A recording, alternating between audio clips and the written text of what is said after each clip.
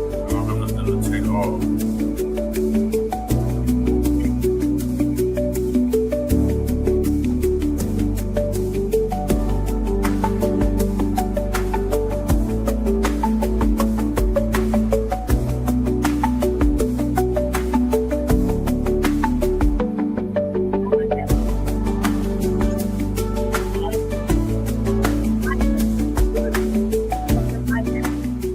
Rolls out of my head.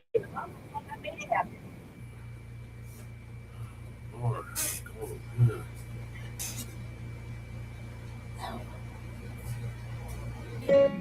Y'all don't hear us. Pull up a seat and motherfucking listen.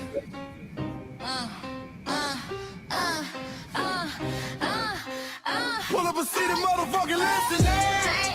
Pack your bag. Time to go home. Talking crazy on our soil where our blood and bones grown. This our grind, we outside on it. While y'all fools on the outside looking, y'all show no respect to Black America, so leave. Hey. Y'all don't get it, so it's time to go home. Get the hell up out of America, take your district and just fly on. Y'all don't get it, so it's time to go home. Get the hell up out of America, take your district and just fly on. You landed on the top. I'm not big with nothing, man, you choking on the note. My ancestors the reason that this country even breathes. Picked the cotton, built the White House, planted the seed. Jim Crow laws, redlined the map, we was the target. You think that struggle's a costume, man, you can't mark it. We fought the wars, we bled the blood, we died for our future's chance. And you come here and give our legacy a side eye while throwing shade on the guard. While you benefit from doors we kicked down with our last breath. Now you spit on the architects who stared down death. Disrespectful, that's disrespectful, ungrateful, a slap in the face to only people who gave a fuck. So let me show your ungrateful ass to the right place. Pack your bags, time to go home. Talking crazy on our soil where our blood and bones grown. This our ground and we outside on it. While y'all fools on the outside looking, y'all show no respect to Black America, so leave. Y'all don't get it, so it's time to go home. Get the hell up out of America, take your district and just fly on. Y'all don't get it, so it's time to go home. Get the hell up out of America, take your district and just fly on. Passport, the visa, the privilege to be here. Cause my grandma did march for y'all, so disappear from our land. You cosplaying our pain. Think it's a trend you can borrow, but you ain't inherit the ghosts of our sorrow. We the foundation, the bedrock, the soil, and the root. You not no branch on our tree, and unproductive people always cosplaying me. Talking about we ain't do nothing. You lost your mind. We did from nothing, time after time. From the beginning to now, we been the backbone and muscle. Why you look down on the struggle and cause a whole tussle? That energy style with discussing is whack. So let's make it clear, there's no turning back. This land is paid for in full. In blood, sweat, and tears, and dreams deferred. You don't get to come into a house we built from the dirt and telling Black America y'all ain't worth nothing. That's a violation. Facts. Pack your bags, time to go home. It's our soil on our soil where our blood and bones grown. Show respect, this our ground. Y'all just tenants on a leash. Oh, get the step. Show no respect to Black America, so leave. Don't get it, so it's time to go home. Get the hell up out of America, taking your business, I can just fly on. Don't get it, so it's time to go home. Get the hell up out of America, taking your business, I can just fly on. Yeah, fly little birdies. Fly on back to where you came from. This ain't for you. This still is sacred. We said what we said. It's time for y'all to go home. So fly a little birdies fly. So fly a little birdies fly. So fly a little birdies fly. Fly far, far away from here. So fly a little birdies fly. So fly a little birdies fly. So fly a little birdies fly. Fly far, far away from here. So fly a little birdies fly. So fly a little birdies fly. So fly a little birdies fly. Fly far, far away from here. So fly a little birdies fly. So fly a little birdies fly. So fly a little birdies fly. Fly far, far away from here. Bye bye, little birds.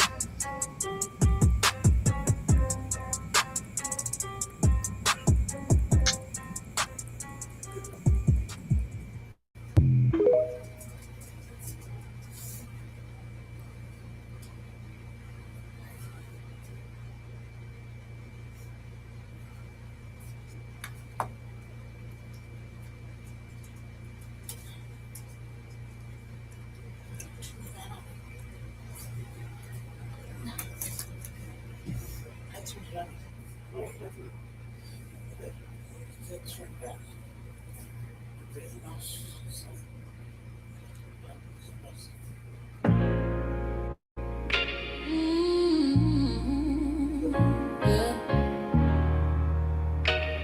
They thought we forgot, but we never forget. This one's for the rules. We built this land from dust and tears for 100 years, and we still here. They write new rules, but they don't see every freedom they got came off you and me. We planted seeds, they took the bloom. We lit the flame, they left the room. But we back now, no disguise. The spirits woke, we realize all we want is what we earn. That sweat and blood, yeah, that table turn. You can't buy culture, can't fake that fight. This is our day, this is our right. We happiness. Say it loud, say it strong. We the heartbeat that's been here all along. Foundational Black Americans, stand tall. We ain't begging for nothing, we built that all. Born from pain and grace, you can see the truth written in our face. We the soul, the sound, to fight the flame. Foundational Black Americans, say our name. They love our rhythm, but they dodge our blues. Use our voice when it fits their news. They take our sound, but not our scars. We the backbone, we the stars. Now the veil is gone, the mask is clear. We see the game, we know it's here. No more silence, no more lies. We lift that flag and watch it rise up, rise up. We the ones that made this nation breathe. Our veins are power, our roots are trees.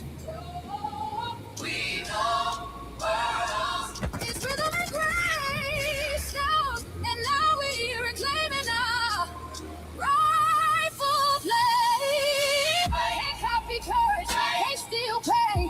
You can't inherit soul by changing names. Our story ain't done, it's the revival. We guard the gate, it's about survival. We FBA, say it proud, say it loud. The world dances on what we vow. Foundational Black Americans, still we stand, still we fight, still we demand. Every block, every song, we've been right here all along. The soul of a people strong and free. Foundational Black Americans.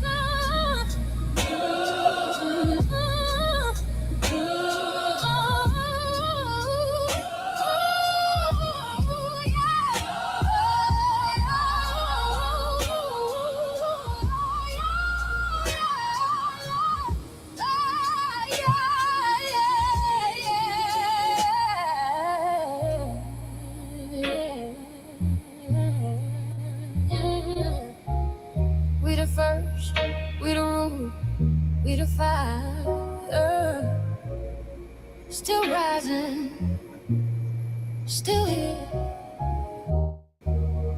Foundational Black American. We set the tone and they copy the cadence. Dance to our drums and deny the foundation. Wear the style but don't honor the source. Smile in the crowd and you distance and force. Say you not us but you rap like we breathe. Take the rhythm, then fuse the receipts. I ain't mad, I'm just holding the glass. Showing the mirror, now answer it back. I ain't here to cancel nobody. Just keep it honest, keep it solid. If you eat from the table we built, don't act surprised when we guard it. Do you like that? Do you like that? When I flip your sound and I ride like that. Do you like that? Do you like that? Do you like that?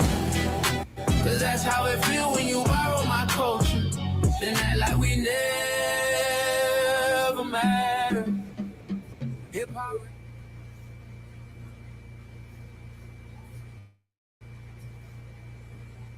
Mike Larry.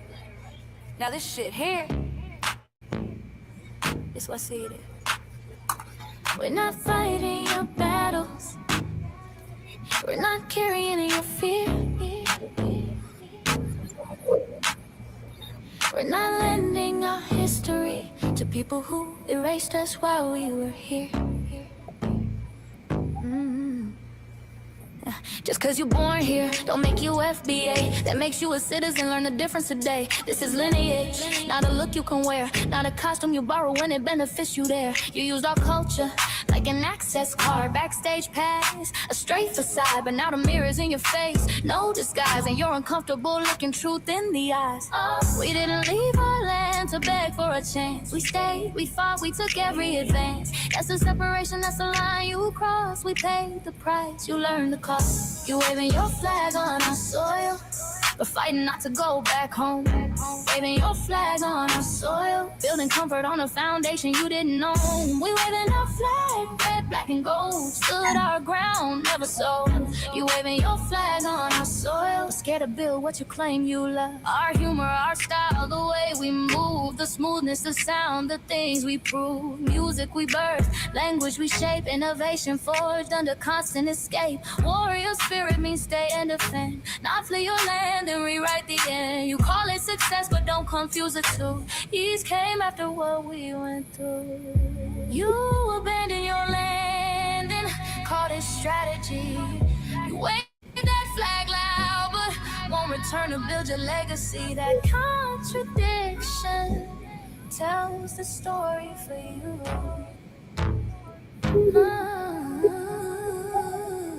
You waving your flag on our soil, we're fighting not to go back home. We waving ours where we were forged, every inch earned, every brick known. We can't be deported, and that truth changes everything. We can't be deported, and that truth changes everything. We know who we are, and now we see who you are too. Just because y'all born here doesn't make you FBA at all. It makes you an American citizen. It's biologically impossible to be us, because it's a lineage, not some damn costume you can just put on to look cool. You immigrants and immigrant Americans has used our culture as an access card, a backstage pass to our culture. Now y'all have to look in the mirror. Our sense of humor, the aesthetics, mannerisms, the style of dress, the smoothness, the creativity, our genres of music, innovativeness, our slang, our warrior spirit by staying on our homeland and fighting and not fleeing to somebody else's land to beg for a better life and shit on the very people who fought to have us there. That's who we are. And we know who the hell y'all are, waving your flag on our soil and fighting to make sure y'all don't go back.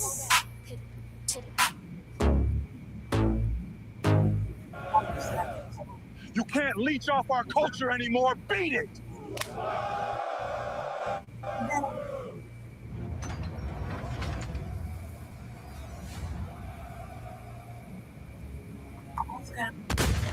Yeah.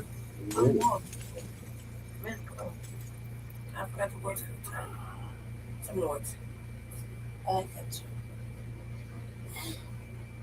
Mike Larry, man. You did it again. We really making history. Let's go. Do you like that? Do you like that? Flip your down. How you like that? Do you like that? Do you like that? Say it loud, don't walk it back. Do you like that? Do you like that? You grew up mimicking us, now y'all switch it up. Turn the carbon copy, y'all ain't black, what the fuck? It's funny y'all connecting to our culture like it's Wi-Fi. Wi-Fi. Surfing on our waves of our culture, no more agua. Still in my culture for all these years. Look how time flies, all these colonizers in disguise. Y'all hate, y'all still hate us outside. Study doctor, vampires, it's the blood of our gift. They copy the flavor, sip the juice, love the results, hate the truth. Ooh, ooh, ooh. Do you like that? Do you like that? Do you like that? Flip your sound. How you like that? Do you like that? Democratic shields, talking points, the road they fill. Fish and chips, agent on the mic, judging FBAs, but ain't you half white? Talking like you one of us, we need a proof face. The agent type, the prune face, like Pretty and Jim. It's a cold game, throwing stones cause we build our own lane. I'm joking, kinda, but I mean, smile calm, pressure intact. Right. Y'all proud where y'all from. Where they flag, beat they drum. But when it's us, tone switch fast. Same pride, but it's too much. FBA pride, lineage solid. You can't put this on, can't try it on. Built here, stayed and fought. That's the difference. That's the car. Do you like that? Do you like that? Say it clear, don't twist the facts. Do you like that? Yeah. Do you like that? Do you like that? Point made. No edit. No kill.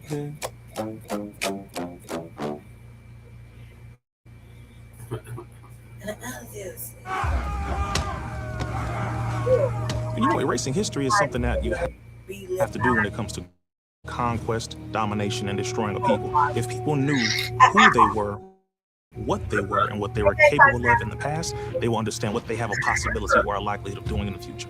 Foundation of Black Americans, we've always had a culture of resistance. We cultivated a culture of resistance on this land, and we've been resisting ever since we've encountered European domination. But nothing was really popping in Europe until the transatlantic slave trade, and that's where they amassed a lot of wealth. One thing that I think is unique about our culture as far as how we resist, how we fight back is just the environment we were put in from day one. Being only 13% of the population, the white supremacists were very meticulous about keeping that population at a certain amount. There was never a period when we did not resist the encroachment of the whites.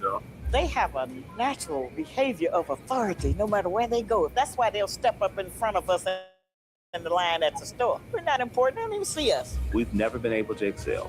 We've never been able to relax. We've never been able to just be, which means that existence is resistance. It must be something in our DNA, our historical background, to when something doesn't sit right with us, especially spiritually, in our souls and in our spirit, we just say no. We live resistance. You know, from the moment we're born, we're in resistance. And it's handed down generation to generation. And so I think that cultural resistance is actually in our DNA, in our epigenetics. And then it blossoms out into the culture. So there's almost nothing in America that we do, from song to dance to politics to the way we talk, the way we dress, having coded languages considered to be slang today. Everything about Black American culture is a form of resistance.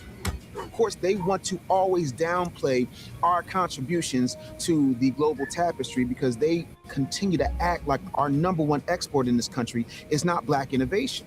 Everyone understands that our resistance has been the cornerstone of what foundational Black Americans have always done. We are the life that breathes everything into this nation. The further back you go, the further Black you go.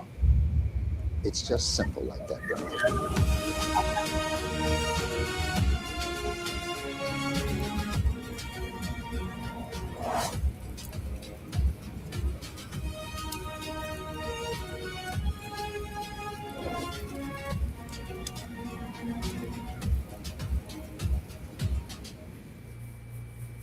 All right, greetings, Black family, greetings. And thank y'all for tuning in to another episode of Shabaka'S Blacc Experience Enhanced. I'm your host, Chan Crewman. We're joined with the other host, Lady Chan. We should be joined with Shabaka'S and Corey, our West Coast correspondent. Shabaka'S Blacc.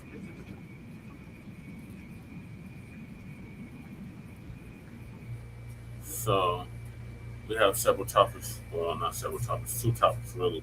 One that Black Dynamite just let us know about in Grand Rapids, Michigan, and then we got the State of the Union address by the dump as in human shit. And we want to make that perfectly clear. And that's going on right now. So we're going to live stream that. We're going to get a copyright straight. So on this season 11, episode 19 of Shabaka'S Blacc Experience Enhanced, we will be discussing, like I said, the State of the Union address. Please hit the link if you would like to contribute to the conversation. We are based out of East Denver, North of World, Colorado. We do the news from a frontline and Black First perspective. And we are a part of the New Blacc Media and also the Signal Boosters other New Blacc Media. We have been around for 6 seasons now and counting. And we have several platforms that are part of the Frontline campaign. Frontline Black News, the first one started back in 2020, 2021. and Shabaka'S Blacc Experience Enhanced, which we're having tonight, is based on the 50th anniversary of the original founding of the original Blacc Panther Party. Self-defense started on Blogtalk Radio back in 2016 and have been around for 11 seasons now. Shabaka'S Blacc Experience Enhanced covers the Black experience from the beginning of time until 10 minutes ago, and is also part of the Frontline campaign, and has recently, within the last 2 to 3 years, moved from Blogtalk Radio to Streamyard. Please make sure you like and share the broadcast, family. Please join us on Streamyard, YouTube, Frontline Blacc News. The links to all of our channels are in the description, including Frontline Blacc News, Frontline Blacc News 2, my personal page, Just Appears, aka Chain Kruma, which has a strike on it right now, but I can still sub up to it. And then the RBA Lady Chase channel, you see I'll sub up to that as well. Our cousin, our lobster out the Bay Area, Jay Militant, his link is also in the description. Kukizi, the brother that does our intro track, our B1 certified, codified brother out of Mile High, his link is also in the description. Our brother out of Virginia, by way of New York, Breeze Omega, his link to his channel is in the description. And then we got the Church of Black Power, our brother out of Watts, California, who's now in Houston, Texas. His link is also in the description. And we got our brother Black Truth United, who came up with the B1 Rolodex, which is a modern-day green book for FBA and B1 businesses. And the links to the B1 Rolodex and the Submit Your Business are also in the description.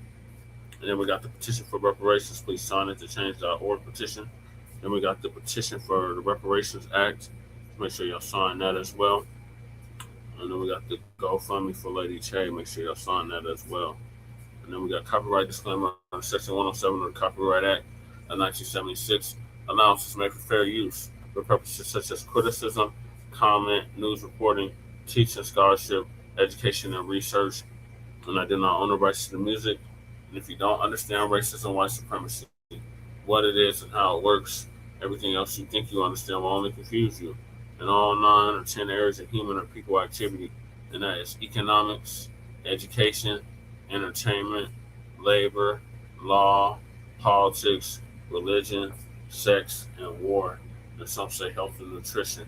In all 9 or 10 areas of human or people activity, and that was by the late, great Neely Fuller Jr., who passed away exactly a year ago at the age of 94, 95, produced Justice.com. And when you're a black person or captured by any race soldier, you must never fuss, fight, or flee. Comply and defend yourself in court. Also by Neely Fuller Jr., produced Justice.com. And last but certainly not least, we got racism, white supremacy is conscious and subconscious behavior to maintain white genetic survival, to prevent white genetic annihilation. And that was by the late great Dr. Francis Cress Wilson, who passed away exactly 10 years ago at the age of 80. And shout out to our FBA brother Tariq Nasheed for paying for her funeral, along with several others. So those are the topics. Make sure y'all hit that like and subscribe button. All right, so I'm going to hop right into it. So the first story is on Grand Rapids. Shout out to Dynamite, our Black Panther brother, bringing this to our attention. So another brother got killed by the police, this time in Grand Rapids, Michigan. So I'm going to play the news clip from the local ABC affiliate.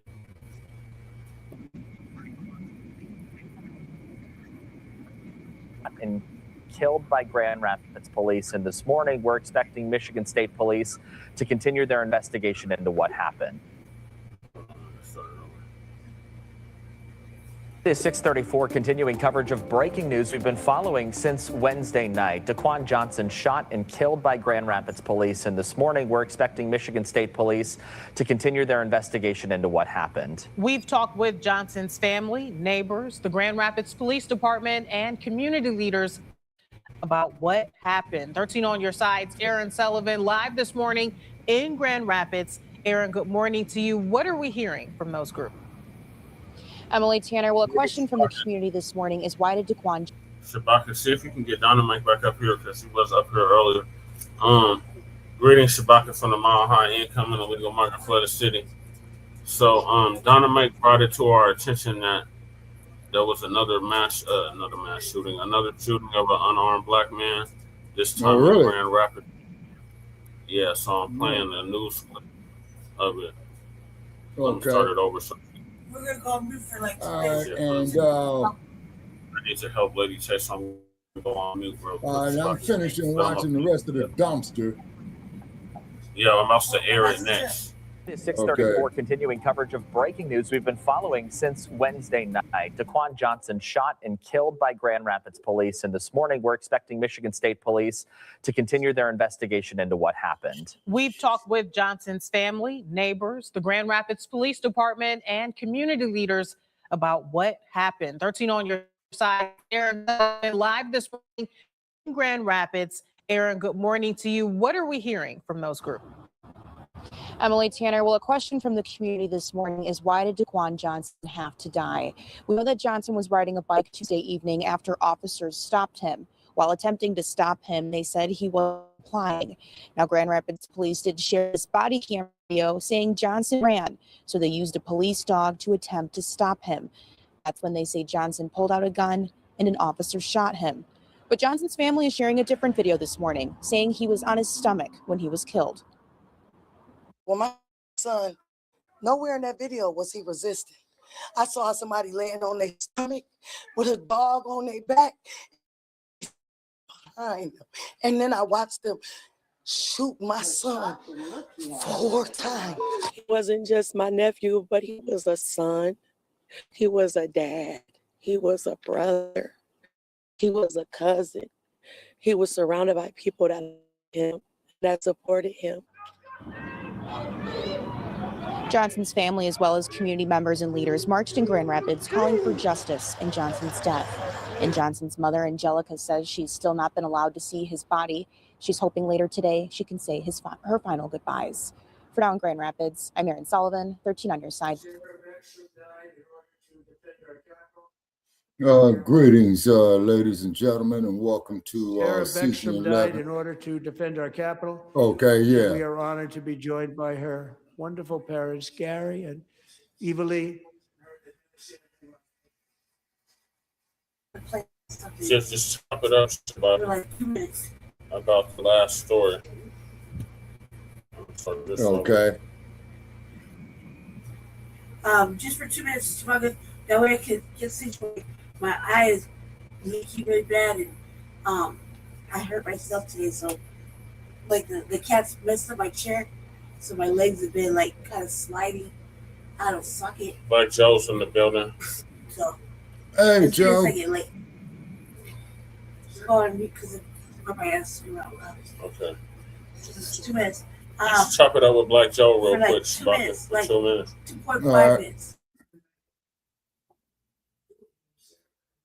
Hey, Joe, what's going on?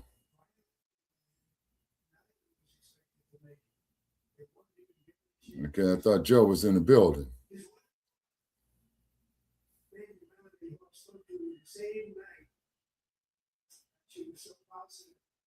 He's in the chat.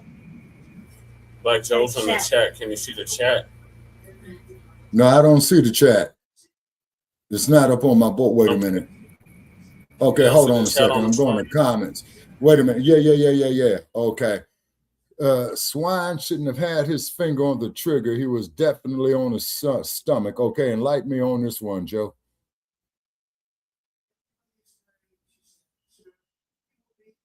Was that the dude they knocked off in Mar-a-Lago the last couple of days ago?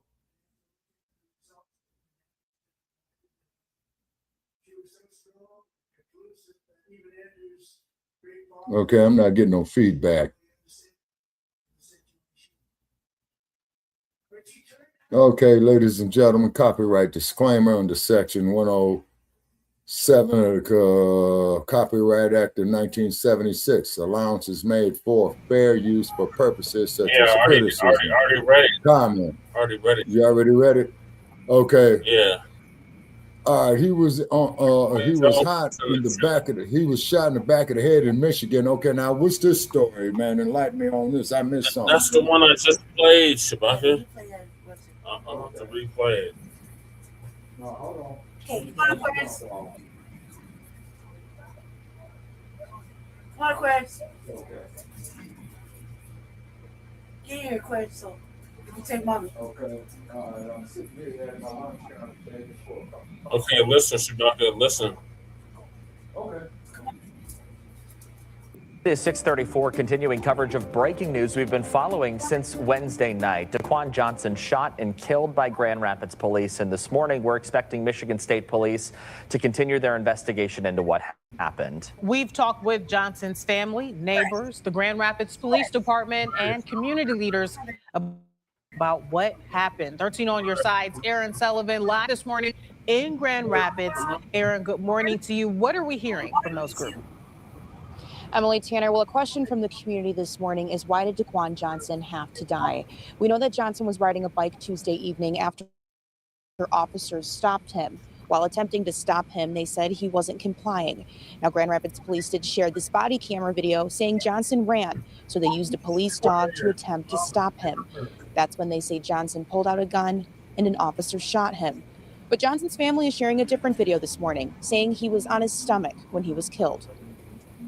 Well, my son, nowhere in that video was he resisting. I saw somebody laying on their stomach with a dog on their back and 2 police officers behind them. And then I watched them shoot my son 4 times. He wasn't just my nephew, but he was a son. He was a dad. He was a brother. He was a cousin. He was surrounded by people that loved him and that supported him. Johnson's family, as well as community members and leaders, marched in Grand Rapids calling for justice in Johnson's death. And Johnson's mother, Angelica, says she's still not been allowed to see.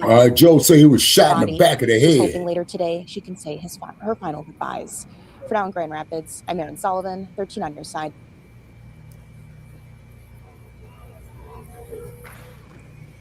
We love you all. Brother, I just had some food, man. I don't want to vomit it up, man. I'm having my coffee. I'm smoking my cigar. I had to turn this lying bastard off. But one thing that this dude said tonight that I have to agree with. Now, you're going to love me for this one here, Black Joe, because you and I, we disagree agreeably. But when Trump said... We haven't watched it yet. We're supposed to start streaming it. We're supposed to start streaming it. We're gonna stream for other people. We're gonna start it over. Okay, because you know he's winding it down now. That's why I turned off my TV set.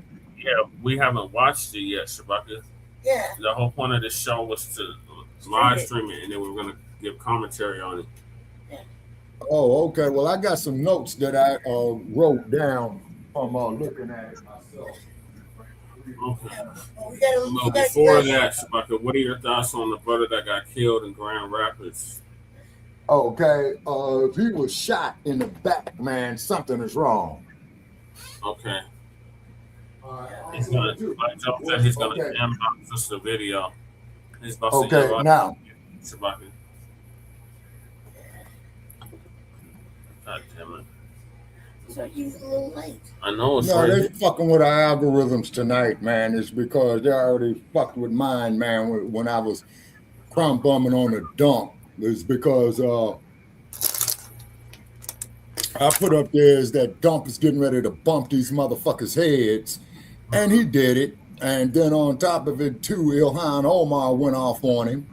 Our man, Al Green, once again, he was protesting and he was forcibly... Yeah, and he was forcibly removed from the Congress tonight. Al Green was. Oh, well, always. He can't do nothing. No, they ain't got no votes. They can't do shit. Mm-hmm. All they can do is cry. That's all they can do. They can't do nothing.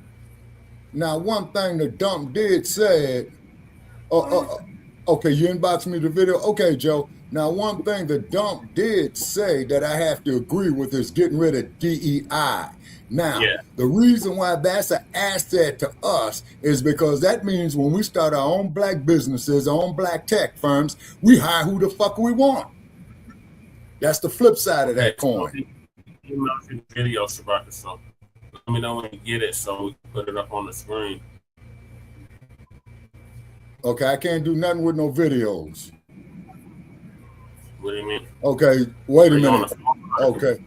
All right, Joe said he inboxed me a video on Facebook. All right, hold on, Joe. Go on to Facebook. Las Vegas police is out there busy tonight.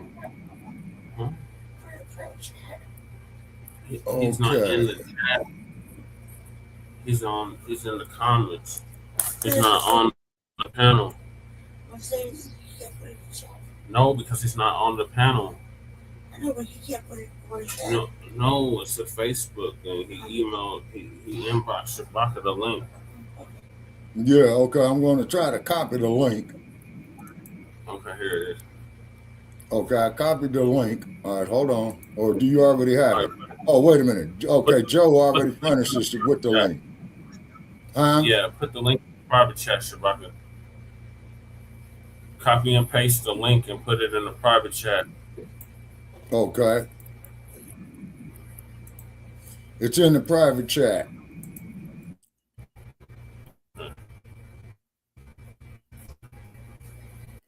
Let me make sure this is the proper link. Ain't that a bitch? Now it's saying the content isn't available right now. Yeah, it's not available, Black Joe. Ain't They must have that took a the video bitch? down. Yeah. They must have took the Okay. video down, Black Joe. Yeah. Unless we got the wrong link. Okay. No, I think they took the video down, man. It's because I was making comments on Facebook tonight talking about there's a big dump on Capitol Hill.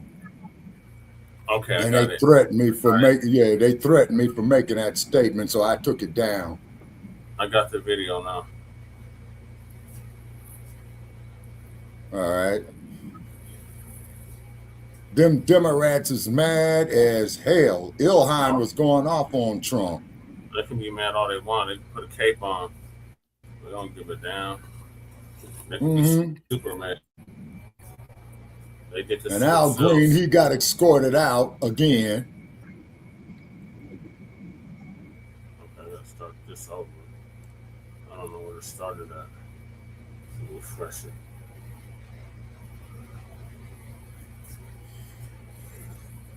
Okay, Brother Che, while you do that, I'm going to ad lib a little bit and just tell me to shut up when you're ready to come back on. Okay, ladies and gentlemen. Right here, brother.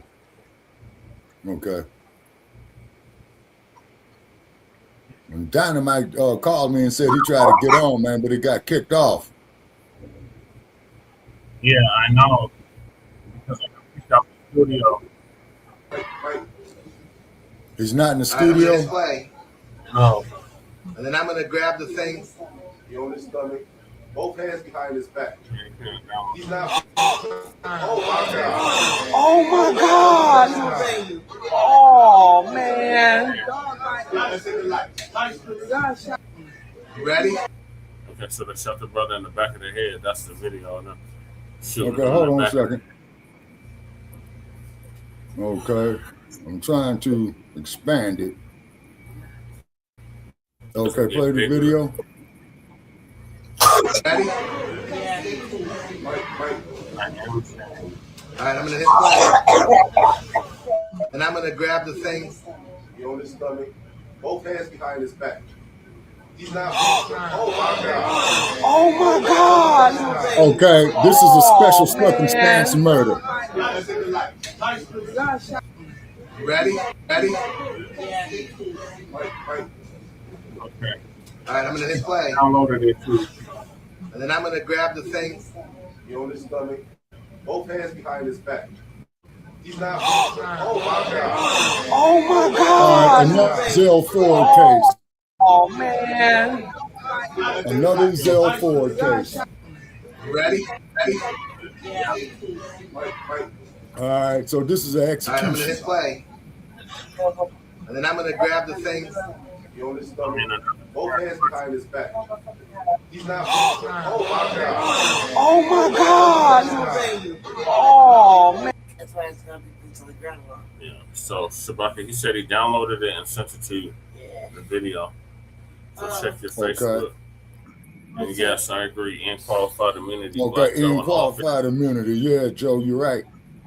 Right there. This is okay. Based on what I'm seeing right here, is that this here is another Zell Ford case in Los Angeles. Yeah, this is in Grand He's Rapids, face down. Okay, he's face down. Very important question. Was he handcuffed? Yes, Shabaka, they shot him in Okay, the back it's of an execution. It's a special circumstance execution, dead bang. Forgive my use of words, but it's an execution. Yeah. All right, now we're gonna get to the state of the. So, what's his face downloaded the video and sent it to you, Shabaka? That's how my boy with Black Diamond get back. He know more a little bit. It is qualified immunity. The dog jerk causing him to make the gun go off. Yeah. The dog jerk made the gun go off. Yeah. Okay, what state did this happen in? Michigan, Shabaka, Grand Rapids, Michigan. No shit. Yeah. That's crazy. That's the police's dog, right? Mm-hmm. Right, that's crazy. That don't even make sense. So the dog was weaponized along with the gun. Yeah. Okay. Based on what I know, that's murder too. Right. It's assault with the dog. Yeah. No, Lady J, the cop was supposed to be in charge of the dog. Right. So he already, the dog steroids him. The dog's like a second officer. Yeah. The dog itself is an officer. Yeah. The dog itself is an officer. Yeah, that's why in LA they put badges on them. And the dog was a setup for qualified immunity. Yeah, you're right, Joe. You know, the motherfucking dog jerk up and start, whatever, and the police got scared and shot him 3 times. Yeah, right. That's his dog. It's the dog doing what he's supposed to do. Okay, now, I hate to ask this question, just being a little facetious.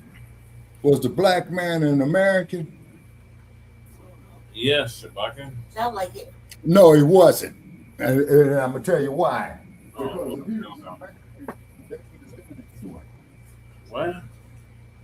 Yeah, if he was an American, they would not have done that. Yes, they would have, Shabaka. Shabaka. We've seen them kill white people. We've seen them kill. They kill people. The police kill people. Just like okay, I don't care about them killing white people. Shabaka. They kill Americans. That's the whole point. They kill Americans. They literally kill Americans, Shabaka. We've seen it time and time again. So you saying they're not American doesn't make any sense. They were born in America. No, Brother Che, what I'm saying, Brother Che, is that the police are policy enforcers. Yes. We evolved from slave patrollers. Okay, yes. You agree with me on that, right? Yes. Okay, so therefore they still have that, oh shit, what do they call it? They still have that moray within their department. In other words, their group psychology is still in their department with that. I forgot the term of what it was. Okay, the cop is not going to get persecuted, although he should be. I agree, he should be. It is murder, okay? Because he was handcuffed, so he was bound. Okay, exactly, Joe. Okay, like what they did to, what's the woman you speaking of, Sharon Massey? Sonia Massey, my bad. Sonia Massey, yep. And they just sentenced that killer to what, 20 years? Yeah, they gave him 20 years. So what they need to do, I don't know what the death penalty law is that to prevent this shit, if they truly had our interest at heart, they would execute this son of a bitch. Exactly, Joe. The motherfucker be out in 5 to 7 years, if not that long. I hope not. Because they've been another shot. Chauvin been in for 5 years already. Yeah. Well, 5th year. Mm-hmm. We're going on a 6th year. Mm-hmm. Yeah. Yeah. So condolences. In all 50 states. Yeah. But, Yeah, because that could be either of us in that same brother's position. Yeah. All right, let's see what the dump was talking about. All right. He said he'd do 10 maximum. Yeah, he'll probably do 4 and they'll parole him for the rest. And they're gonna put him in Punk City. Now we're gonna get to the main subject of tonight, and that's the dump State of the Union address. So I'm gonna play it from the very beginning. Fair use, copyright disclaimer under Section 107 of the Copyright Act of 1976. Allowances made for fair use for purposes such as criticism, comment, news reporting, teaching, scholarship, education, and research. Nobody thinks about members of the Supreme Court, including one of those individuals in the room, Justice Amy Coney Barrett. He said of her and Neil Gorsuch, who is not present tonight, they should be ashamed. Their families should be ashamed. To him. He wasn't going to focus too much on the Supreme Court when we had lunch with him earlier today. But we'll wait and see. You never know. If the president sees somebody, someone catches his eye, and he starts talking. Christine, I'm sorry, go ahead. No, I was going to say the White House and the team, the president's supporters and the president's team think that they've got a very good story to tell about the economy overall. They like to talk about a record high in the stock market. But you look at the length of car loans, and you look at how hard it is to buy a house, and you look at child care costs, and you look at insurance costs and electricity. These are things that are not like eggs that you can just give up, right? These are things that are really core parts of the budget that have been too troubling. So maybe you'll see the president tonight shift and look forward and say, stick with me. Things are going to get better in the future. And here's how we're going to make that happen. We'll peel back the curtain a little bit. Kristen and I were able to have lunch with the president with some other network news anchors today at the White House. A delicious lunch, I should say. The president himself seemed to be in very good spirits, Kristen. I think that's fair to say. He was excited about this speech. He seemed in a good mood, even though he was in a room full of the media. Sometimes, he goes to war with us a few times, every week. Peter Alexander knows that better than some. But he seemed to be in good spirits. He did. He seemed energized by this moment. This is the president in his element in front of a crowd. Now, he likes the campaign trail. One of the key questions I think top Republicans are wondering, will he actually stick to the script tonight? We're going to hear the Speaker of the House introduce him now. Let's listen in.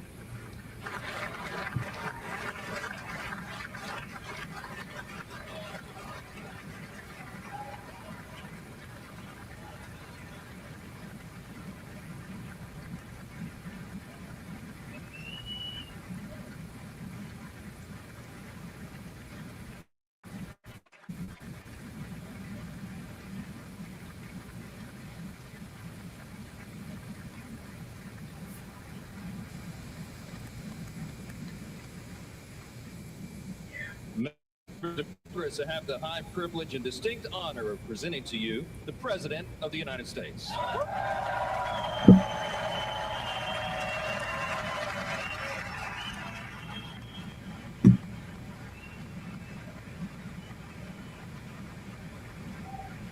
Yeah.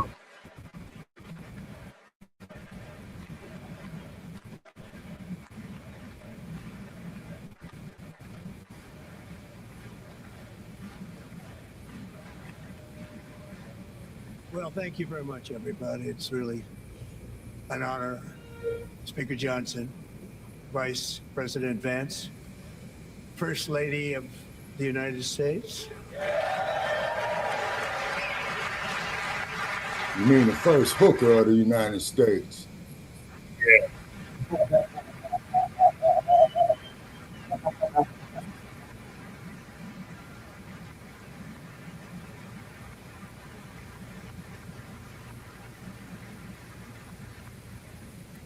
Second Lady of the United States.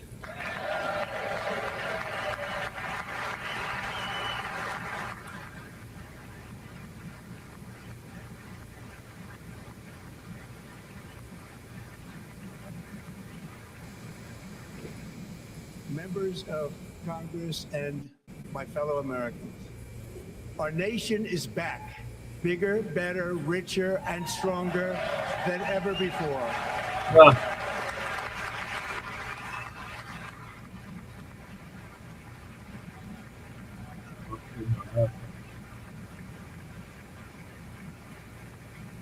Yeah, you hurt those Democrats' feelings tonight. Celebrate an epic milestone in American history. The 250th Yeah, we hurt the anniversary Democrats' of feelings our glorious tonight. American independence. This July 4th, we will mark 2.5 centuries of liberty and triumph, progress and freedom in the most incredible and exceptional nation ever to exist on the face of the earth. And you've seen nothing yet. We're going to do better and better and better. This is the golden age of America.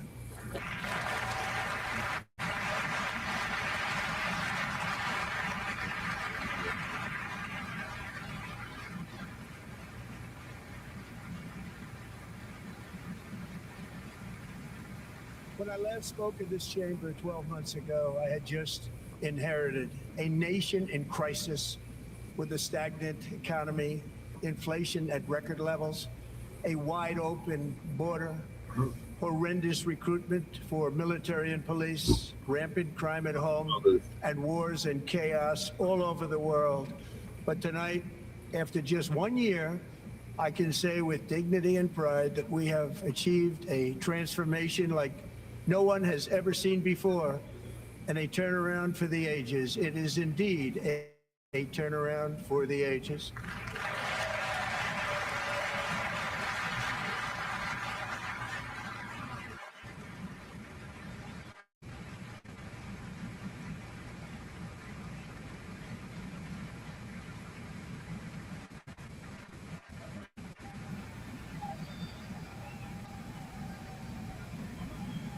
Yeah, there's Al Green getting thrown out.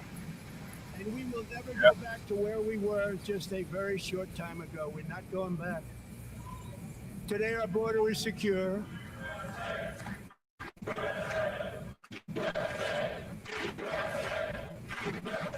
they throwing him out. Yeah, they showing Al the door. Our border is secure. Our spirit is restored. Employment is booming. Incomes are rising fast. Ruling economy like before. And our enemies are scared. Our military and police are stacked. And America is respected again, perhaps like never before.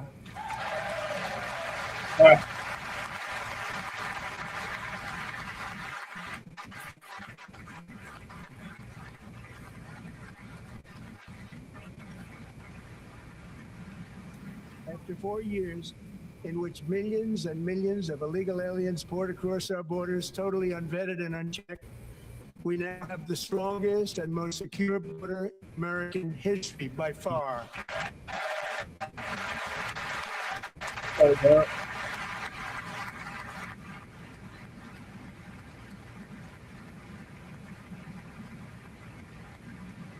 In the past 9 months, 0 illegal aliens have been admitted to the United States.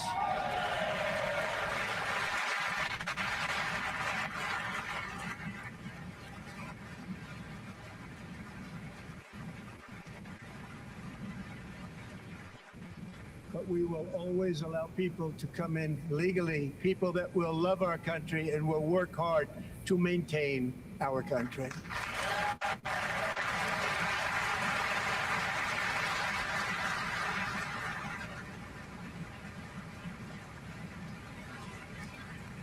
The flow of deadly fentanyl across our border is down by a record 56% in 1 year.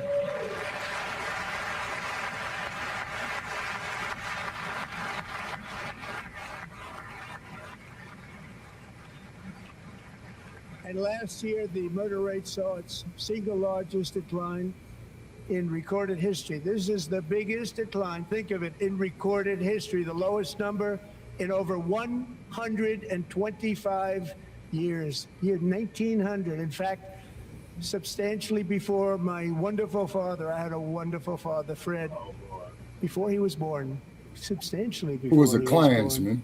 It's a long time ago. He wouldn't like me to say that, but that's a long time ago. Yeah. The Biden administration and its allies in Congress gave us the worst inflation in the history of our country. But in 12 months, my administration has driven core inflation down to the lowest level in more than 5 years.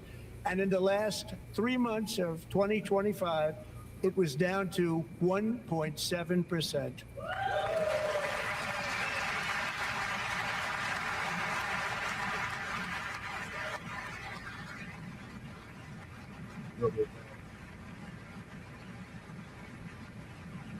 Gasoline, which reached a peak of over $6 a gallon in some states under my predecessor, it was quite honestly a disaster, is now below $2.30 a gallon in most states, and in some places $1.99 a gallon. And when I visited the great state of Iowa just a few weeks ago, I even saw $1.85 a gallon for gasoline.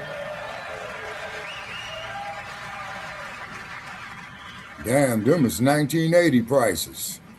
Yeah. Something happened.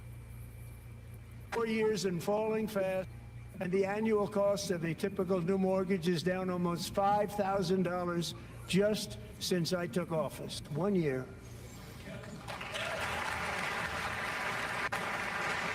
And low interest rates will solve the Biden-created housing problem well, at the same time protecting the values of those people who already own a house. So it's jacking up on their end. Those values up. We're going to do both. I'm about to find another clip. This is acting dumb. We are going to way. Market has set 3-time record highs since of that 1 year.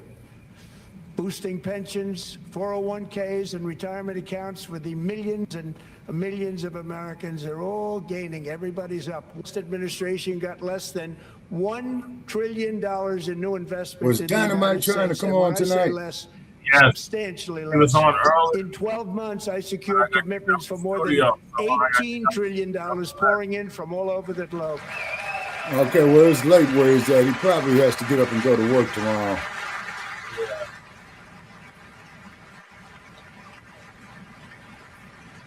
Think of it, much less than $1 trillion for 4 years versus much more than $18 trillion for 1 year. What a difference a president makes. A short time ago, we were a dead country. Now we are the hottest country anywhere in the world, the hottest.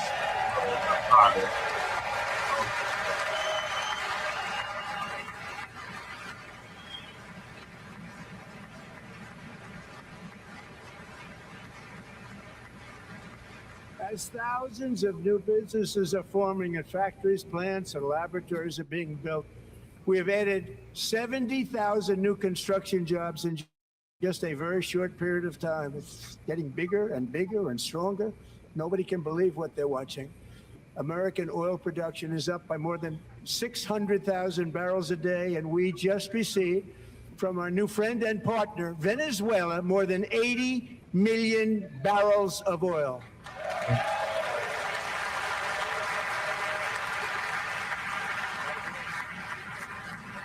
That he hijacked. Yeah. American natural gas production is at an all-time high because I kept my promise to drill, baby, drill.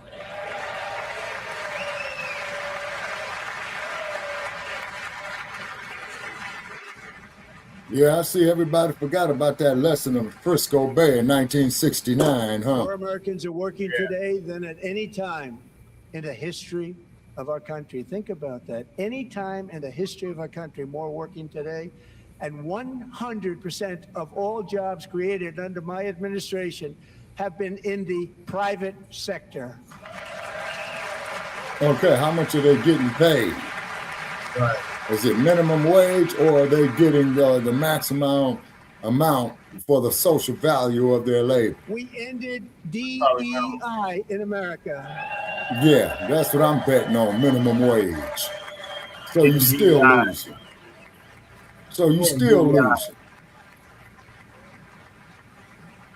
We cut a record number of job-killing regulations, and in 1 year we have lifted 2.4 million Americans, a record, off of food stamps.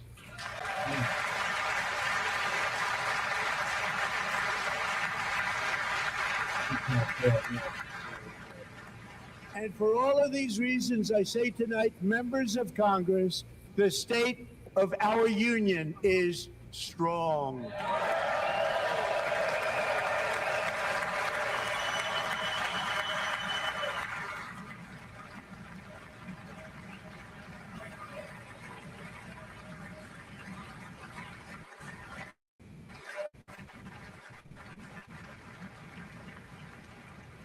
Our country is winning again. In fact, we're winning so much that we really don't know what to do about it. People are asking me, please, please, please, Mr. President, we're winning too much. We can't take it anymore. We're not used to winning in our country. Until you came along, we're just always losing, but now we're winning too much. And I say, no, no, no, you're going to win again. You're going to win big. You're going to win bigger than ever. And to prove that point, here with us tonight is a group of winners who just made the entire nation proud. The men's gold medal Olympic hockey team. Come on in. That's the one that Cash Patel was partying with. Oh, yeah. Yeah. Boy, we need to drug test Cal Patel. Yeah.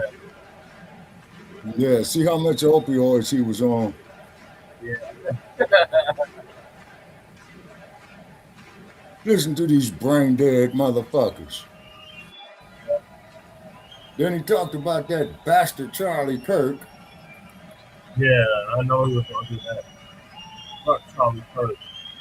Exactly, and I'm glad that was a WYT that pew-pewed his ass.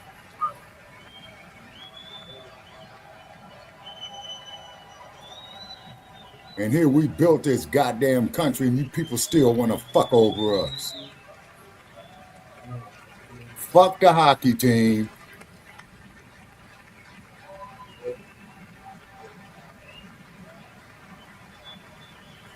And be careful going to Los Angeles starting next year, people. Security is going to be up the ass up there. Yeah. And the LAPD will be trigger happy. Because I was in LA during the 1984 Olympics. Yeah.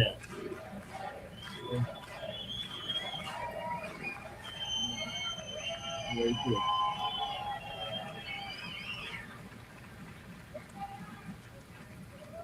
That's the first time I've ever seen them get up.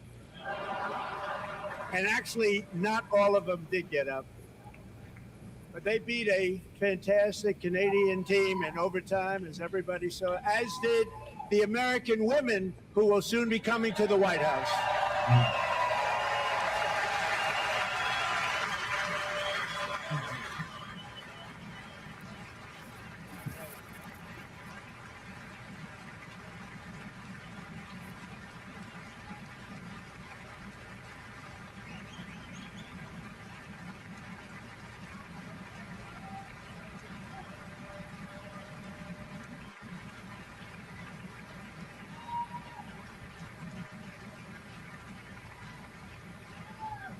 They were in the Oval Office before, and I just want to say a second very big congratulations to Team USA. But I have to say that, and I told them this, and we took a vote of the team. I said, anybody votes no, I'm not doing it.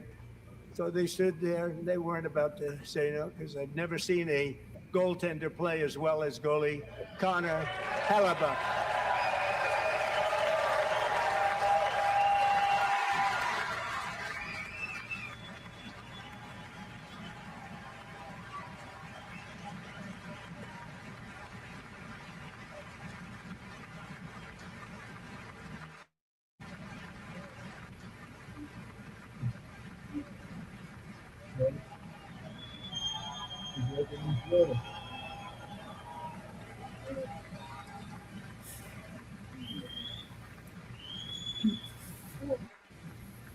Think of it, 46 shots on goal, and I asked him, the one shot, the one where you put your stick in the back and it hit the neck of your stick and bounced off.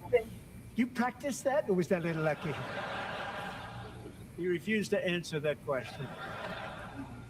But I just want to tell you that the members of this great hockey squad will be very happy to hear, based on their vote and my vote, and in this case, my vote was more important, that I will soon be presenting Connor with our highest civilian honor, which we will be given, and which has been given to many athletes over the years. But when I say many, not too many, like 12, it's called the highest civilian honor in our country, the Presidential Medal of Freedom.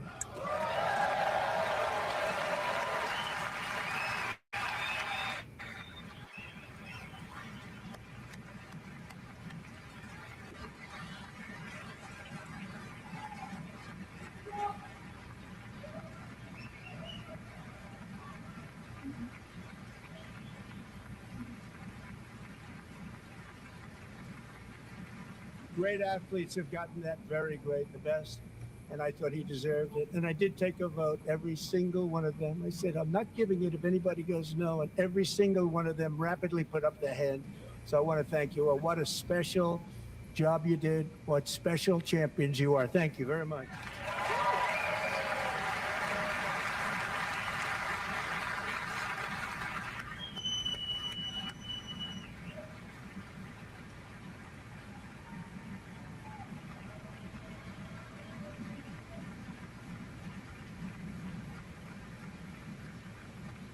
I'm also pleased to say that the next time the Olympic torch is lit, it will be here in America for the 2028 Olympics, and it's the summer version right in Los Angeles. We're going to do a good job in Los Angeles.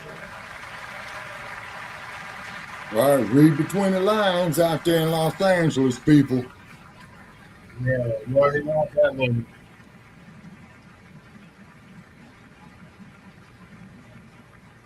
And Los Angeles is going to be safe, just like Washington, D.C. is now one of the safest cities in the country. Okay, you heard what he just said right there, right? Yep.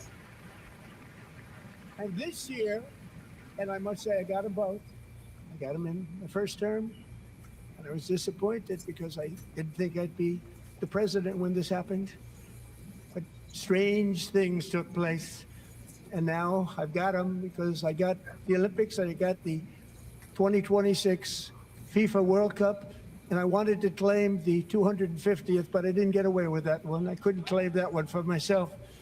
But we're getting the World Cup. So we have the World Cup and the Olympics coming. And that is exciting news.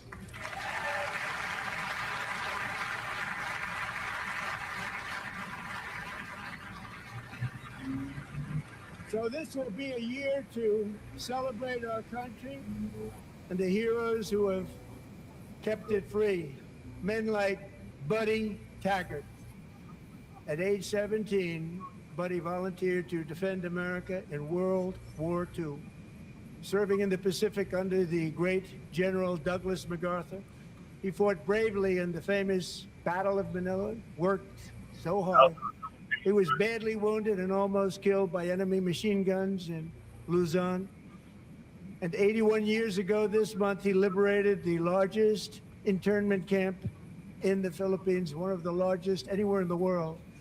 But he earned many honors, including a Purple Heart and a Bronze Star, came home, started a family, and tonight he is in the gallery looking forward to July 4th, 2026, his 100th birthday. Wow.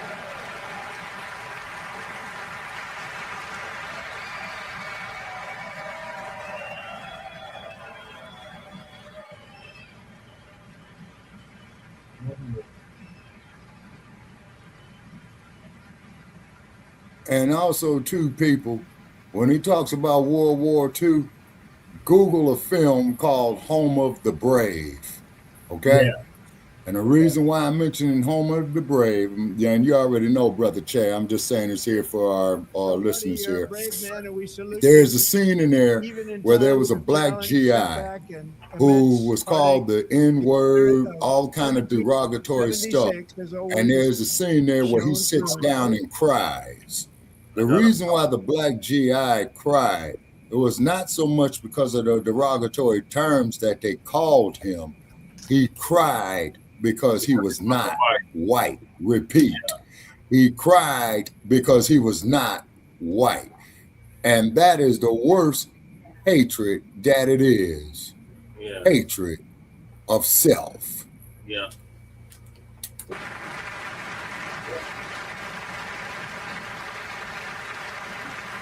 So this will And look be at a all year these to brain dead celebrate motherfuckers our up here country, applauding this the shit. heroes who have kept it free. Men like Buddy Taggart. At age 17, Buddy volunteered to defend No mention of the America in Tuskegee World Airmen. War II. No mention of the brave Serving in the black Pacific soldiers under who the fought in great World War General II. Douglas You see what I'm He saying? fought bravely in the famous No Battle of mention Manila. of General Benjamin O. Davis Jr. He was badly Right. wounded and almost See? killed by enemy machine guns in Well, what do you Luzon. expect, Shabaka? And 81 years ago this month, Of course, he that's my liberated point, the brother Jay. largest internment camp in Hey, the do you Philippines, expect one Biden of the to largest mention him? anywhere in the world. Huh? But he earned many honors, expect including a Biden to Purple mention him? Heart and a Bronze Star. Came No, home, Biden didn't started a mention him family, either. and tonight Clinton didn't he mention is in him. the gallery Nixon looking didn't forward mention him. to July Kennedy 4th, didn't mention him. 2026, So I see his a pattern. Carter didn't 100th mention him. birthday.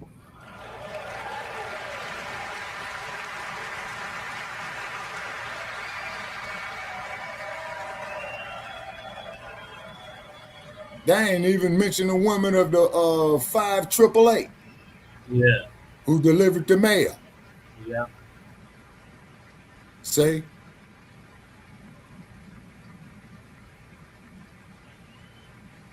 And after my runs tomorrow, I'm going to Google that movie because I heard it was some pretty good actresses in there. So, buddy, you're a brave man, and we salute you. Even in times of challenge, setback, and immense heartache, the spirit of 1776 has always shone through very brightly. It was July 4th of last year when floodwaters tore through a girls' summer camp in Central Texas. One of the worst things I've ever seen. I was there, rising 26 feet in the matter of minutes, tragically claiming many, many lives. You all remember that one. As the waters threatened to sweep her away, 11-year-old Millie Kate McClelland closed her eyes and prayed to God. She thought she was going to die. Those prayers were answered when Coast Guard rescue swimmer Scott Ruskin descended from a helicopter above. Nobody knew where he came from. It was Scott's first ever rescue mission. Young guy, but very brave, very, very top, always top in his class. And he lifted not just Billy Kate, but 164 others to safety.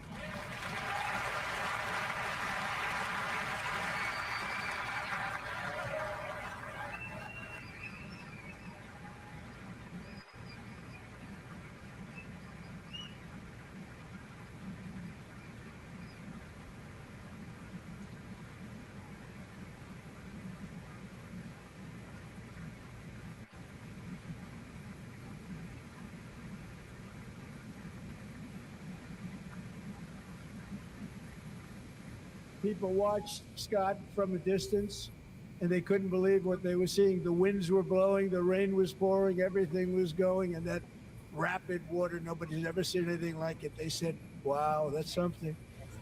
Tonight, Scott and Millie Kate are here together. Now, reunited Dump, what about for the very sewage first in the time. Potomac water? In the what do they call that motherfucker? The Potomac River? The Potomac. Yeah, Potomac, yeah.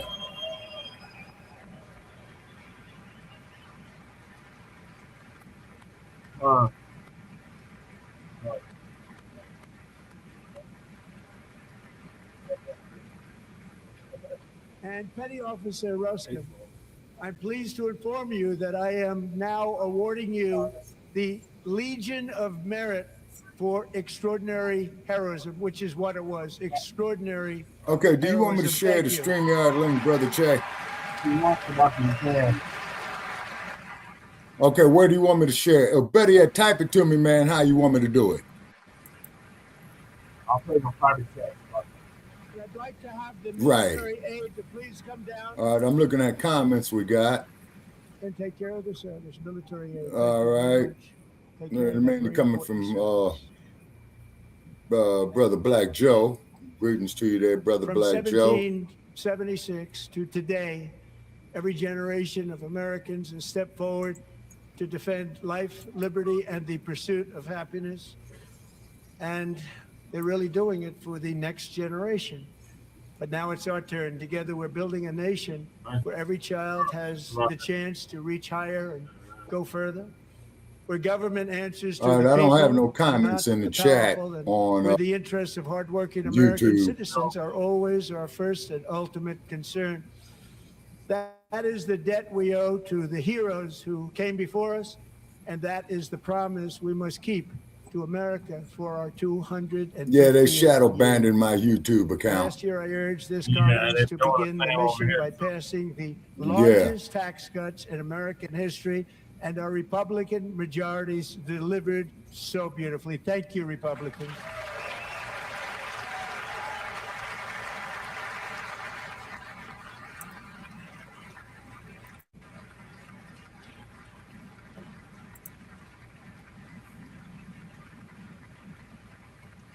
All Democrats, every single one of them, voted against these really important and very necessary massive tax cuts.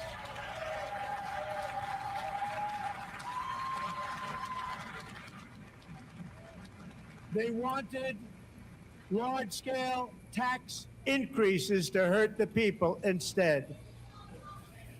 But we held strong, and with the great, big, beautiful bill, we gave you no tax on tips, no tax on overtime, and no tax on Social Security for our great seniors.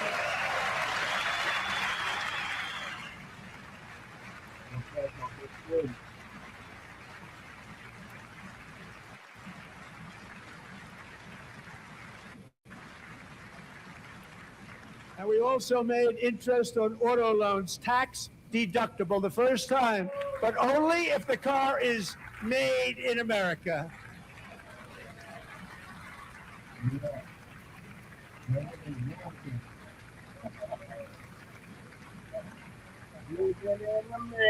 Recently in Pennsylvania, I met Megan Hemhauser, a devoted mom who's homeschools her children, beautiful, 2 children, during the day while waiting tables at night as her husband works overtime operating very heavy equipment.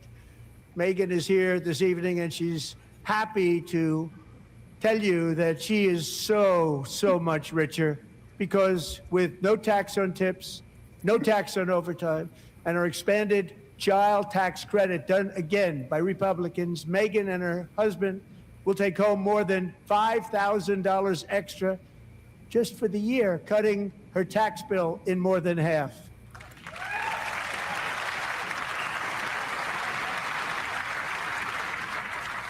Megan, please stand up. We're fighting for you, Megan. Always.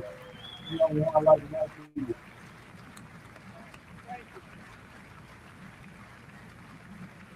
Thank you, Megan. We're fighting for you, Megan. Under our bill, parents like Megan can also activate their children's brand new Trump accounts. And I didn't name it. I did not name it.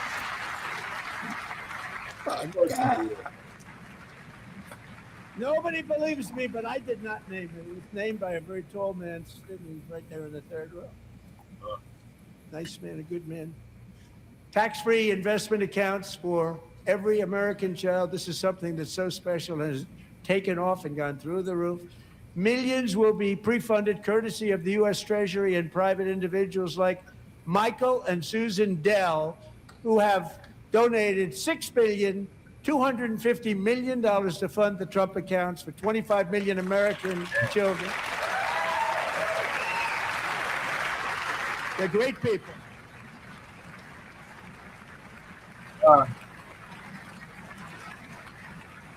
Yeah.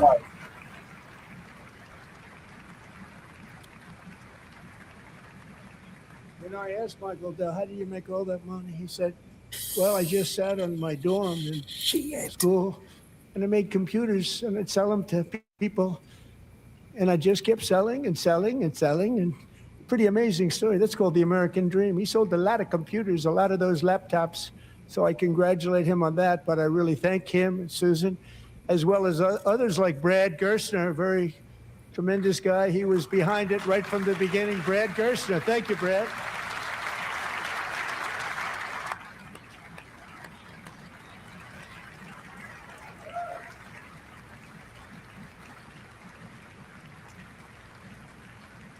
So with modest additional contributions, these young people's accounts could grow to over $100,000 or more by the time they turn 18. Think of it. How much money is that for somebody It started with nothing. Over 100,000, could be much more than that. To make this investment in our children's future, go to trumpaccounts.gov, trumpaccounts.gov. And a lot of people are doing it. It's setting every record in the book. It's popular. They knew what it was going to take. I'm so proud of them. I'm so proud of the people that got it started. Now it's just taken off. One of the primary reasons for our country's stunning economic turnaround, the biggest in history, where the Dow Jones broke 50,000 4 years ahead of schedule, and the S&P hit 7,000, where it wasn't supposed to do it for many years, were tariffs. I used these tariffs, took in hundreds of billions of dollars to make great deals for our country, both economically and on a national security basis. Everything was working well. Countries that were ripping us off for decades are now paying us hundreds of billions of dollars. They were ripping us so badly, you all know that. Everybody knows it. Even the Democrats know it. They just don't want to say it. And yet these countries are now happy, and so are we. We made deals. The deals are all done. And they're happy. They're not making money like they used to, but we're making a lot of money. There was no inflation, tremendous growth. And the big story was how Donald Trump called the economy correctly, and 22 Nobel Prize winners in economics didn't. They got it totally wrong. They got it really wrong. And then just 4 days ago, an unfortunate ruling from the United States Supreme Court. It just came down. It came down. Very unfortunate ruling. But the good news is that almost all countries and corporations want to keep the deal that they already made, right, Scott? Knowing that the legal power that I, as president, have to make a new deal could be far worse for them, and therefore they will continue to work along the same successful path that we had negotiated before the Supreme Court's unfortunate involvement. So despite the disappointing ruling, these powerful country saving. It's saving our country, the kind of money we're taking in. Peace protecting. Many of the wars I settled was because of the threat of tariffs. I wouldn't have been able to settle them without. Will remain in place under fully approved and tested alternative legal statutes. And they have been tested for a long time. They're a little more complex, but they're actually probably better, leading to a solution that will be even stronger than before. Congressional action will not be necessary. It's already time tested and approved. And as time goes by, I believe the tariffs paid for by foreign countries will, like in the past, substantially replace the modern day system of income tax, taking a great financial burden off the people that I love.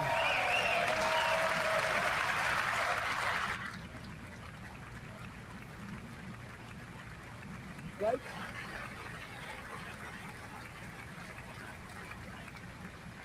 Moving forward, factories, jobs, investment, and trillions of dollars will continue pouring into the United States of America because we finally have a president who puts America first. Put America first. I love America. Motherfucker, you love money.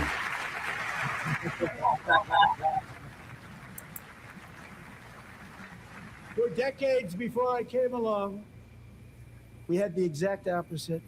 From trade to healthcare, from energy to immigration, everything was stolen and rigged in order to drain the wealth out of the productive, hardworking people who make our country great, who make our country run. Under Biden and his corrupt partners in Congress and beyond, it reached a breaking point with the Green New Scam, open borders for everyone. They poured in by the millions and millions from prisons, from mental institutions. They were murderers, 11,888 murders. They came into our country. You allowed that to happen. And record-setting inflation that cost the typical family $34,000 in just a speck of time.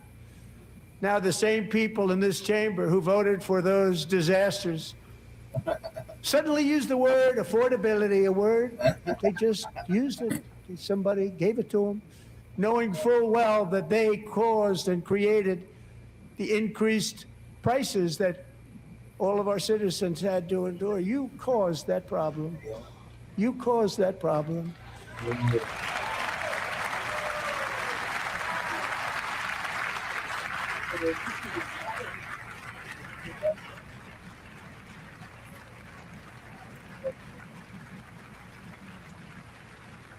They knew their statements were a lie. They knew it. They knew their statements were a dirty, rotten lie.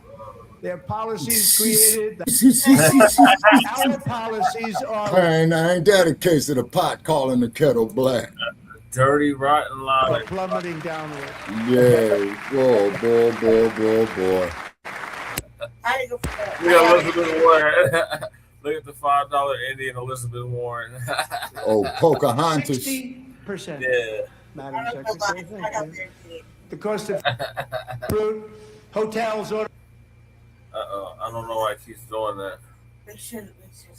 And even beef, which was Man, they very shadow high, is banning starting us, to man. come They down. scanning us. In a little while, we're getting it down. It's on the stream that I'm sharing. I don't know why it's doing that. It's I know why. Just a short time ago. Nobody can believe when they see the kind of numbers, and especially. Yeah. It's a stream. All right, well, fuck the stream. Let us continue with the show. I'm also confronting one of the offs of our time. Oh, boy. It's hilarious to you, Shabaka. Yeah. It's the passage of the Unaffordable Care Act, sometimes referred to as the insurance company of Scott. It's on their end. That's what there is. Yeah, it's pre-recorded, right? Giving them hundreds. Yeah, well, it was live. Yeah. It should still be live. Toward 1,000, 1,200, 1,400, and even 1,700%, like nothing else. That's why I introduced the great healthcare plan. I want to stop all payments to big Now insurance you got three companies and criminals instead sitting up give right that here. money directly How to come the the U.S. people Marshals so is they not can in there buy booking their these own motherfuckers? healthcare, which will be better healthcare at a much lower cost. In a perfect world, Shabaka, if this thing is. I know. And look at the house niggas getting upset. Who was that fool right there? Was that Jamal Bowman dude or the Warlock? Maximum price I think it was Warlock. transparency. That's a big Okay. deal. Sounds so simple, so big. And I did that in my first term, and the Democrats immediately terminated it with full knowledge that they were doing a very bad thing for the people. Costs were going to go way up, and that's what happened. And now I'm bringing them way down on healthcare and everything else. I'm also ending the wildly inflated cost of prescription drugs like has never happened before.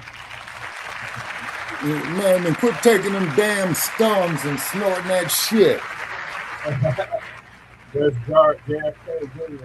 Other presidents tried to do it, but they never could. They tried.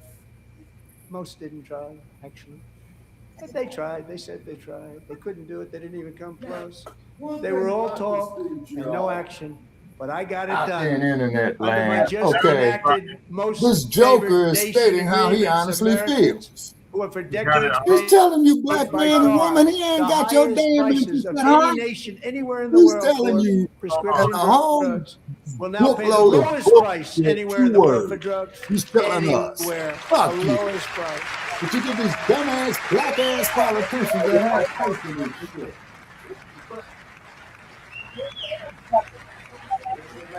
So in my first year of the second term, should be my third term, strange things happen.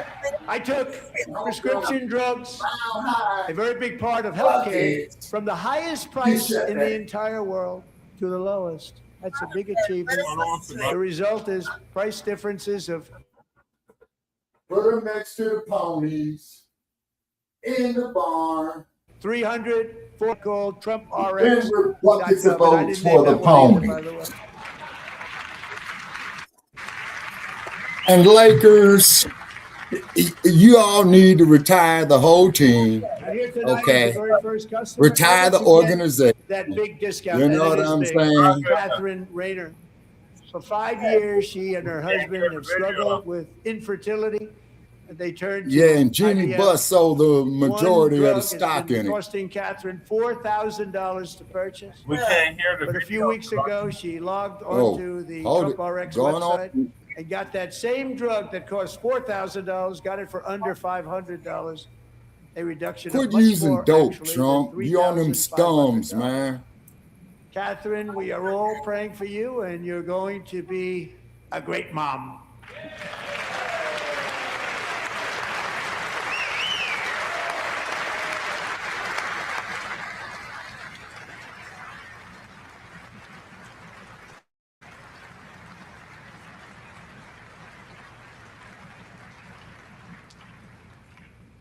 So now I'm calling on Congress to codify my most favored nation program into law. Now, the one thing I'm not sure it matters because I negotiated before the Supreme Court's Now, one thing. unfortunate involvement.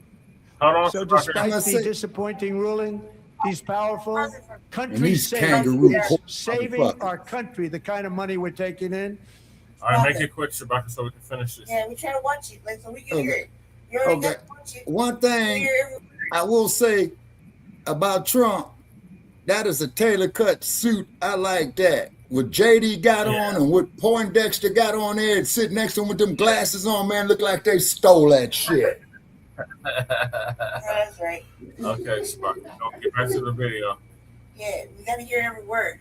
Peace protecting many of the wars I settled was because of the threat of tariffs. I wouldn't have been able to, because of the threat of tariffs, I wouldn't have been able to settle them without. Will remain in place under fully approved and tested alternative legal statutes. And they have been tested for a long time. They're a little more complex, but they're actually probably better, leading to a solution that will be even stronger than before. Congressional action will not be necessary. It's already time tested and approved. And as time goes by, I believe the tariffs paid for by foreign countries will, like in the past, substantially replace the modern day system of income tax, taking a great financial burden off the people that I love.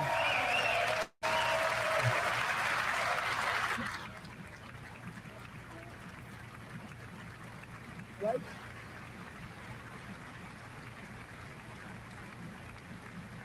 Moving forward, factories, jobs, investment, and trillions of dollars will continue pouring into the United States of America because we finally have a president who puts America first. I put America first. I love America.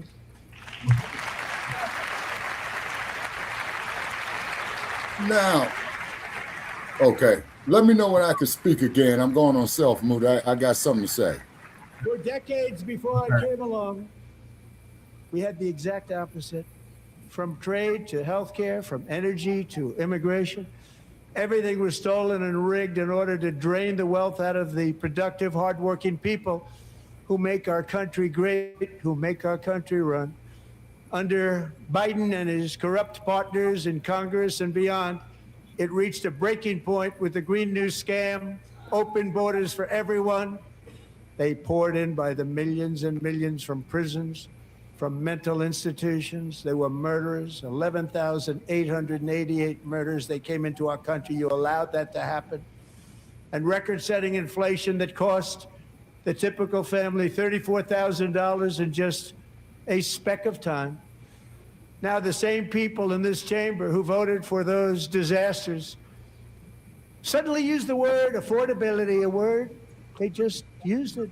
Somebody gave it to them, knowing full well that they caused and created the increased prices that all of our citizens had to endure. You caused that problem. You caused that problem.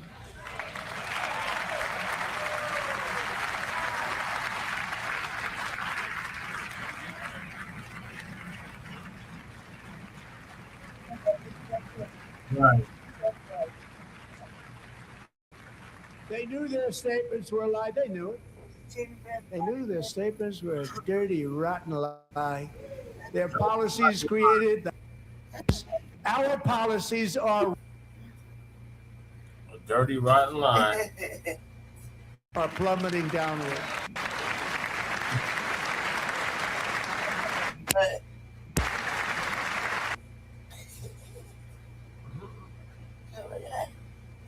60%, Madam Secretary, thank you. The cost of fruit, hotels, Did they show the power? Oh, Ilhan was cussing him out. and even beef, No, not which was yet. very high, is starting to All come right. down significantly. In a little while, we're getting it down. I think it's almost over. yeah. It's To achieve just a short time ago. Nobody can believe when they see the kind of numbers, and especially I think it's the stream itself. it's like another big tax cut. I'm also confronting one of the offs of our times.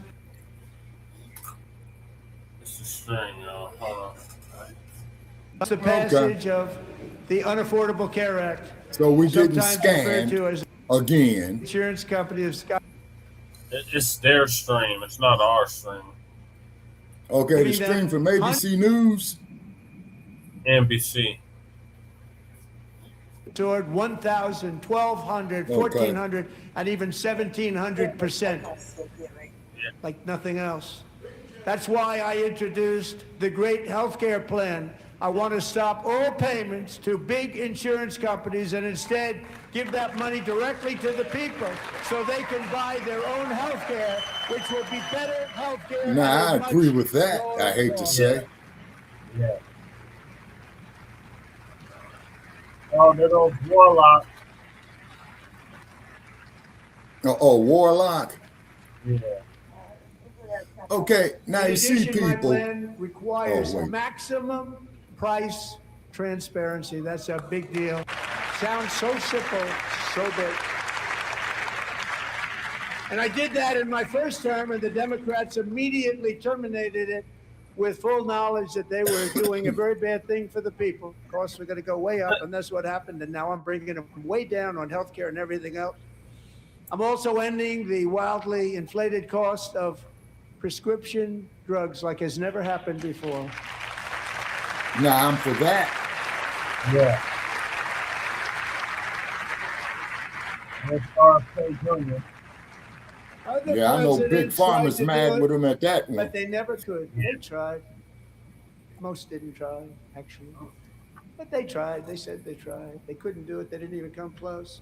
They were all talk and no action. But I got it done. Under my just enacted most favored nation agreements, Americans who have for decades paid by far the highest prices of any nation anywhere in the world for prescription drugs will now pay the lowest price anywhere in the world for drugs.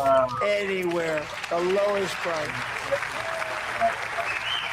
Yeah, he's raining on these Democrats' dome, man. Left, rights, all that. First year of the yeah. second term. Should be my third term. But strange things happen. I took prescription drugs, a very big part of healthcare, from the highest price in the entire world to the lowest. That's a big achievement. The result is price differences of 300, 400, 500, Breeze is with us. 600% and more. No. All available right now at a new website called TrumpRx.gov. And I didn't name that one either, by the way.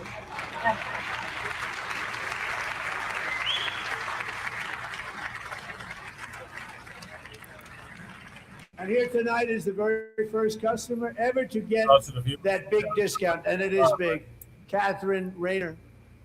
For 5 years, she and her husband have struggled with infertility, and they turned to IVF.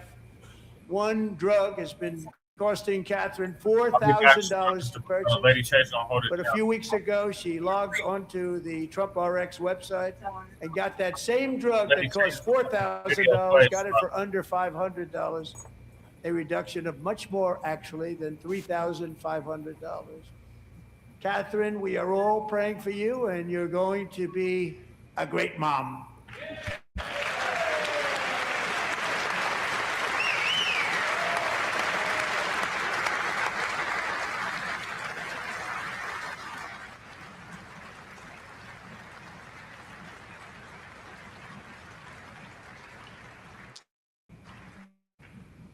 So now I'm calling on Congress to codify my most favored nation program into law. Now, the one thing I'm not sure it matters because it's going to be very hard for somebody that comes along after me to say, let's raise drug prices by 700 or 800%. But John and Mike, if you don't mind, codify it anyway. They may do it. Codify it anyway. Thank you. Many Americans are also concerned that energy demand from AI data centers could unfairly drive up their electric utility bills. Tonight, I'm pleased to announce that I have Now, check negotiated this. the new Ratepayer Protection Pledge. You know what that is? We're telling the major tech companies that they have the obligation to provide for their own power needs. They can build their own power plants as part of their factory so that no one's prices will go up. And in many cases, prices of electricity will go down for the community and very substantially down. This is a unique strategy never used in this country before. We have an old grid. It could never handle the kind of numbers, the amount of electricity that's needed. Now I know So I'm Los telling Angeles them Department they can of build their Water own and Power is plants. pissed They're gonna off with produce that their own one. electricity. It will ensure the company's ability to get electricity while at the same time That means that lowering city of prices LA will be electricity stealing for less you of and your could be water very from the substantial Colorado for River. all of you cities and towns. You're going to see some good things happen over the next number of years. Another pillar of the American dream that has been under attack is home ownership. With us tonight is Rachel Wiggins, a mom of two from Houston. She placed bids on 20 homes and lost all of those bids to gigantic investment firms that bypassed inspection, paid all cash, and turned those houses into rentals, stealing away her American dream. She was devastated.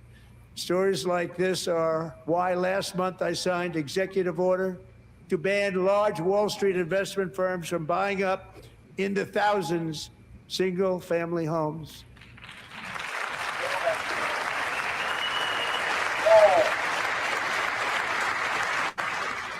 Huh? There ain't no Democrat came up with that idea. And now I'm asking Congress to make that ban permanent because homes for people, really, that's what we want. We want homes for people, not for corporations. Corporations are doing just fine. Racel, thank you very much. Good luck with your home. You'll get one soon.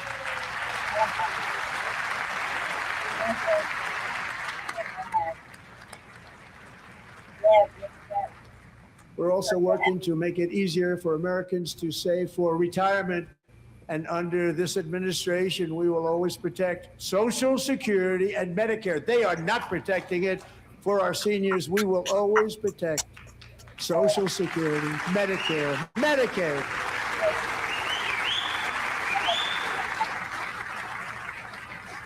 Since I took office, the typical 401k balance is up by at least $30,000. That's a lot of money. You have millions and millions of people, because the stock market has done so well, setting all those records, your 401ks are way up. Yet half of all of working Americans still do not have access to a retirement plan with matching contributions from an employer. To remedy this gross disparity, I'm announcing that next year my administration will give these often forgotten American workers, great people, the people that built our country, access to the same type of retirement plan offered to every federal worker. We will match your contribution with up to $1,000 each year. As we ensure that all Americans can profit from a rising stock market, let's also ensure that members of Congress cannot corruptly profit from using insider information. Whoa.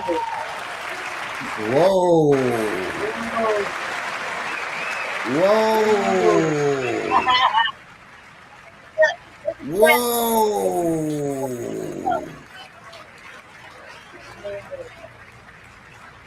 Ouch. They stood up for that. I can't believe it. I can't believe it. Did Nancy Pelosi stand up if she's here? Doubt it. Pass the Stop Insider Trading Act without delay.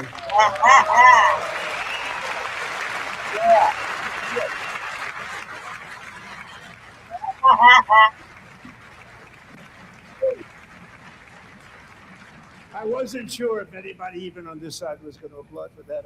I'm very impressed. Thank you. I'm very impressed.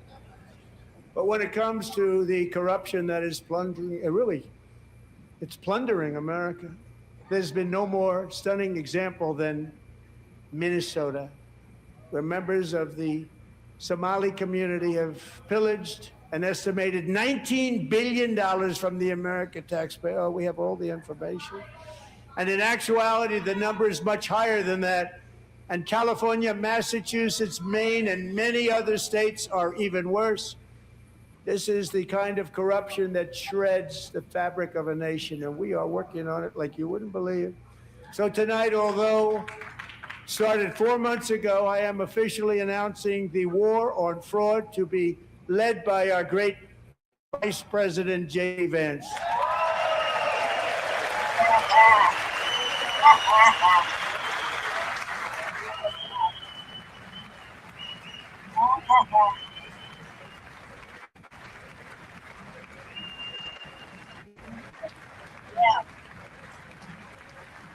We'll get it done. And if we're able to find enough of that fraud, we will actually have a balanced budget overnight. It'll go very quickly. That's the kind of money you're talking about. We'll balance our budget. The Somali pirates who ransacked Minnesota remind us that there are large parts of the world where bribery, corruption, and lawlessness are the norm, not the exception. Importing these cultures through unrestricted immigration and open borders brings those problems right here to the USA. And it is the American people who pay the price in higher medical bills, car insurance rates, rent, taxes, and perhaps most importantly, crime. We will take care of this problem. We're going to take care of this problem. We are not playing games. Delilah.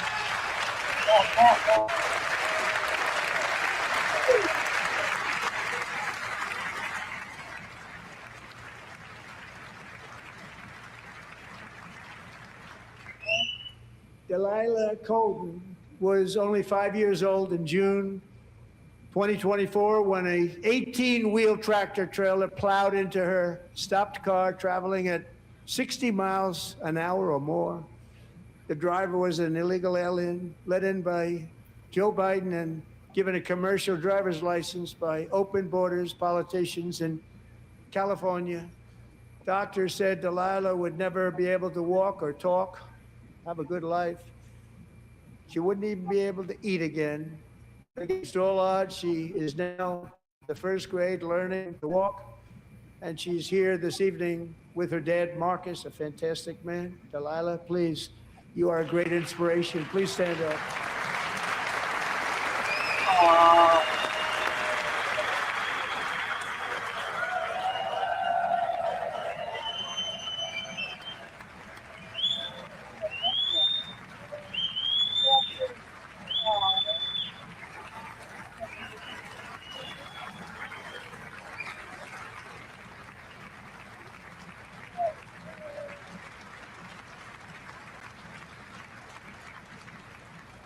Thank you, Delilah.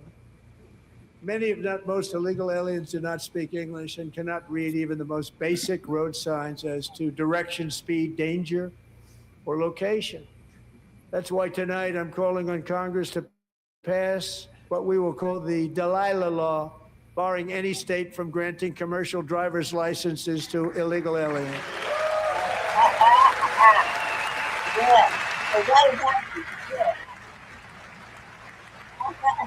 Well, I see they cut the part out where Ilhan was cussing him out.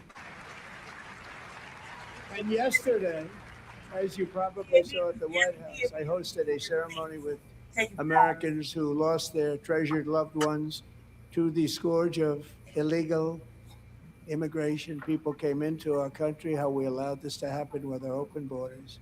These are the angel moms and families that for decades our government betrayed and our media totally ignored. It was terrible. Hard to believe, actually. In 23, a 16-year-old high school cheerleader named Elizabeth Medina was supposed to perform in her town's Christmas parade, but she never arrived. Her mother, Jacqueline, went home to look for her, and she found her lying dead in a bathtub, bleeding profusely after being stabbed 25 times.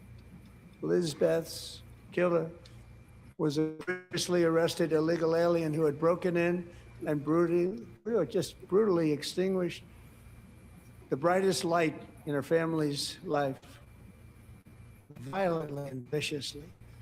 Her heartbroken mother is in the gallery to remind everyone in this chamber exactly why we are deporting illegal alien criminals to our country at record numbers, and we're getting them the hell out of here fast. We don't want them.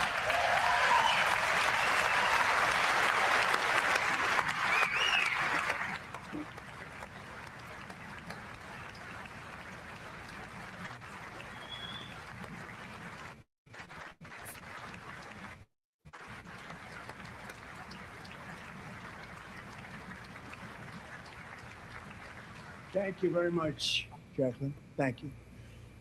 We can never forget that many in this room not only allowed the border invasion to happen before I got involved, but indeed they would do it all over again if they ever had the chance. If they ever got elected, they would open up those borders to some of the worst criminals anywhere in the world. The only thing standing between Americans and a wide open border right now is President Donald J. Trump and our great Republican patriots in Congress. Thank you. Thank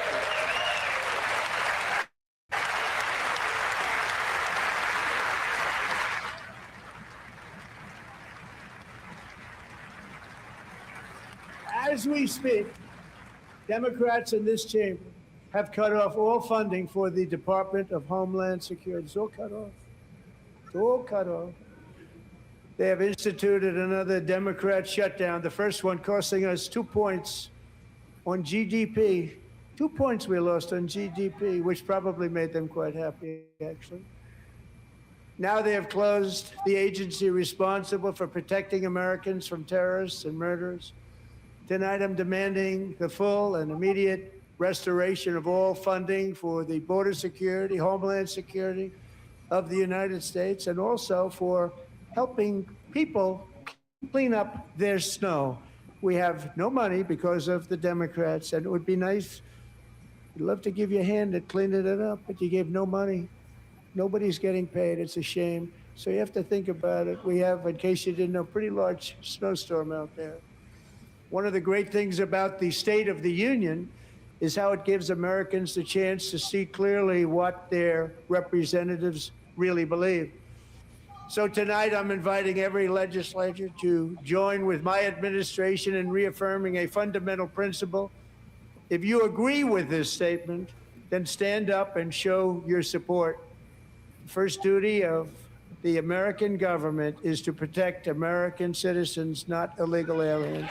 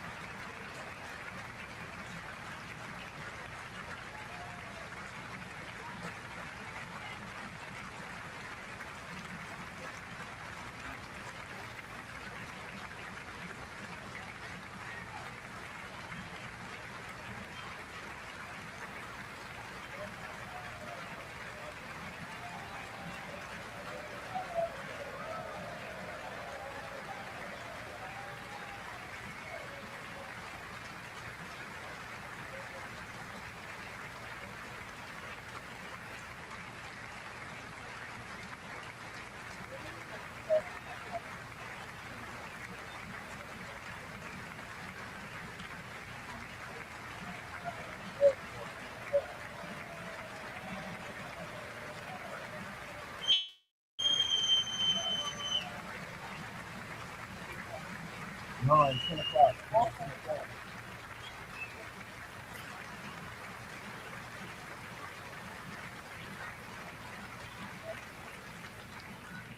Isn't that a shame? You should be ashamed of yourself not standing up. You should be ashamed of yourself. That is why I'm also asking you to end deadly sanctuary cities that protect the criminals and enact serious penalties for public officials who block the removal of criminal aliens. In many cases, Ilhan going off on it. murderers all over our country, they're blocking the removal of these people out of our country, and you should be ashamed of yourself.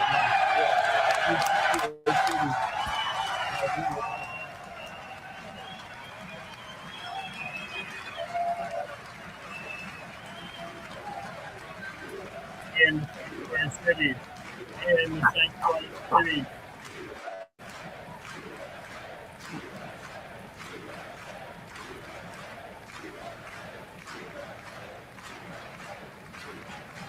And perhaps most importantly, I'm asking you to approve the Save America Act.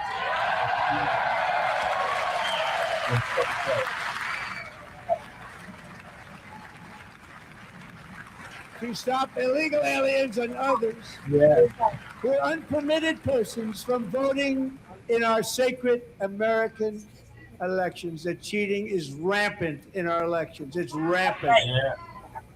It's very simple. All voters must show voter ID. Right. I'm not.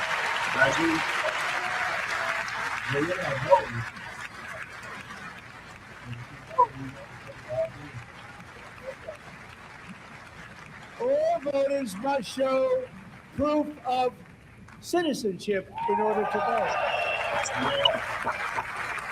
I agree with that too. And no more crooked mail-in ballots except for illness, disability, military, or travel. None. And this should be an easy one. And by the way, it's polling at 89%, including Democrats. 89%.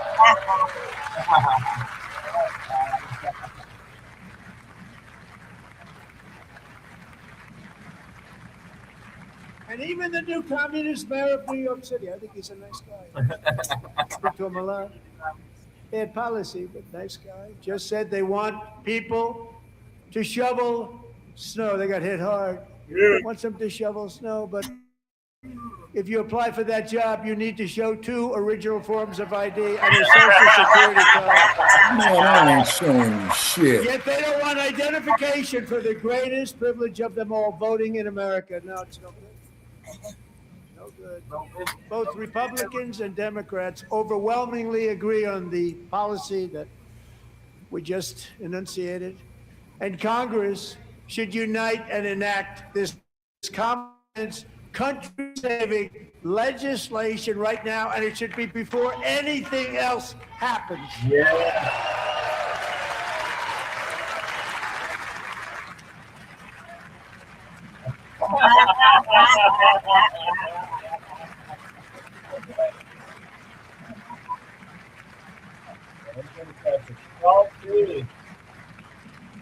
Only one half of the chambers. The reason they don't want to do it, why would anybody need one voter ID? One reason, because they want to cheat. There's only one reason. They make up all excuses. Well, now isn't that a case of It's the pot racist. calling the They kettle come up with black? things you almost say, what imagination they have.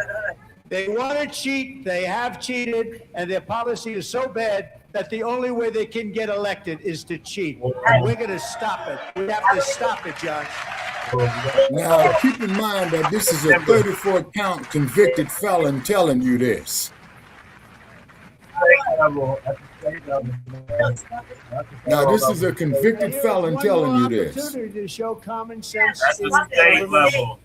What In he's the saying gallery is real, tonight though. are Sage Blair and her mother, real. Michelle. In 2021, Sage was 14 when school officials in Virginia sought to socially transition her to a new gender, treating her as a boy and hiding it from her parents. Hard to believe, isn't it? Before long, a confused Sage ran away from home after she was found in a horrific situation in Maryland A left-wing judge refused to return Sage to her parents because they did not immediately state that their daughter was their son. Sage was thrown into an all-boys state home and suffered terribly for a long time. But today, all of that is behind them because Sage is a proud and wonderful young woman with a full ride scholarship to Liberty University. Sage and Michelle, please stand up.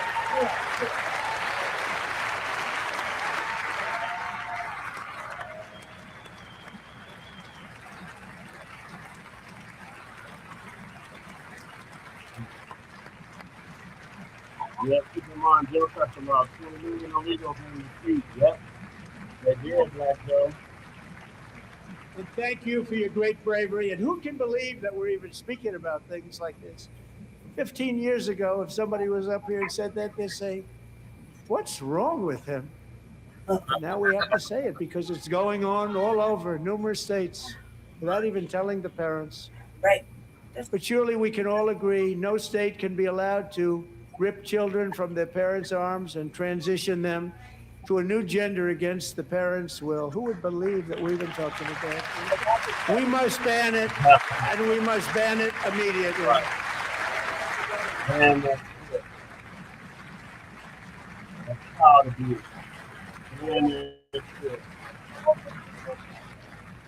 Now, did he mention the Epstein survivors who are in the audience? I'm telling you, they're crazy. Yes.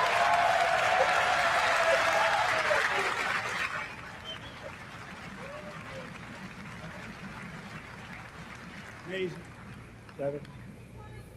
Boy, oh boy. We're lucky we have a country. With people like this, Democrats are destroying our country, but we've stopped it just in the nick of time, didn't we?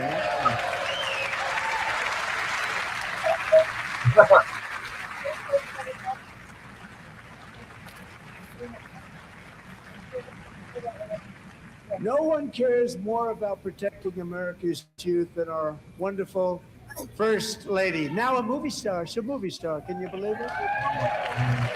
Yeah, she's a movie star, right? Over the past year, Get she it. has had an incredible impact championing AI legislation, advancing a landmark executive order on foster care, and helping secure $30 million to launch the Melania Trump Foster Youth to Independence Initiative. It's a tremendous, Like those comments. really a tremendous thing that happened and had a lot of bipartisan support. She gets much better bipartisan support than I do. Now, I get hold none. on. She gets Okay, some. Black Joe is saying. Someday Okay, you're what gonna did have Joe to tell me how say? you Wait a did minute. that. And Okay, students Joe and says, educators keep in in every mind, state have Democrats allow joined 20 the First Lady's million efforts illegals in in the to cheat. presidential AI Okay, challenge, Joe. keeping America's next generation positioned Okay. to succeed and strongly succeed in the future. Tonight, we welcome two young people whose lives reflect the First Lady's impact, Sierra Burns and Everest Nevermont. That's exactly what they did. Thank you both, and Melania, thank you. I know how hard you worked on it. Thank you very much.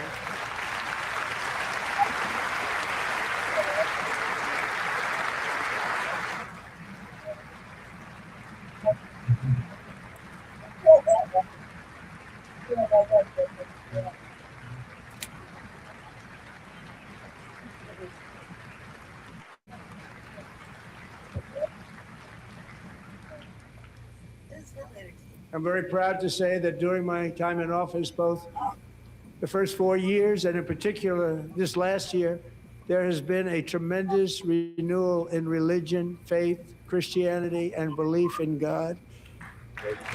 Tremendous renewal. Now you hear he's going with this Charlie Kirk shit.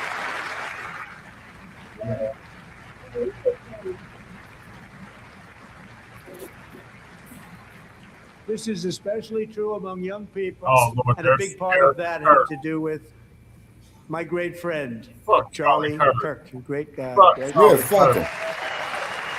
Fuck him.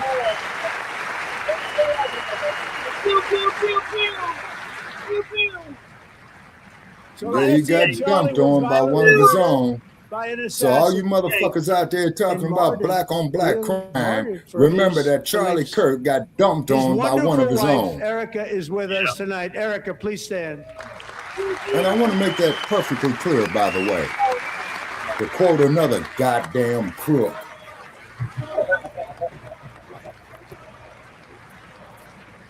Wish the fuck I would go out here in my twilight years wasting my time voting in this rigged shit. The only one who I'm voting for is Jesse Parrish, if I may. Thank you. Thank you a lot. In Charlie's memory, we must all come together to reaffirm that America is one nation under God, and we must totally reject political violence of any kind.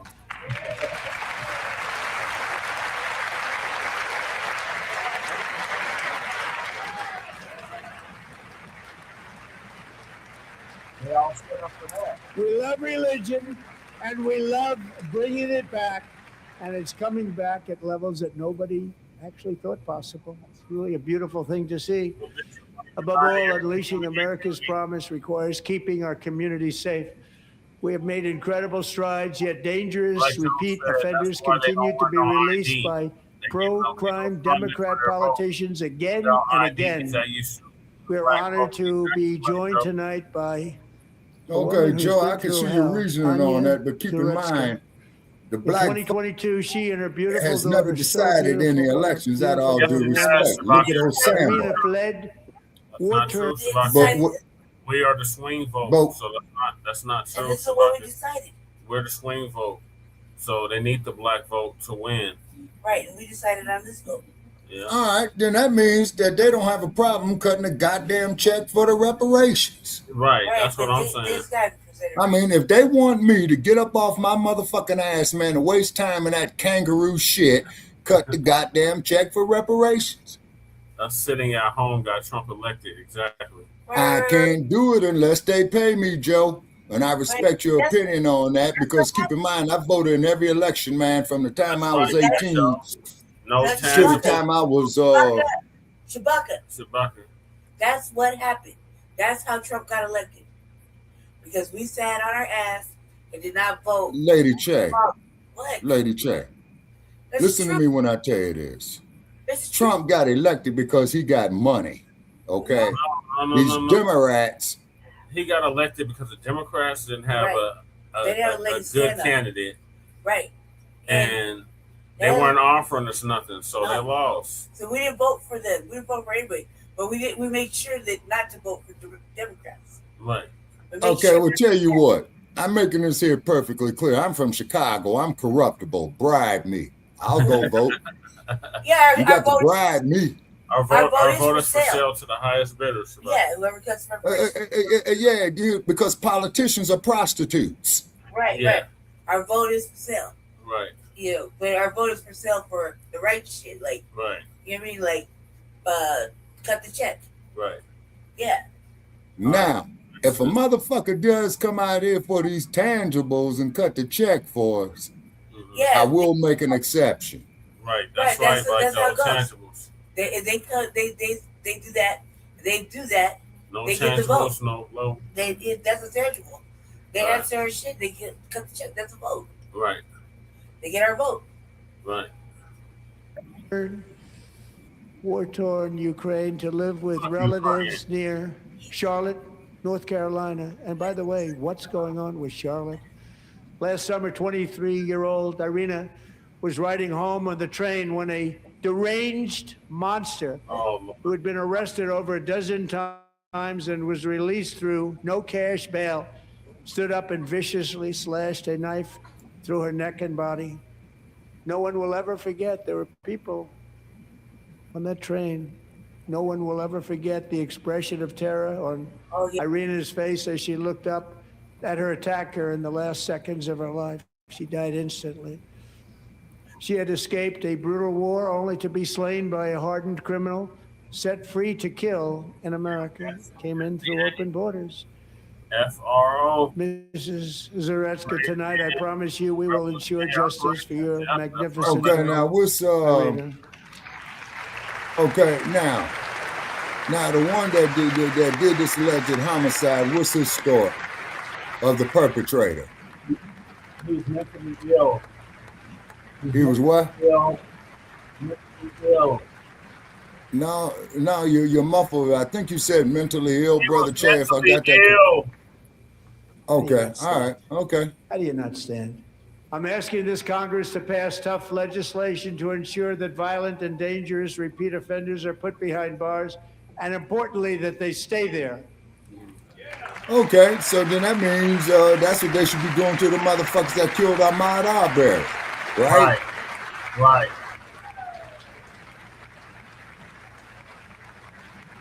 Fro operations. Starting last summer, I deployed our National Guard Right on, Joe.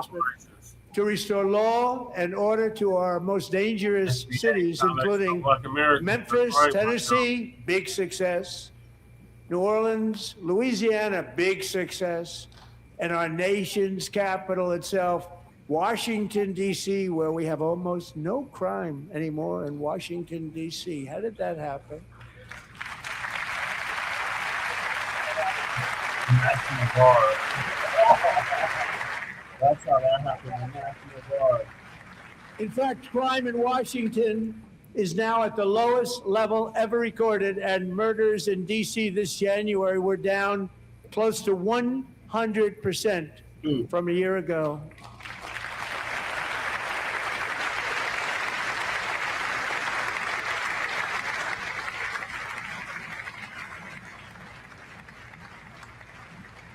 They don't like to hear that. One of the sick people, one of the brave service members who helped achieve this stunning turnaround was 20-year-old West Virginia Army National Guard Specialist Sarah Beckstrom. After a 4-month deployment, she voluntarily extended her service, and her rank was going to be lifted. She was doing so well. They were so proud of her. But the very next day, it was a white guy that killed her, right? Near the White House when she was ambushed and shot in the head by a terrorist monster from Afghanistan. Yeah, he was an Afghan. Should have been in our country. All right. And all because she wore the uniform of our nation, she was shot. He traveled here because he didn't like people wearing our uniform. He was sick and deranged, shouldn't have been in our country. Sarah Beckstrom died in order to defend our capital, and we are honored to be joined by her wonderful parents, Gary and Eva Lee. Your daughter was a true American patriot, and she will be greatly missed. She was a great person. I saw reports on her. They've never seen anything like her.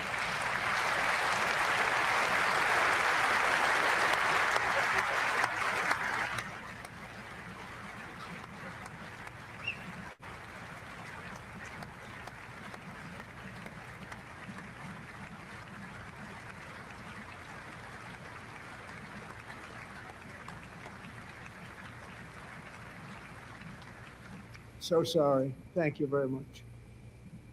A great young lady. I saw reports that were like, perfect. She was perfect. Serving alongside Sarah that day was Staff Sergeant Andrew Wolf.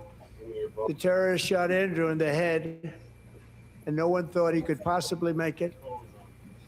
Two of them, Sarah and Andrew, both shot violently in the head. Neither was expected to make it. They weren't even given a chance, except his wonderful mother, named Melody, who I spoke to the same night, and she was so positive. The doctors thought that Andrew was gone, but his mother said, no, Mr. President, Andrew will be fine. He's going to make it. I've never seen anything like it. I mean, he was given almost no chance. She said, I have no doubt, sir, he's going to be okay. This was a conversation that I had with her that night, with her son laying helplessly in bed, blood all over. Everybody is praying, she said, sir, he will be okay. The doctors didn't understand what she was saying. And after looking at the results of the damage done, neither did I. She was so strong and conclusive that even Andrew's great father felt she didn't really understand the gravity of the situation. But she turned out to be right. Right, Melanie? She turned out to be right.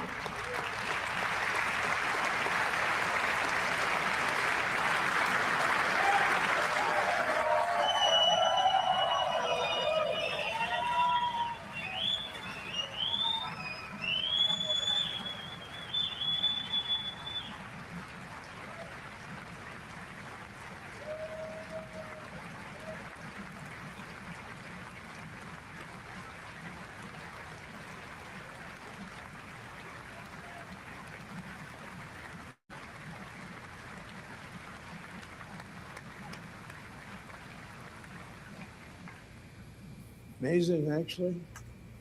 I said, where does this woman come from? She's the most positive person I've ever met. With God's help, Andrew has battled back from the edge of death, and we're talking about the edge of death, on his way to a miraculous recovery. He's got a little work to do, but he's doing great. Nice to see you. He's a good-looking guy. Nice to see you. Thanks, Andrew. Thank you very much. Blacc off of them line is with us.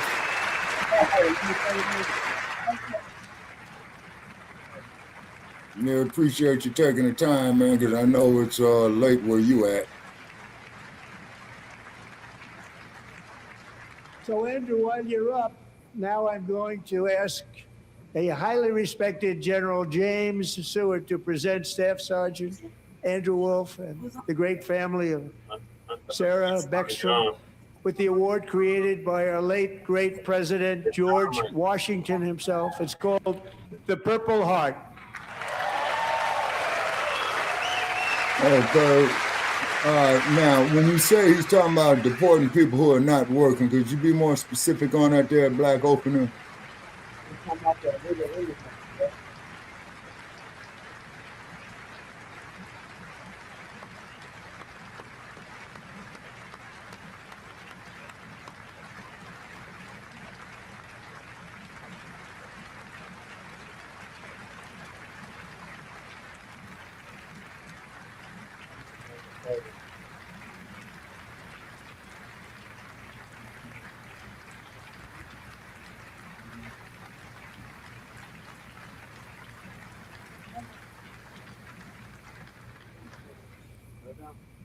We love you all.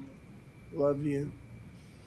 We're proudly restoring safety for Americans at home, and we are also restoring security for Americans abroad. Our country has never been stronger. In my first 10 months, I ended 8 wars, including Cambodia. Isn't it funny? Sick people. Cambodia and Thailand, Pakistan and India. Would have been a nuclear war. 35 million people said the Prime Minister of Pakistan would have died if it were not for my involvement. Kosovo, yeah, right. Serbia, and you ain't saying shit Israel about France Iran, doing all that Egypt nuclear and testing in the deserts of Algiers in the and early Azerbaijan, 1960s. the Congo, So what about that? and Rwanda, and of course the war in Gaza, which proceeds at a very low level. It's just about there.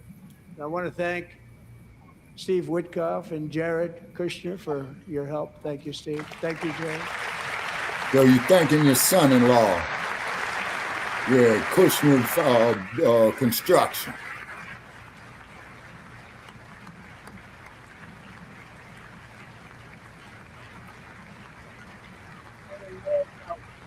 And I also want to thank the man they report to, Secretary of State Marco Rubio. Thank you, Marco.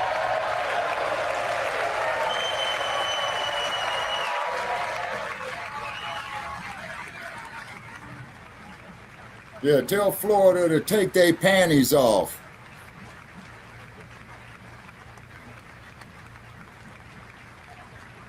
People like you. You know, Marco got 100% of the votes when he was in confirmation. I think our next one was about 54%. And some of the Democrats are now saying, I can't believe we approved that guy. And he said it's an honor that they feel that way, right, Marco? You have done a great job, great Secretary of State. I think he'll go down as the best ever.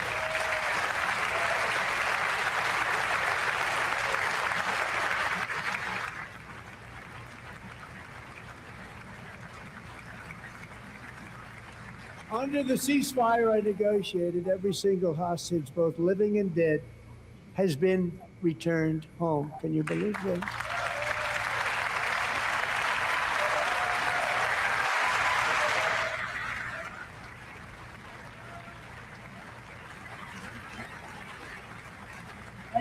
Nobody thought it was possible. Nobody thought that was possible.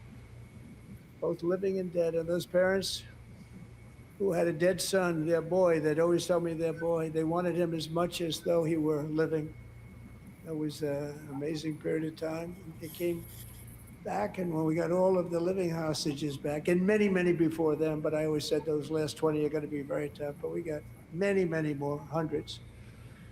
But I said those last 20 are going to be tough. We got them back, but we only got back 14 or 15 of the dead of the 28. And believe it or not, Hamas worked along with Israel, and they dug and they dug and they dug. It's a tough thing to do, going through bodies all over, passing up 100 bodies sometimes for each one that they found. Tough job. And they finally got it back to 27.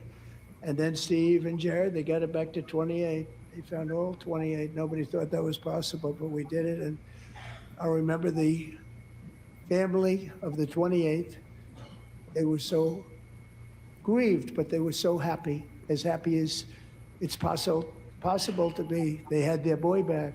The mother said, "Sir, we have our boy back."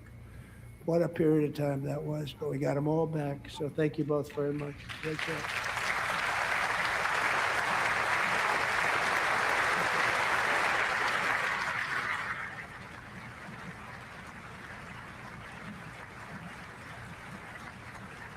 And we're working very hard to end the 9th war, the killing and slaughter between Russia and Ukraine, where 25,000 soldiers are dying each and every month. Think of that, 25,000 soldiers are dying a month. A war which would have never happened if I were president, would have never happened. As president, I will make peace wherever I can, but I will never hesitate to confront threats to America wherever we must. That's why in a breakthrough operation last June, the United States military obliterated Iran's nuclear weapons program with an attack on Iranian soil known as Operation Midnight Hammer.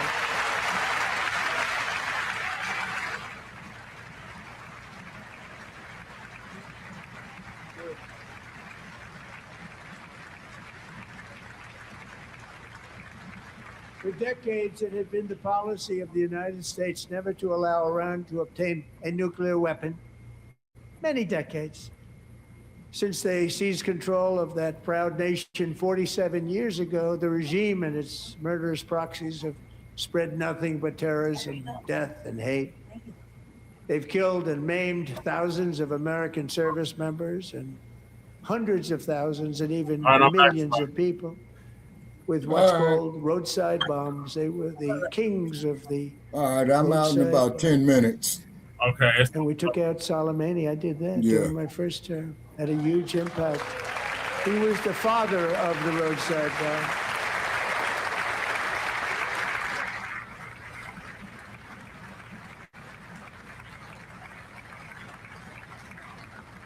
And just over the last couple of months with the protests, they've killed at least, it looks like 32,000 protests, 32,000 protesters in their own country.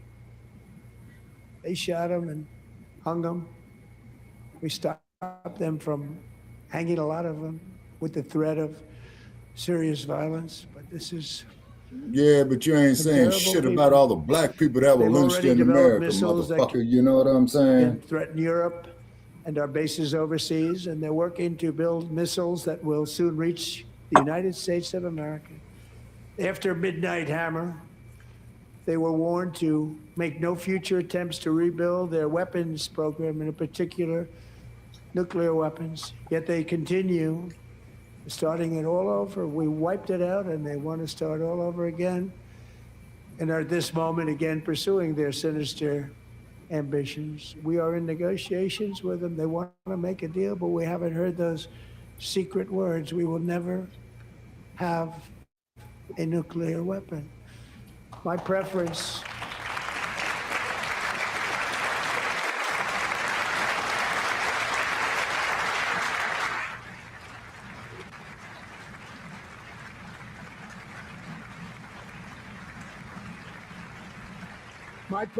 is to solve this problem through diplomacy.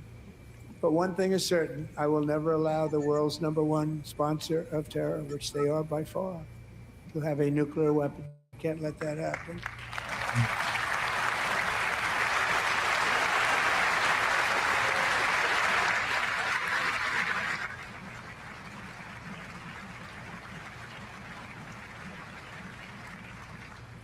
no nation should ever doubt America's resolve. We have the most powerful military on earth. I rebuilt the military in my first term. We're going to continue to do so. Also, we just approved a $1 trillion budget. We have no choice. We have to be strong because hopefully we will seldom have to use this great power that we built together. It's really called Peace Through Strength, and it's been very, very effective.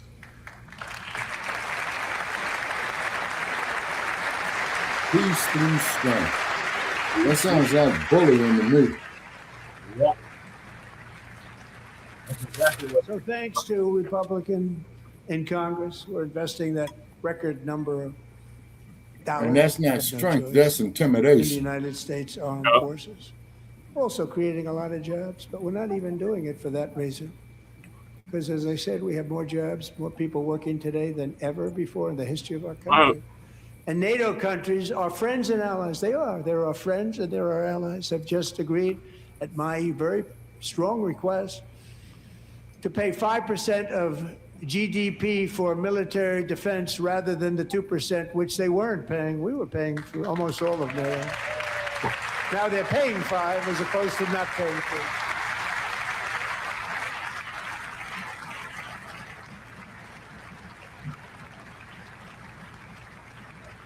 And getting that 5% was something which everyone said would never be done, could not happen. We got it really easily. One meeting. And big difference between 2% that's not paid. We were paying the freight of many of them. Very few were paid up. Now 5%, then they're paid. And everything we send over to Ukraine is sent through NATO, and they pay us in full. They pay us totally in full. Every branch of our armed forces is setting records for recruitment. This is so exciting. And every service member recently.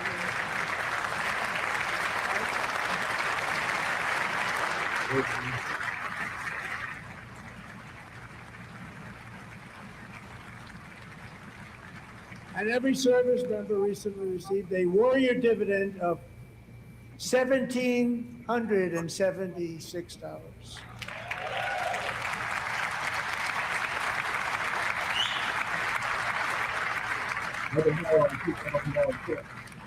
You know, they put it on my desk. We got the money from tariffs and other things. A lot of money we have. We have much more money than people understand. Have to rebuild that program a little bit, but it won't take long. But we got the money, and it was $1,775, and they wanted my approval. And I said, "What's the number?" $1,775. I said, "Wait a minute. For $1 more, we can have $1,776. It's going to." I said, "We're going to figure that." I never asked anybody if we could afford it. $1 more. I said $1,776, and I said, "That's good." And I'll tell you what, our military. That was 4 months ago. Our military. I never see a person in the military that doesn't thank me for it. So we're honored to do it. They deserve it. And we call it 1776. It was great. And we love our military. We love our law enforcement. We love our firemen. You know, the firemen don't get mentioned enough. We love our firemen. We're also. Now, I got more love for the fire department than I do the police department. Right.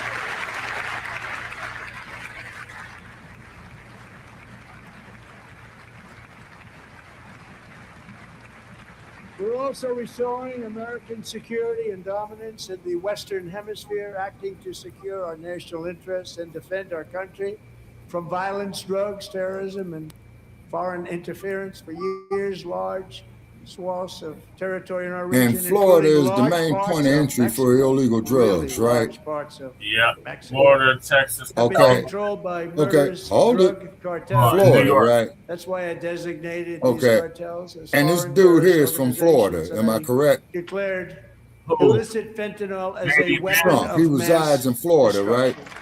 Yeah, he resides in Florida. Okay.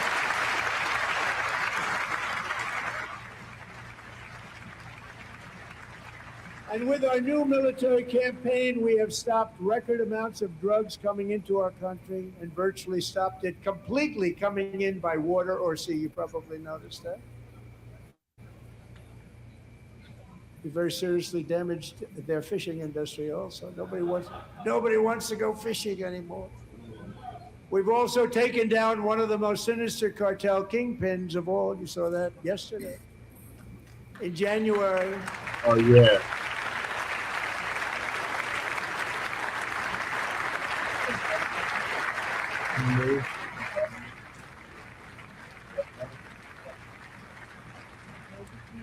In January, elite American warriors carried out one of the most complex, spectacular feats of military competence and power in world history. No one's seen anything like it. Foreign leaders, I won't tell you who, called me and they said, very impressive, very impressive. They couldn't believe, they all watched. They saw what happened. This is a different fighting Now, force how come this dude ain't saying nothing about Prince Andrew?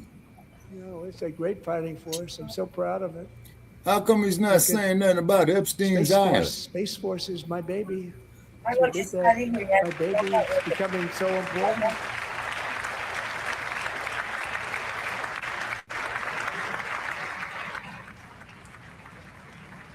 And these crooks.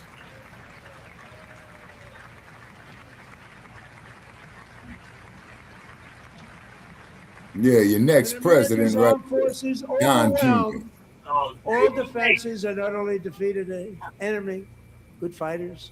Oh yeah, that's right. To Yeah, end the reign JD. of Yeah. outlaw dictator Nicolas Maduro and bring him to face American justice. Now, when is your ass gonna face American justice, you multiple count convicted felon? The hypocrisy is real. Absolutely colossal victory for the security of the United States, and it also opens up a bright new beginning for the people of Venezuela. We're working closely with the new president of Venezuela. Hey, what they need to do, Brother Che, you know, like how they always have presidential portraits of all the presidents in the White House. Suffered so terribly. Yeah. They really did. They need to put his mug shots up there. Alejandro Gonzalez, she grew up in a tight-knit Venezuelan family and was especially close to her beloved uncle Enrique. But after Enrique ran for office and opposed Maduro, he was kidnapped by Maduro's security forces and thrown into the regime's really infamous prison in Caracas. Alejandro feared she would never see her uncle again. She feared for her own life also. But since the raid, we have worked with the new leadership, and they have ordered the closure of that vile prison and released hundreds of political prisoners already, with more to come. Alejandro, I'm pleased to inform you that not only has your uncle been You ought to be released, releasing political but prisoners he is in the here United tonight. We brought States. him over to celebrate his freedom with you in person. Enrique, please come down. Yeah. Bullshit is like a Hollywood game show, man. Yeah. Come on down. You're the next contestant. Yeah, come on down. Yeah, let's make a deal. This stage bullshit, man. Come on.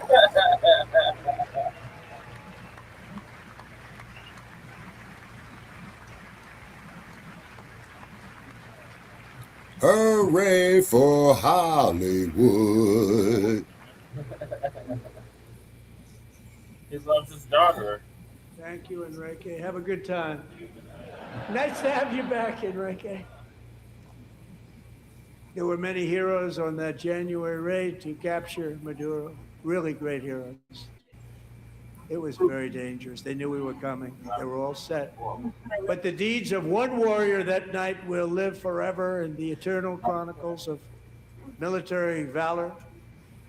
Chief Warrant Officer 5, Eric Slover, planned the mission and was the flight lead in the cockpit of the first helicopter. A big, beautiful, powerful helicopter. It was a massive Chinook, carrying, as you can imagine, many, many American warfighters. Wearing the dog tags, his wife Amy had blessed with holy water before he left. She knew it was going to be a rough one. Eric steered the Chinook under the cover of night and descended swiftly upon Maduro's heavily protected military fortress. This was a major military installation.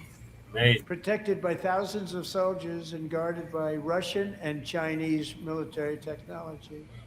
How did that work out? Not too good. While preparing to land, enemy machine guns fired from every angle, and Eric was hit very badly in the leg and hip, one bullet after another. He absorbed 4 agonizing shots, shredding his leg into numerous pieces. And yet, despite the fact that the use of his legs was vital to successful helicopter flight, legs are the most important part of flying a helicopter, to deliver the many commandos who would capture and detain Maduro was the only thing Eric was thinking about. Then, even as he was gushing blood, which was flowing back down the aisle, helicopter lands at a steep angle. The machine gun stood right in front of him. They were right in front of him, 2 machine gunners who escaped the wrath of the previous planes. Eric maneuvered his helicopter with all of those lives and souls to face the enemy and let his gunners eliminate the threat. Turned the helicopter around so the gunners could take care of business, saving the lives of his fellow warriors from what could have been a catastrophic crash deep in enemy territory. All right, Brother Chair, I'm going to call it a night, man. Helicopter with all the warriors aboard. Well, on your way out, right spot, which was vital to the mission. Okay, on my way, I would have the thoughts of who? If that didn't happen. On what you heard. Eric told his co-pilot. Okay, what we heard tonight, ladies and gentlemen, was a bunch of bullshit, man, and I much rather would have looked at Romper Room than this shit. The success of the entire mission and the lives of his fellow warriors. Yeah, it was, you know. But one thing, like I said, the only thing that I agreed with this crook is get rid of DEI.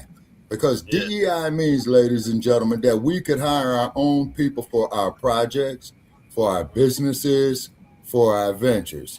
We don't have to worry about these saltines. You see what I mean? And then if I got it right, we could put up there on our black businesses, no other group needs to apply. We're about developing our people. Well, yeah, that's where the B1 Rolodex comes in. So no other people need to apply. Go see this idiot. Yeah. The link is in the description. Yeah. And then for all you assholes out there on my like page who says that I'm a racist, only thing I deal with is a black first agenda. That's right. See, you saltines and Nabiscos. I don't hate you like you hate me. You see what I mean? And the reason why you hate me is because I endorse a black first agenda, number one.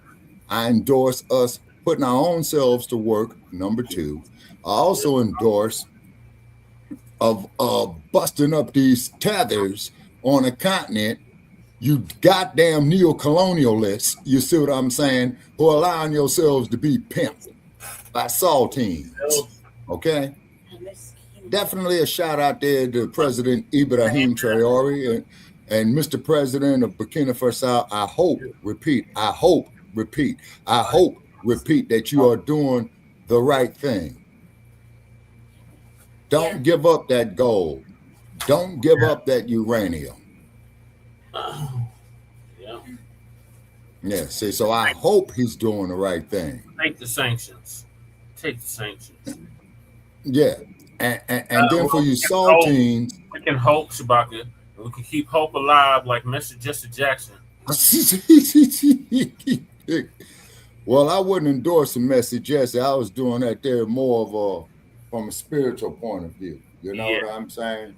Yeah. Okay. And then on top of that, you saltines who come up there with your hate mail on my Shabaka'S Blacc Experience Enhanced Like page. Come sit with me in the desert. Let me see. What is this here, Brother Che? We're in February, right? Yep, end of February. Going into March. Yeah, come sit with me on the first day of summer out here in the desert. We could sit by the Las Vegas sign, and I will take great pleasure in watching your, how should we say, watching you roast. And all the way, saltines, ask yourself this. Jesus. Like I got Joe Gibson. What color is the snake's belly? Pink. White. Is what? White. Yeah. Nabisco. Yeah. Uh-huh. And you also got to leave your suntan lotion at home, okay? And what does the snake do, Shabaka? It sheds its skin. Yeah. Yeah, you say. So when your skin get to peeling and what have you, I might give you a cup of piss, you know what I'm saying? Because I'm not that inhumane. Yeah. So with that there being said, I bid everybody good night from Sin City. Good night, Shabaka. Thank you for joining us. All right, thank you for having me. Okay, Brother Chad, I'll give you a call sometime tomorrow after I finish my appointment real early in the morning. Okay. Have a good appointment. All right, thank you. Thank you. Thank you very much. Okay. All right, Lady Che. Okay. And Donald Duck, you deserve to go right straight to fucking jail. Don't pass go. Do not collect your $2 billion. Set the example, man. You believe America is great. Then go turn yourself in, serve your time, and you can still be the president from your jail cell. And the best place for your stinking ass to be incarcerated at in its current condition, is no Alcatraz. Oh, and you got a perfect view of the Golden Gate Bridge, Donald Duck. You are a crook, okay? You're a multiple convicted felon. And state levels. I want to make that perfectly clear to quote one of his most crooked ass predecessors. Yeah. Oh, Tricky. Yeah. All right, folks, I'm out. Okay, Brother Chad, I'll give you a call tomorrow. Okay. All right, we got like 5 more minutes left of this bullshit. Okay. All right. Talk to you tomorrow. Okay. Okay. Of the bullets and keep on flying and landing, and people knew what was happening. Everybody in the back of the helicopter knew because they saw the blood pouring down the aisle. Chief Warrant Officer Slover is still recovering from his serious wounds, but I'm thrilled to say that he is here tonight with his wife, Amy, Eric, and Amy. Come on in.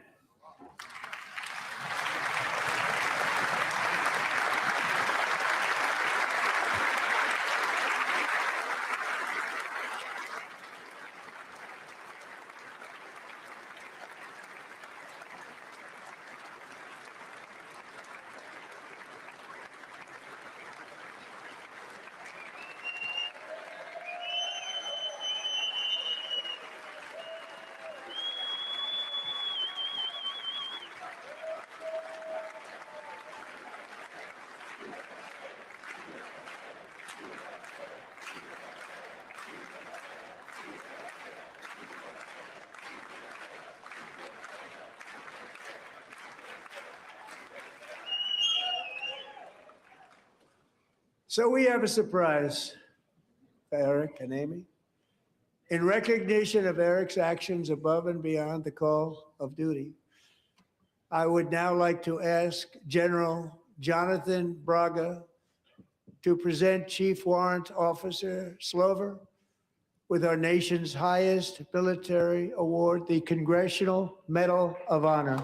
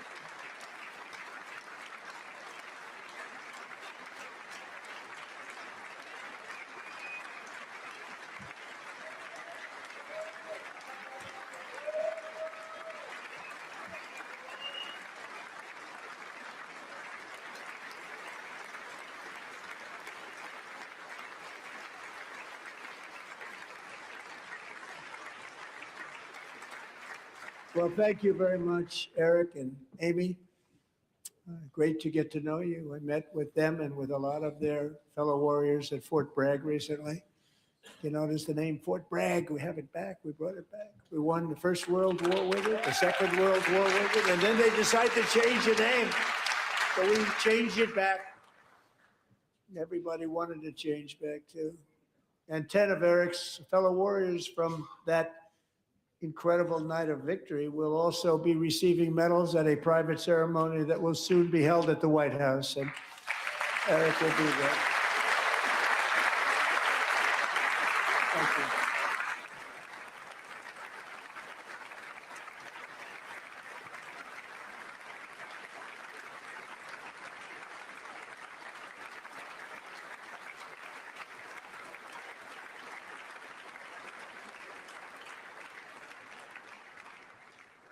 Thank you, Eric. That's a big one. Tonight we've celebrated many truly extraordinary American patriots, but there is one last living legend to honor before we go. He is one more heroic American aviator, Navy fighter pilot. Royce Williams served in World War II, Korea, Vietnam, flying more than 220 missions. In the skies over Korea in 1952, Royce was in the dogfight of a lifetime, legendary dogfight. Flying through blizzard conditions, his squadron was ambushed by 7 Soviet fighter planes. It was his first aerial combat of the war, and despite being massively outnumbered and outgunned, Royce led the takedown of 4 enemy jets and almost destroyed the others, vanquishing his adversaries while taking 263 bullets to his own plane and being seriously hurt. His story was secret for over 50 years. He didn't even want to tell his wife, but the legend grew and grew. But tonight, at 100 years old, this brave Navy captain is finally getting the recognition he deserves. He was a legend long before this evening. Royce, please stand up, and I will ask the First Lady of the United States to present Captain Royce Williams with his Congressional Medal of Honor.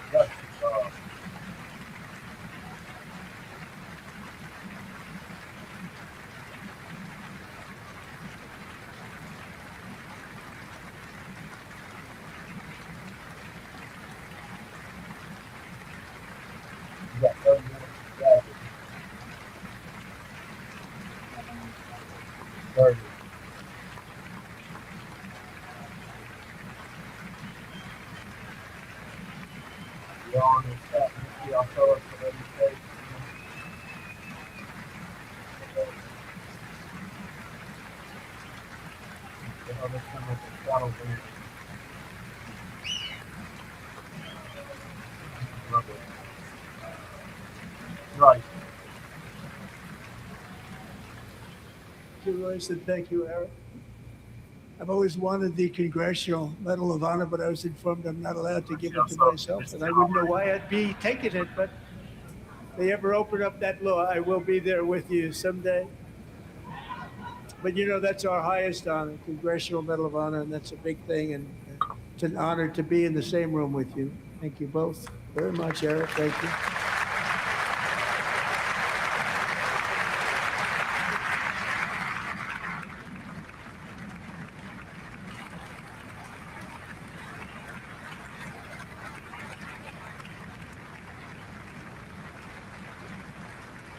Thank you.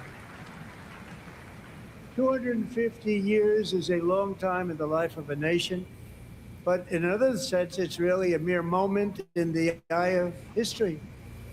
Two of the gentlemen we met in the gallery this evening took their first breaths 1 century ago, 100 years before that, on July 4th, 1826, the author of the Declaration of Independence, brilliant, Thomas Jefferson, drew his last breath.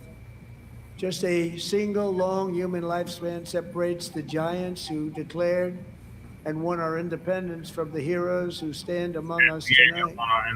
Everything our nation has done, everything we have achieved, has been the work of those few great lifetimes. In those brief chapters, Americans built this nation from 13 humble colonies into the pinnacle of human civilization and human freedom, the strongest, wealthiest, most powerful, most successful nation in all of history.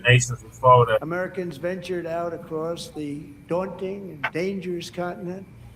We carved paths through an unforgiving wilderness, settled a boundless frontier, and tamed the beautiful but very, very dangerous Wild West. From empty marshes and wide open plains, we raised up the world's greatest cities. Together we mastered the world's mightiest industries, shattered history's monstrous tyrannies, and we liberated millions from the chains of fascism, communism, oppression, and terror. Americans lifted humanity into the skies on the wings of aluminum and steel, and then we launched mankind into the stars on rockets powered by sheer American will and unyielding American pride. We wired the globe with our ingenuity. We captivated the planet with American culture. And now we are pioneering the next great American breakthroughs that will change the entire world. All of this and so much more is the enduring legacy, unmatched glory of the hardworking patriots who built and defended this country and who still carry the hopes and freedoms on all of humanity's backs.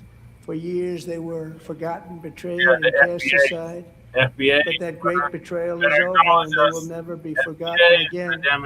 Because when the world needs courage, daring, vision, and inspiration, it is still turning to America.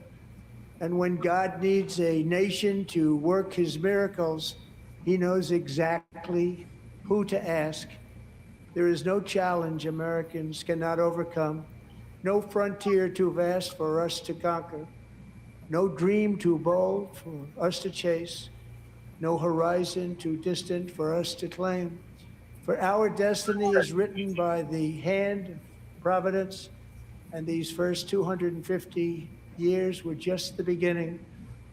From the rugged border towns of Texas to the heartland villages of Michigan, from the sun-kissed shores of Florida to the endless fields of the Dakotas, and from the historic streets of Philadelphia to right here in our nation's capital, Washington, D.C., the golden age of America is upon us. The revolution that began in 1776 has not ended. It still continues because the flame of liberty and independence still burns in the heart of every American patriot. And our future will be bigger, better, brighter, bolder, and more glorious than ever before. Thank you, God bless you, and God bless America.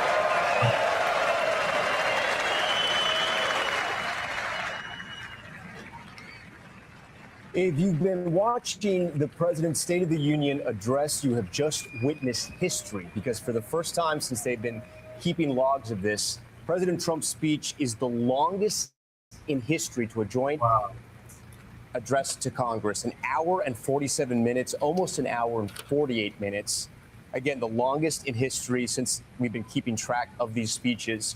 As reporters start to write the headlines and write articles about this speech, they likely will be writing more about the moments and the visuals than about the actual diplomacy and or policies that were talked about in this speech. Some of the big moments, Team USA hockey coming in very early in this speech, the president asking everyone for a standing ovation, which they received to their gold medals, but also saluting with the Congressional Medal of Honor pilot Eric Slover, who was the chopper pilot in the Venezuela mission in that operation to take out Nicolas Maduro, who took 4 bullets and still was able to survive and appeared there in Congress. Also, a political prisoner in Venezuela at one point, Enrique, coming out and giving his daughter, who's an American, a hug, who had been waiting for her uncle, who had been in prison in Venezuela just because he had run against Maduro. The president now taking some selfies here as he's walking out. In a short time, we will get the Democratic response from the Virginia governor as well. The president's talking a little bit about the economy. And remember, he has to set the table on the stage for the midterms. And something interesting happened as he was speaking. Christine Romans, who covers finance and the economy for us, pointed out to us that one of the top Google trend searches were the Trump accounts. Essentially, the new babies that are going to be born in America are going to get these $1,000 accounts funded in part by donations, but also by the federal government. The president hopes this will be sort of a savings account that at some point will grow. He's touted up to 6 figures. We'll see what actually happens. We won't know until 18 years from now. But the president talking about the economy at times and really stating his case and his reasoning for what's happening in Iran, saying his point is Iran cannot have a nuclear weapon, and they're still negotiating. Obviously, a lot of the American military forces there getting ready to possibly do something in Iran. But he says they just can't get to that one moment, which is to get Iran to agree not to make a nuclear weapon. If they do, there will be a deal. But so far, we're not at that point just yet. Kristen Welker, the moderator of Meet the Press, watching the speech with me. Kristen, what else stood out to you? We should mention another big moment was the back and forth. There was a lot of just fighting and shouting at Democrats shouting at the president. He was making them a foil as he had these moments. He was also highlighting a lot of horrific crimes that have happened in the United States. Crimes that have happened to people for various reasons, some by undocumented immigrants, and then looking back at the Democrats and saying, why wouldn't you salute this? Why wouldn't you clap for this? Things like that. Well, I think you hit the nail on the head in a lot of ways, Tom, which is that this was big on those big moments. The reality TV president that we have come to know in President Donald Trump on display in those sweeping emotional moments.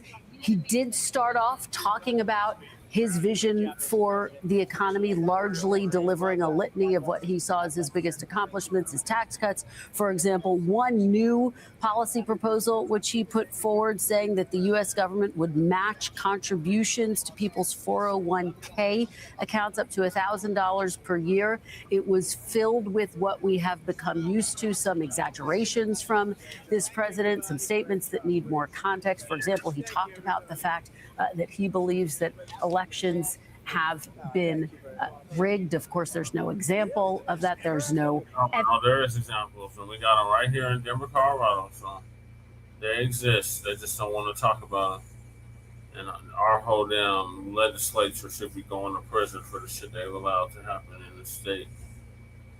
We'll just get into that further on Frontline Black News. Evidence of that.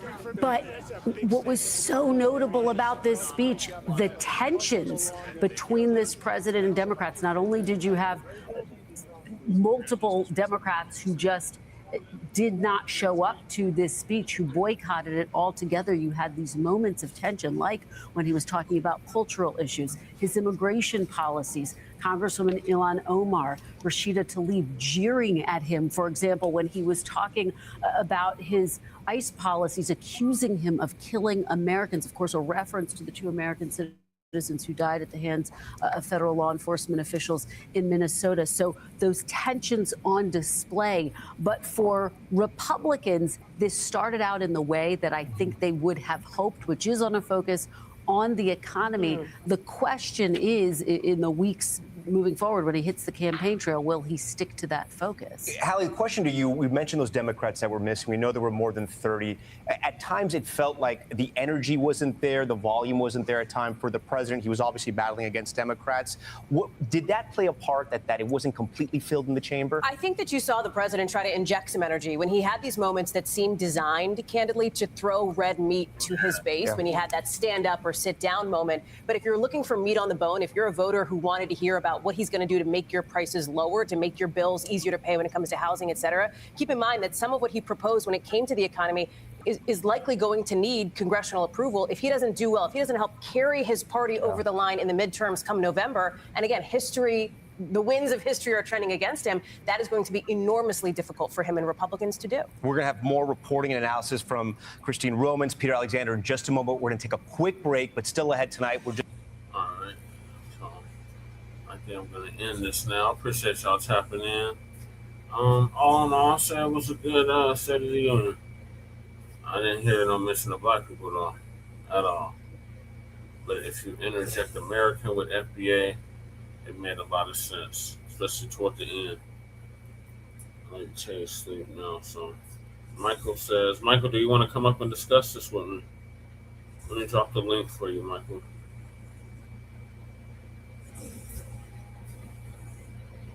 Just for Michael or Black Joe or Dynamite, if y'all want to come up, y'all can.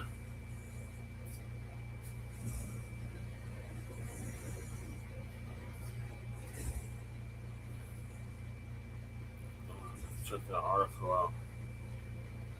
Cries vote bring someone who can win.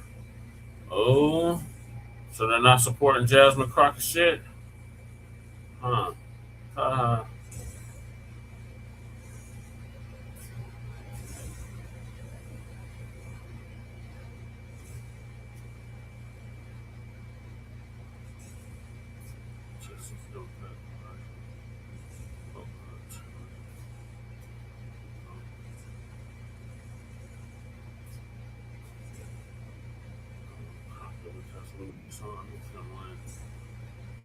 Ah, these motherfuckers. They're making me have to sign up to read the article. Hey, Michael. Grand evening to you. Were you able to see the State of the Union address? Yeah, I saw the State of Union address. I saw the recording. Hey, how you doing? Yeah, we just finished streaming it. Yeah. I'm all right. I was honestly entertained by that. Yeah. They said it was the longest in history, and I didn't hear no mention of American freedmen. But if you interject America with FBA toward the end, it made a lot of sense. Especially when he was like, you've been neglected, you've been ignored. Right. I think that he was talking to American freedmen, but he just didn't say it. Because we're the ones who built the country. So when he's talking about building the country and legacy and all of that, he's talking to us indirectly. Mm-hmm. So what is your take on it? What did you think of it? So the State of the Union. So my take is that.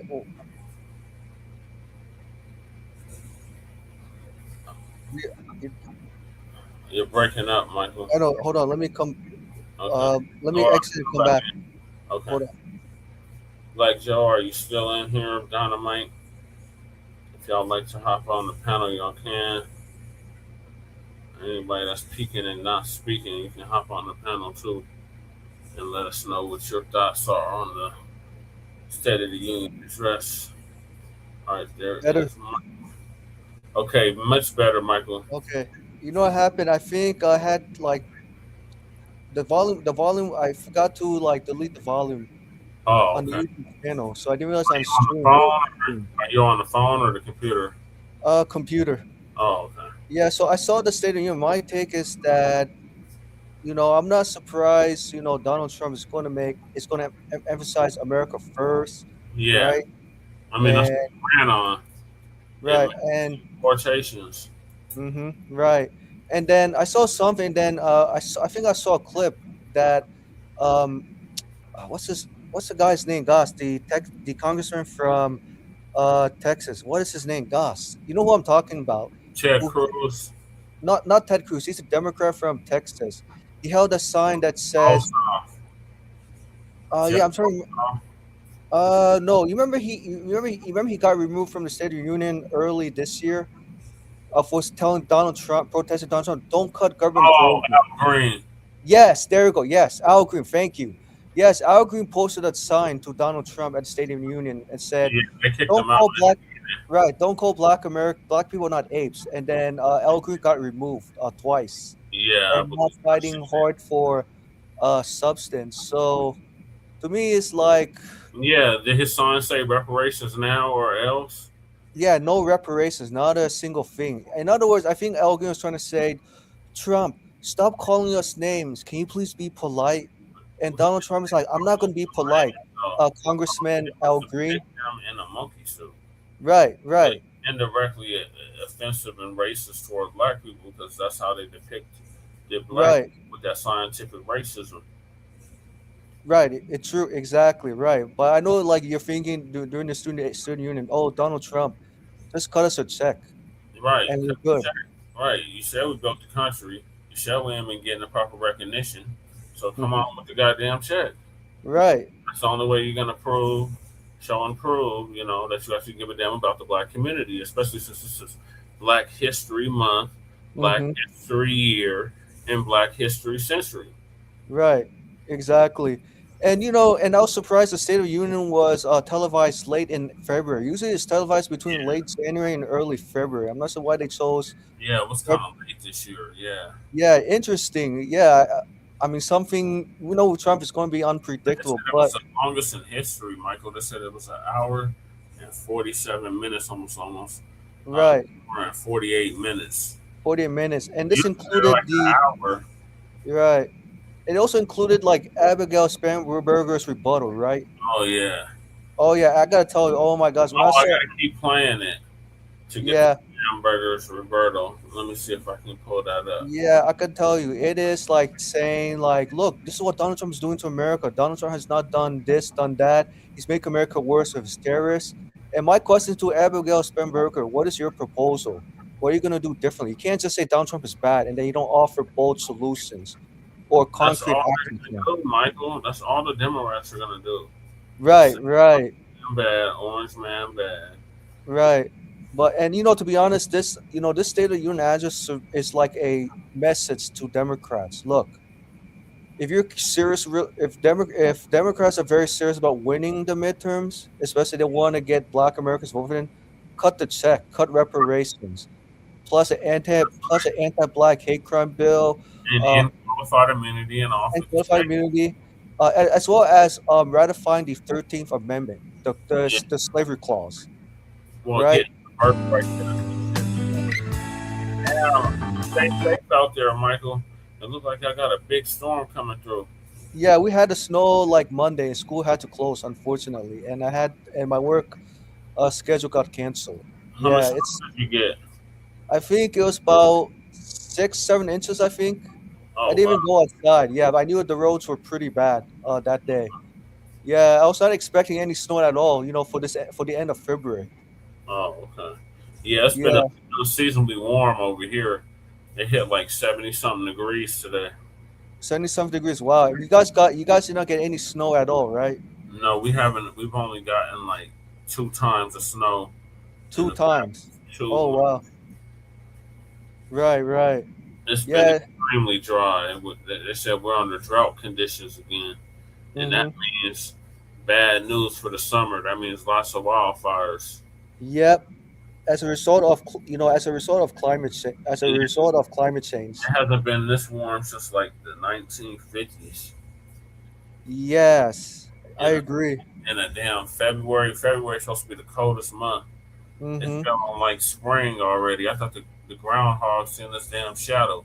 There's supposed to be 6 more weeks of winter out west. We can't tell. Right. Because of the effects of climate change. So it's making the weather patterns unpredictable. Right. But yes, sorry to digress.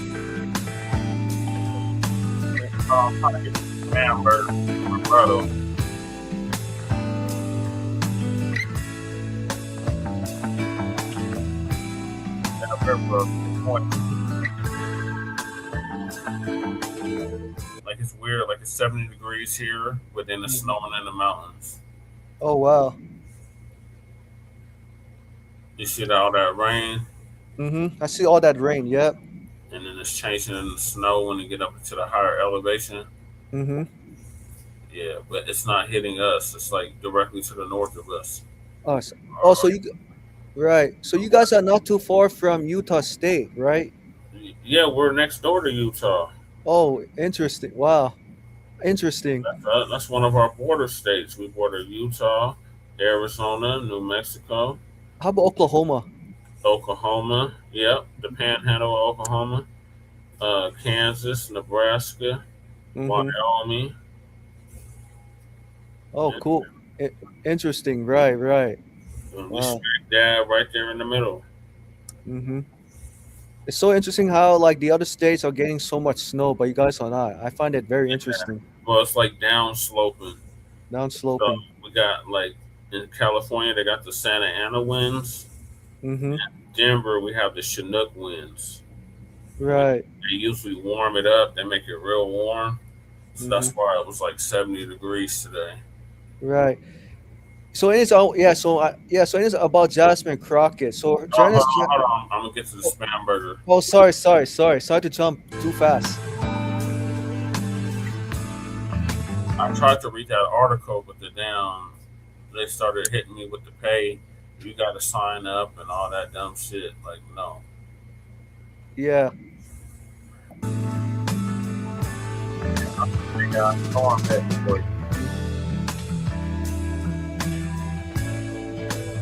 one snow. Yeah, they get dumped on Chicago, Detroit.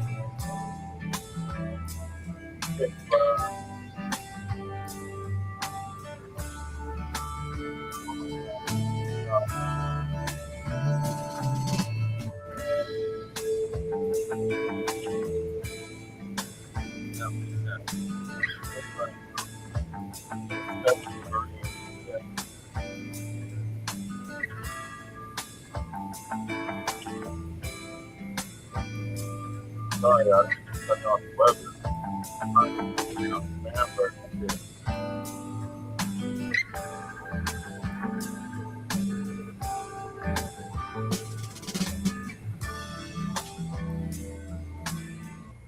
Champion struck these tariffs down 4 days ago.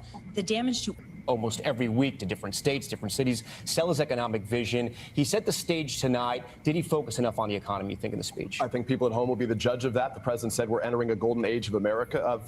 I think Americans can decide if it feels like that. He said it's a roaring economy and it's never roared like this before. Americans will be the judges of that as well. But the bottom line is this is one speech. It needs to be a sustained effort going forward by the president and his cabinet for any of this to stick.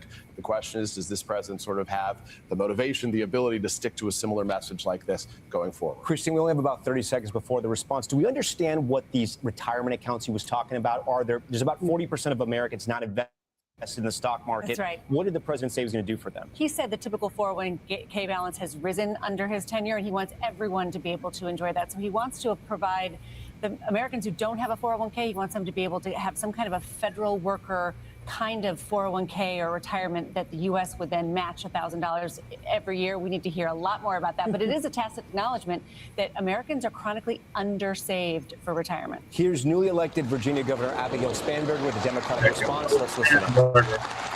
Good evening. Good evening and welcome to historic Williamsburg. We are gathered here in the chambers of the House of Burgesses. In 1705, the people of the Virginia colony gathered here to take on the extraordinary task of governing themselves. Before there was a Declaration of Independence, a Constitution, or a Bill of Rights, there were people in this room.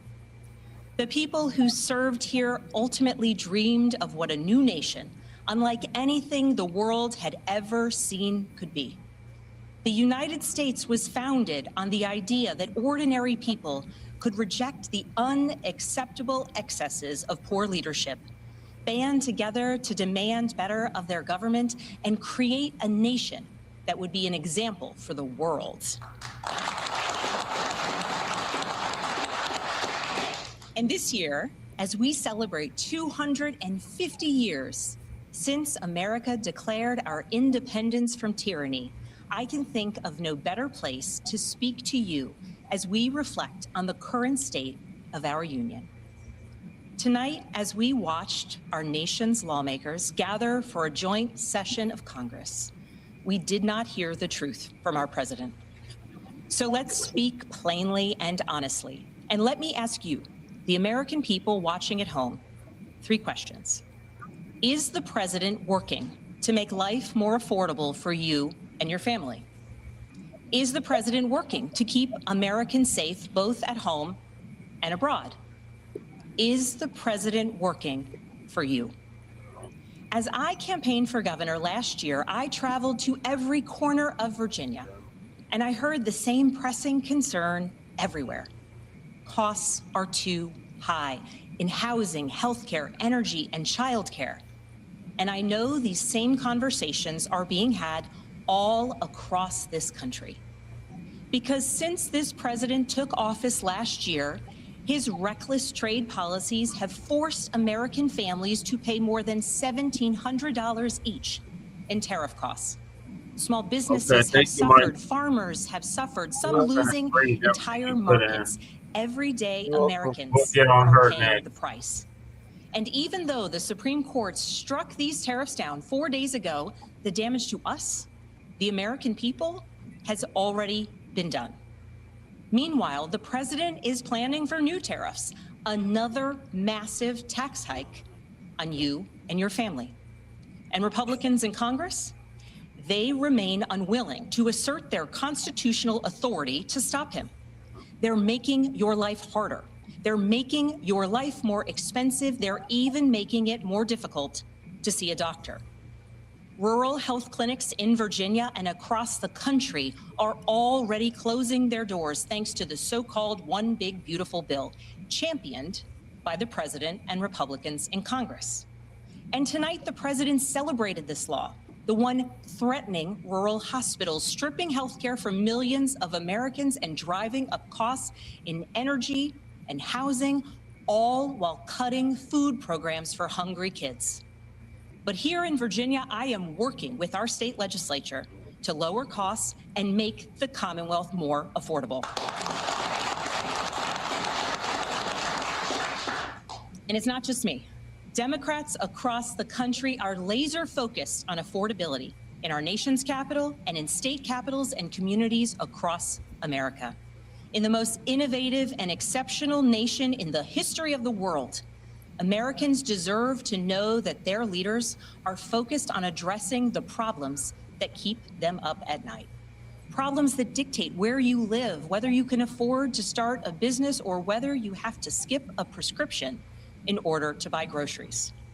So I'll ask again, is the president working to make life more affordable for you and your family? We all know the answer is no. I grew up in a house of service. My mother was a nurse and my father was a career law enforcement officer. I began my career by following in my father's footsteps as a federal agent working money laundering and narcotics cases. I worked side by side with local and state police to keep our community safe and to uphold and enforce the law. Law enforcement officers across the country know that it is a unique responsibility to do the serious work of investigating crimes, comforting victims, and making arrests. It's about building trust, and that requires an abiding sense of duty and commitment to community. And yet, our president has sent poorly trained federal agents into our cities, where they have arrested and detained American citizens and people who aspire to be Americans. And they have done it without a warrant. They have ripped nursing mothers away from their babies. They have sent children, a little boy in a blue bunny hat, children to far off detention centers. And they have killed American citizens in our streets. And they have done it all with their faces masked from accountability. Every minute spent sowing fear is a minute not spent investigating murders, crimes against children, or the criminals defrauding seniors of their life savings. Our president told us tonight that we are safer because these agents arrest mothers and detain children. Think about that. Our broken immigration system is something to be fixed, not an excuse for unaccountable agents to terrorize our communities. We've been getting terrorized. This is what the fuck are you talking about? After working in law enforcement, I continued my career of service gosh, as a CIA officer, working undercover to protect the United States and our allies from CIA global threats, operative. terrorism, nuclear weapons, and the aggression of adversarial nations around the globe. But as the president spoke of his perceived successes tonight, he continues to cede economic power and technological strength to Russia, bow down to China, bow down to a Russian dictator, and make plans for war with Iran. Here's the truth. Over the last year, through Doge, mass firings, and the appointment of deeply unserious people to our nation's most serious positions, our president has endangered the long and storied history of the United States of America being a force for good. So I'll ask again, is the president working to keep Americans safe, both at home and abroad? We all know the answer is no. In his speech tonight, the president did what he always does. He lied, he scapegoated, and he distracted. And he offered no real solutions to our nation's pressing challenges, so many of which he is actively making worse. He tries to divide us. He tries to enrage us, to pit us against one another, neighbor against neighbor. And sometimes he succeeds. My neighbor. And so you have to ask, who benefits from his rhetoric, his policies, his actions, the short list of laws Really he's pushed rich. through this Republican Congress? Really rich and white. That's what Somebody must be benefiting. He's enriching himself, his family, his friends. The scale of the corruption is unprecedented. that should be the last. There's the cover-up of the Epstein files, the crypto scams, cozying up to foreign princes for airplanes and billionaires for ballrooms, putting his name and face on buildings all over our nation's capital. This is not what our founders envisioned, not by a long shot. What did they envision? A white ethnic state. So I'll ask again, is the president working for you? We all know the answer is no. But here's the special thing about America. On our 250th anniversary, we know better than any nation what is possible when ordinary citizens, like those who once dreamed right here in this room, reject the unacceptable and demand more of their government. We see it in the determination of students organizing school walkouts all across the country, whose voices are becoming so powerful that the governor of Texas seeks to silence them. We see it in the bravery of Americans in Minnesota standing up for their communities, from peacefully protesting in sub-zero temperatures to carpooling children to school, so that their immigrant parents are not ripped away from them in the parking lot. As a mother of 3 school-age daughters, I am inspired by their bravery, but I am sickened that it is necessary. And Americans across the country are taking action. They are going to the ballot box to reject this chaos. With their votes, they are writing a new story, a more hopeful story. That's a lot. In November, I won my election by 15 points.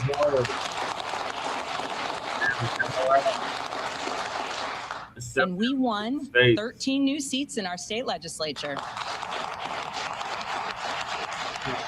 Is that something? Because voters decided they wanted Yeah, I something can hear you. different. If you could pause that video. Our campaign earned votes from Democrats, Republicans, independents, and everyone in between, because they knew as citizens they could demand more, that they could vote for what they believe matters, and that they didn't need to be constrained by a party or political affiliation. What she just said, Michael, about y'all adding 11 Democrats to your legislature Is Oh, I that heard. is that good news?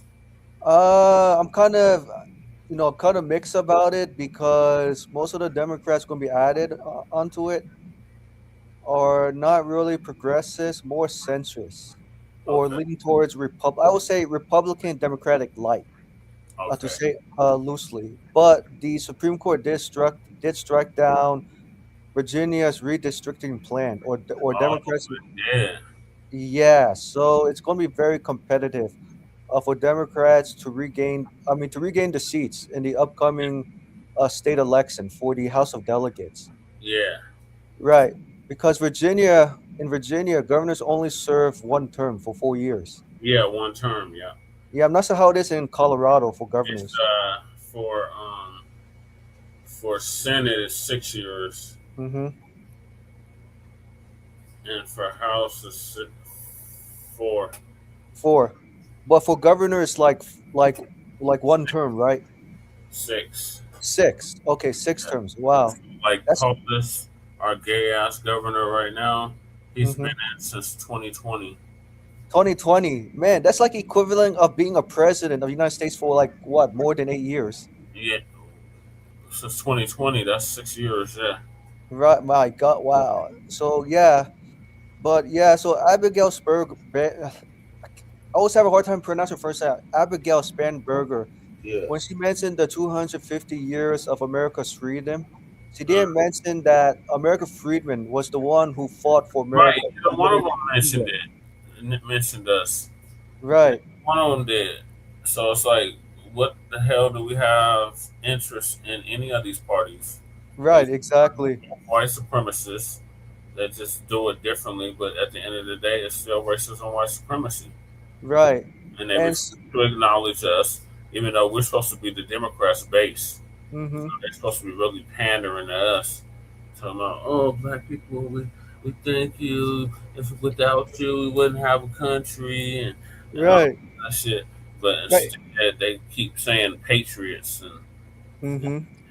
And it's very and Democrats are very vague when they say patriots to yeah, America Friedman, right? Because to deserve that, the Republicans say patriots, and the right, Democrats say people of color. right. I noticed. Yeah, Democrats say people of color. I think the Democrats say people of color because they're trying to avoid, litigation from foundational Black American voters, diluting the fight for lineage-based cash payment reparations. It's almost like this at a job, right? I'm sure, Jesse, when you work with various groups of people, when you try to sue your company for discrimination, right? Yeah. I'm sure your boss said to you, Jesse. You have to prove intent. Right. And I'm sure that's nearly part of the perpetrator. And that's Mhm. nearly impossible because they can say, well, I was just having a bad day, or they can make up any goddamn excuse. lie, excuses after excuses, right? And the cause of said excuse is racism, white supremacy. Right, exactly, right. And your manager was like, you see, Jesse, look at our workforce. We're so diverse. So, Jesse, what are you talking about? There's discrimination. And you're like, no, Brad, Well, there's discrimination. It's we just that you wouldn't have work none with of them OSHA laws, none of that stuff, nothing about fair employment, none of that if it wasn't for FBA. Right, right. It's just like those policies are very vague and broad. So there's Yeah. like no teeth or No penalties. teeth to it. It's malign neglect on both sides. Both Right. parties practice it. Right, exactly. And so the Democrats, what I learned from studying them, when they implement policies, they never put a deadline for states to Never. implement them. And the Democrats, Us to wait. right, Can't do nothing now. We have to get back in office. Then they get in the office and they do for everybody but us. right. And I know how to imitate a Karen Democrat. You probably want to hear my voice. This It might is a sound- Karen Democrat on your screen. This is Yeah. a Karen Democrat. Yes, yeah, but I know how to make it so funny, but it's going to sound a little like this. This is how the Karen Democrat acts. Okay. Jesse, stop it. Does that sound like a Karen Democrat, or that sounds like two gayists? A little bit of both. Both. Right. I'm sure that's how they talked to you before when you volunteered for them in the past. When they got so, Yeah. like we have angry. to hurry up and wait, and you gotta wait for them black issues to get resolved. We gotta get into office. This election is this is the most important election of our lifetime. All Right. that type of dumb shit. Like Right. And I noticed too, Democrat, and I actually studied something. no matter who the president is, black people still suffer. Suffer, exactly. It's like what Dr. Claude Anderson said in his book. Black Americans are still in an economic depression. Doesn't matter. Now it's a problem because everybody's suffering like we've been suffering. Right, exactly, right. Because the root cause for American freedom has not been cured with reparations. Because, yeah, so the government can do progress here and there. So the progress may stop the bleeding, but did not attack the root cause of the bleeding. Right. For American freedmen. And I know they never do. Never. And from Democrats, right? And I know Democrats, I know from your experience, get very, very impatient with you, angry. Very impatient, yes. Or hostile too. They're like, Jesse, Yeah. I'm kind of, I know I'm kind of exaggerating and No, you're spot on, Michael. Right. And I'm sure a Karen Democrat grabbed you like very tightly before when you tried to. Yeah, I'm gonna slap that too. Oh, what the hell is you doing? Get your hands off me. Right. And it's like you had to be like really careful because so many white liberals are watching you. Mm-hmm. And you don't want the Karen Democrats to weaponize her tears. Yeah. They see me at all the events. Right. And even I learned too, Democrats, when Democrats are not doing well financially when it comes to fundraising, I'm sure you have experience. What's the first thing Democrats do to restore their finances? They recruit Black Americans to clean up the Democratic Party's financial mess, right? Yeah. Once the Democrats realize that they're doing well financially, they tell Black American supporters like such as Kisa, Tyrone. Thank you so much, Tyrone and Kisa, for making the Democratic Party strong. I'm sorry, we gotta let you guys go. And Kisa and Tyrone's like, what are you talking about?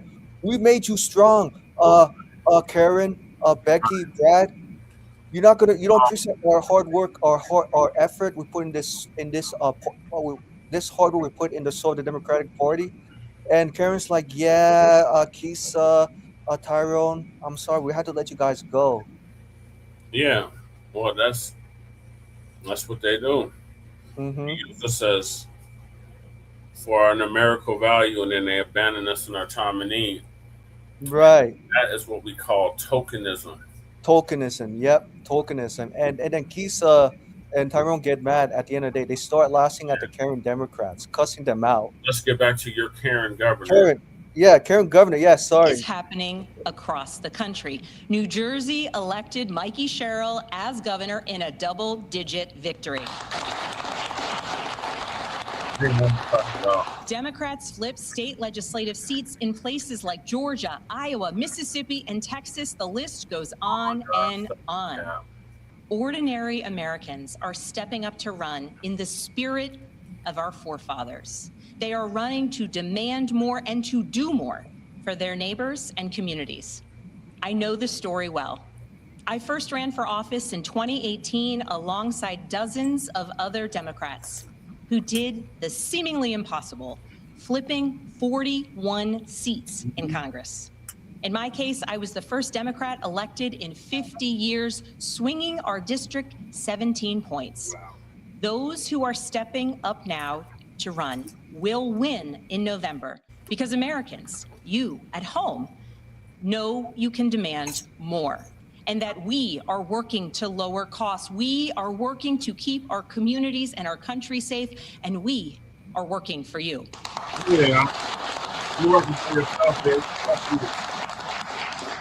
In his farewell address, George Washington warned us about the possibility of, quote, cunning, ambitious, and unprincipled men rising to power. But he also encouraged us, all Americans, to unite in a common cause, to move this nation forward. That is our charge once more, and that is what we are seeing across the country. It is deeply American and patriotic to do so, and it is how we ensure that the state of our union remains strong, not just this year, but for the next 250 years as well, because we, the people, have the power to make change, the power to stand up for what is right, the power to demand more of our nation.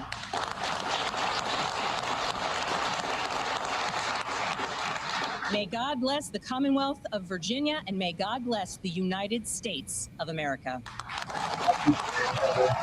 It is 11:21 p.m. on the East Coast. It's unclear how many Americans are going to watch the Democratic response because it's so late. But Peter Alexander, it sounds like we have the Democratic playbook for the midterms. So a thing that struck me in the course of the president's speech and the follow-up that we just saw from the Democrats, in the conversation the president had with you in your interview, he said about immigration enforcement in Minneapolis that he should have had a softer touch here.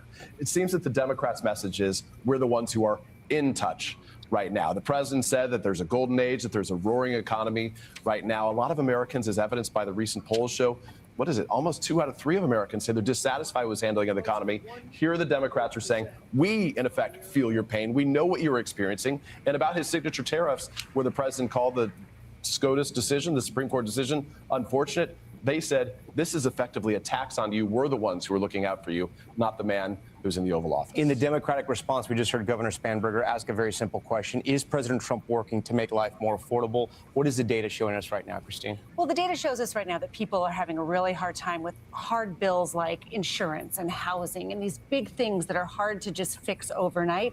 And the president, in his remarks, really was talking about there's an affordability problem, but it's their fault.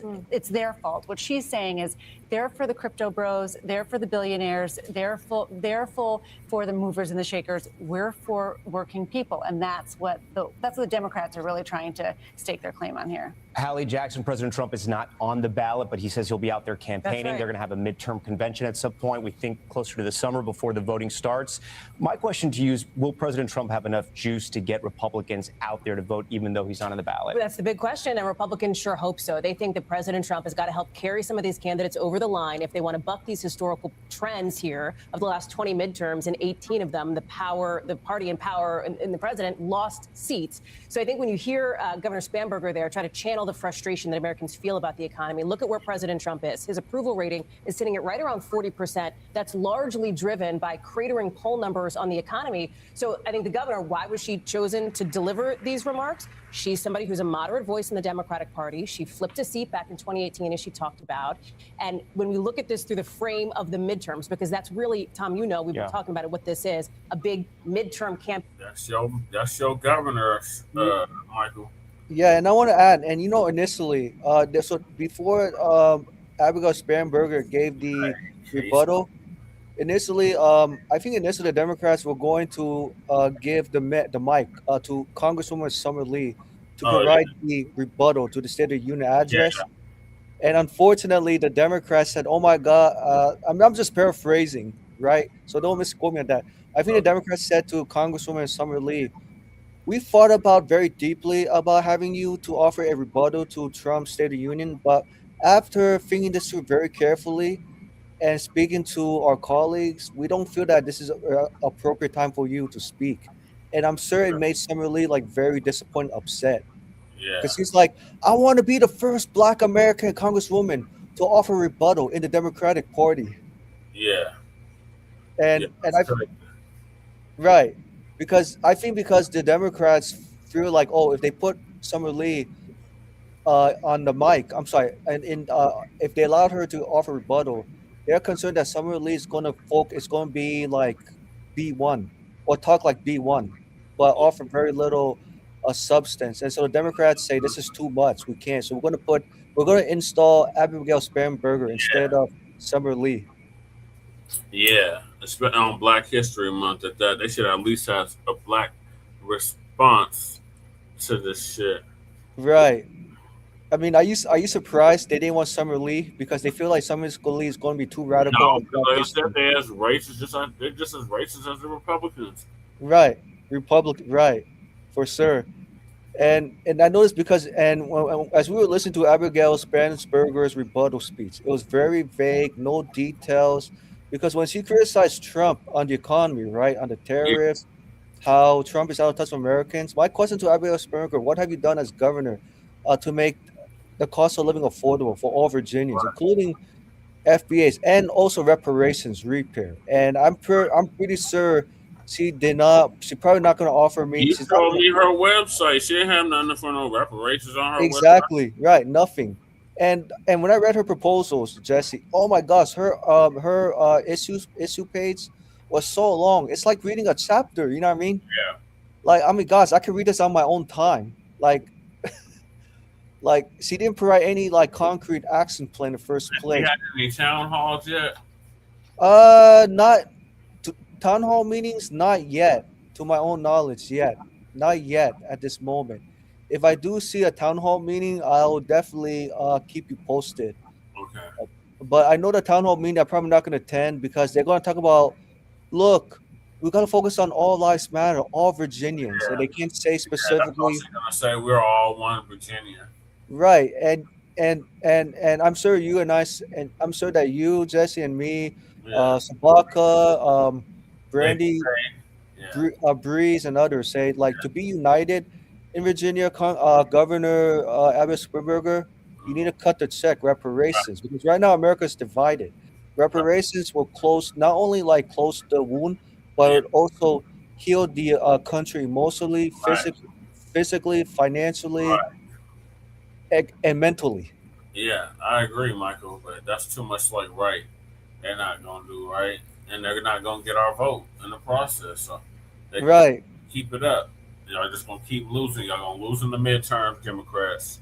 Mm-hmm. And y'all Exactly. gonna lose in 2028. Right. And you know the reason why the Democrats say no ID because they're targeting potential immigrant voters, and they know that they can't attract FBAs anymore, or they can't use new tricks to manipulate FBA voters into voting for Democrats. Yeah. And I know and to me, I see like the Democrats, especially the Becky Democrats, like I find the Becky Democrats more controlling than the Brad Democrats. Would you agree? I mean, they're both equally annoying. Yeah, but I just find that the Becky Democrats tend to be more aggressive. They scream a lot. Yeah. More than the They definitely go out their way to exercise their white privilege. right. And then when you see the Becky Democrats screaming, I'm sure you notice their faces turn red very Yeah, quickly. they turn red, they get real belligerent, real stupid. Yeah. Right. And then they say, I'm having chest pains. Yeah. Can someone call 911 because Tyrone made me yell like crazy. But Tyrone did not even yell at did not yell at a Becky Democrat in the first place. He was just listening and trying to escape. Mm-hmm. Yeah. Like I said, they're just as racist as the Republicans. Yep. Very racist Republicans. What else Bride has to say?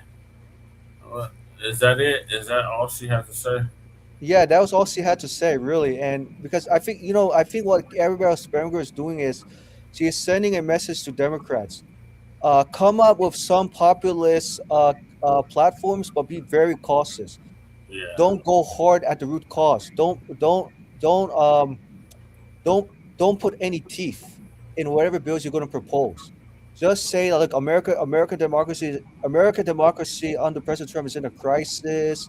We need to get more people to vote for Democrats so we can restore democracy. But I mean that's what he's probably thinking. I don't know, but I'm just speculating. Yeah. But to restore democracy, Governor Abbott Sperminger, don't you think to restore democracy you need like substantial changes? When I say substantial changes, I'm talking about tangibles for FBAs, like such as limited space, cost paying reparations for American freedom and chattel slavery, removing the loophole in the 13th Amendment to the U.S. Constitution. Well, doing away with birthright citizenship. Right, doing away with birthright citizenship, ending qualified immunity, passing anti-Black hate crime bill with teeth plus financial plus compensation for those who've been victims of hate crimes, FBAs, and then other tangibles or whatever, or universal programs can come later. And it's not, and like I said, it's nothing new with Abby Bell Sperminger following Obama and Bill Clinton's playbook of we need to stick to the middle, but let's be careful going into details, because if we go into details, we're going to lose Republican voters like the Cheneys, buses, Mitt Romney. We can't afford to lose them. So we have to be reasonable. We have to be decent. We gotta show professionalism. So we can't go really like. I guess we can't fight. We can't really go. We can't be bold because if we're too bold, we're going to lose the moderate Republicans into voting for Democrats. Jasmine Crockett is looking like shit. She is, and talking about Jasmine Crockett. I heard the Senate race between Jasmine Crockett and James Tallarico is going to be so close. Okay, so this is what she said. I'm gonna play what she said, and then Sir. I'm gonna go into the. Oh wait, let me do this one actually. Yeah. Cause she was on Steve Colbert. This one, let me see. I found this image on FoxNews.com, right? Yeah, but I guess she did an interview on Steve Colbert or appearance on Steve Colbert. Yeah, I didn't see that. You mean Jasmine Crockett, right? Yeah. Oh, I didn't see that. I would be surprised. It'll be funny.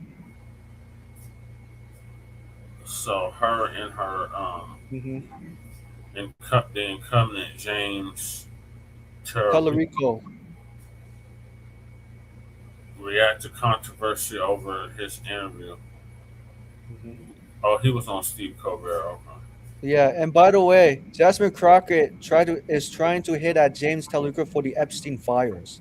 Oh. Get it? In other words, he's trying to tell like James Tallarico is part of the plan. Yeah. You think it's going to backfire against her, right? Yeah.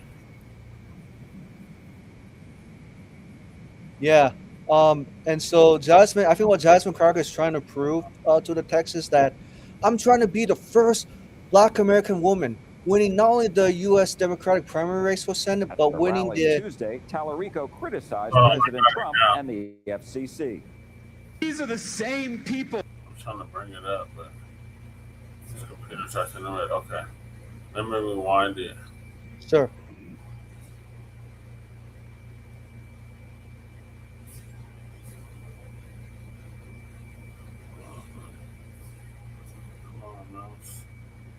Sorry, this damn mouse is acting really stupid. I'm at Lady Chase on her desk. Place, right? Yeah. Crockett of Dallas and State Representative James Tallarico of Austin have also attracted quite a bit of national attention, especially Tallarico last week. His interview with Stephen Colbert and the surrounding controversy around it sparked a spike in the number of Google searches for him, and his campaign announced in the first 24 hours after all this went viral, he raised $2.5 million. At a rally Tuesday, Tallarico criticized President Trump and the FCC. These are the same people who ran against cancel culture.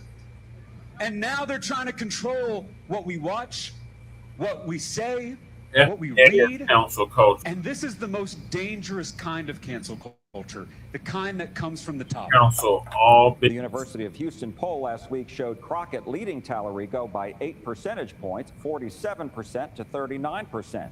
The Real Clear Politics average of polls between January 10th and the 31st shows they are tied at 41% each. Tallarico spoke last week at the University of North Texas in Denton before hundreds of people.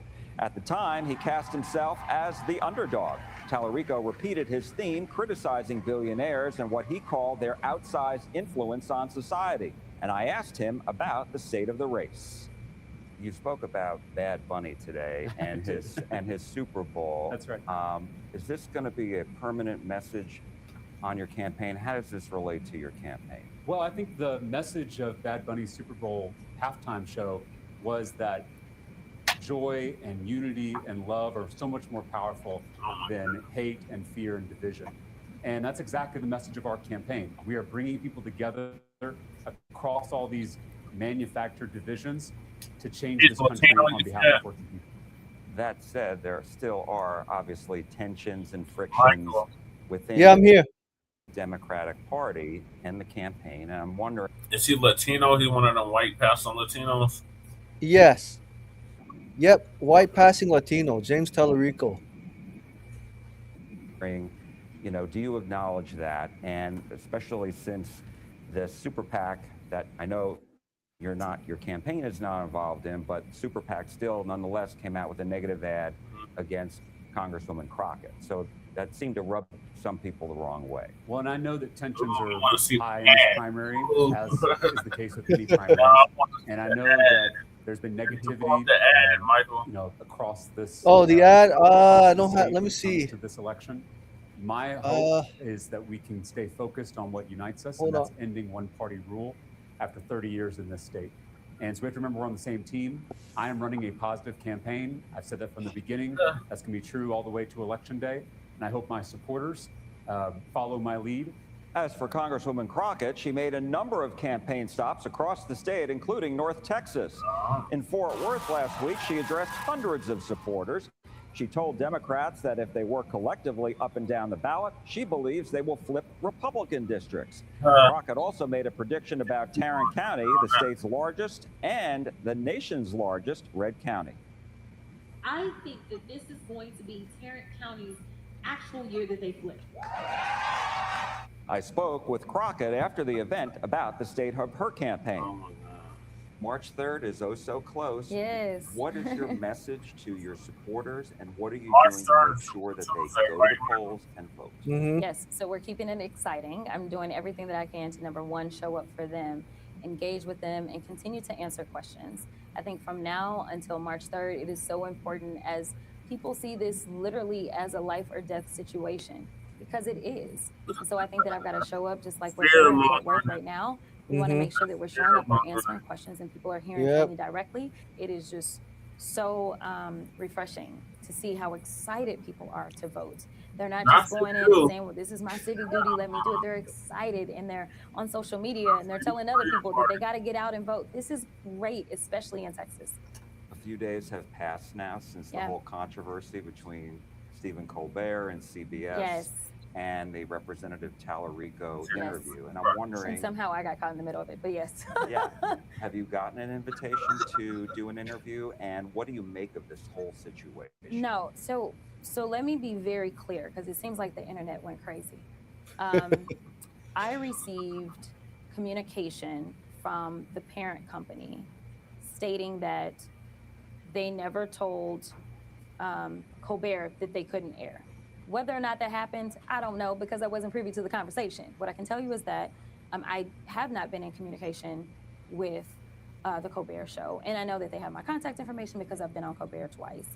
I also will say that it is ridiculous that this is where this country is, in the sense that Brendan Carr has decided to cause all this confusion. That is what this administration does. We know that there has historically always been a carve-out as relates to late-night shows. I know last week, before all this happened, Representative Tallarico cast himself as the underdog in this race. Given everything that's happened, do you still think that's the case? Because the Real Clear Politics average shows the polls in your race are tied.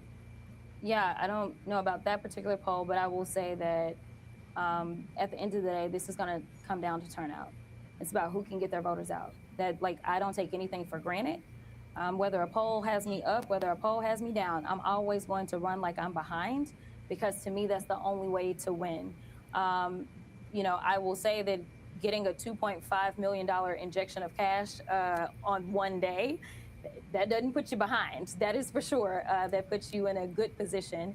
And having a super PAC that is spending, I don't know, I think at this point, maybe $6 million against your opponent doesn't feel like an underdog situation either. But I'm confident in the record and the rapport that I have established with people. They know who I am. And right now in this moment, people know that they need a fighter in DC. The reason that people are so upset with so many Democrats is because they don't feel like they've been fighting. They don't have to wonder, they don't have to question. They know who I am on the federal level when it comes down to fighting for what matters most to Texans. Okay, interesting. Yep. And guess what, Jesse? I found out Jasmine Crockett created her policy page at the last minute. Yep. Oh my gosh, you're not gonna like it. It's more like policy statements as opposed to offering concrete action plans. Oh, they about to show the episode of him on the Steve Colbert Show. Were you able to find the ad? The ad for Jasmine Crockett? Yeah. No, I was not able to find the ad. Unfortunately, because USA Today said you got to be a member to pay. So I was unable Oh, to they find. hit you with that shit, Fox News. Yeah. Mm. Okay. Yeah, but I'll say this. Let me see. I can play on Fox News. I think I was able to play. There's no ad, but it's more like her interview from CNN. I'm Interviewing. trying to pull it up. Yeah. Yeah. I hate how Fox News does that. Let me see. But I could tell you this: initially, several Texans were going to support Jasmine Crockett for U.S. Senate. But then when they saw James Tallarico, their views changed. They said, and I'm paraphrasing, we need someone who's a fighter, who's going to unite us together, and that is James Tallarico. And they said, Jasmine Crockett, you're great, you're a great congresswoman, but we don't feel that you're the right person to run for U.S. Senate, because Jasmine Crockett, you're a woman, and unfortunately, Jasmine Crockett, and this is coming from the Latinos in Texas. You're not Latino, Miss Jasmine Crockett. Right. So we're voting for James Tallarico because he represents Latino values. Oh well, I'm gonna have to sub to his channel now. Yeah. I just found his YouTube channel. Who, James Tallarico? Yeah, he got 210,000 subscribers. Wow. 210,000 subscribers. Uh-huh. And Jasmine Crockett has a YouTube channel as well, right? Yep. And how many viewers she has? Let me see. I was trying to pull this ad up, but let's see. Yeah.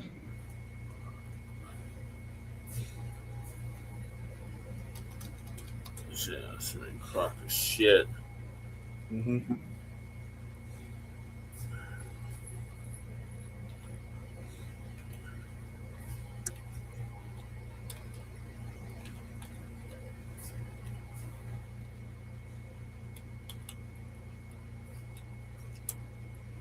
She has 95,200 subscribers. Yeah, not that much compared to James Tallarico. Right. So James Tallarico is more popular than Jasmine Crockett. Uh-huh. Yeah. And I think Jasmine Crockett, I think her strategy is, if I talk loud enough and cuss, I can win over voters. I can win support from Latinos, Black Americans, white voters, and Asians. And I don't know what she's trying to do, but I think Jasmine Crockett is trying to prove that, look, I could be the first Black American candidate for U.S. Senate, and not only win in the Democratic primary race, but win in the midterms. The jury's still out on her Black Americanness. Right. Rumor has it she's a damn Haitian. Right. And because I think what it is that she has the Kamala Harris vibe, the vibe, saying that, look, what Kamala Harris did running for president. Except she's actually black. That's the one she has over. Right. She's actually black. Black. Yes. And so, remember I said a couple months ago, Jasmine Crockett is going to put her policy statements at the very last minute when it gets closer to the Democratic primary race for U.S. Senate. And I posted her website in the chat. I posted the Jasmine. Yeah, Crockett on the issues to you. Okay. And I was reading like a couple policy statements. They're not really policies, more like what she did in Congress. Mm-hmm. And more just talking points, but they don't offer any concrete action plans. What she's going to do to get elected as U.S. U.S. senator, and no reparations on her website at all. Where is the damn ad? You mean the ad from They already Fox? had a debate. They had a debate a month ago. Yeah. Let me see.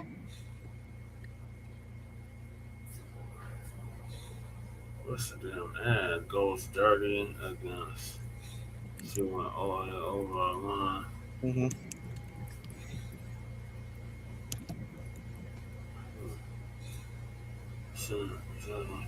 Oh, here it is. Oh, you got it? Okay. Yeah.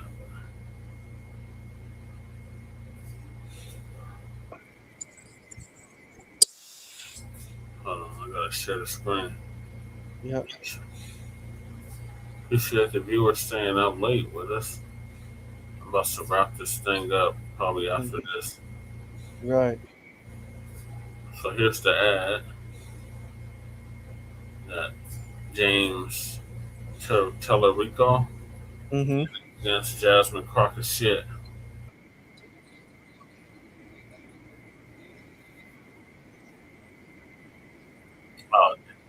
Threw us under the bus, paving the way for MAGA Republicans' voter suppression law, making it harder for Hispanic Texans to vote.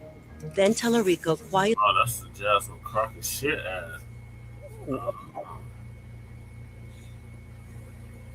That's her attack ad. accepted. Democrats were united to stop voter suppression, but James Tellerico saw a chance to help himself. Tellerico threw us under the bus, paving the way for MAGA Republicans' voter suppression law, making it harder for Hispanic Texans to vote. Oh, wow. Then Tellerico quietly accepted $59,000 from Donald Trump's largest donor. Jasmine Crockett will never sell us out to Donald Trump. Jasmine Crockett, Democrat for Senate. Hell to the no. No. Yeah, you know, Jasmine Crockett attacking James. Oh, sorry, go ahead. Hold on, I wasn't even trying to play this next video. Oh, okay. Damn, I thought that was the ad. Of Jasmine Crockett, right? Yeah. The attack ad against her. Oh, Fine. James Tellerico attacking Jasmine Crockett in the ad. Yeah, that's the one. I thought that was it, but that wasn't it. That was her clapping back against him. Mm-hmm.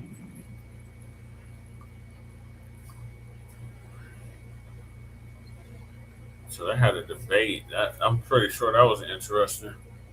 I'm sure it's like a very heated debate between the two. Yeah.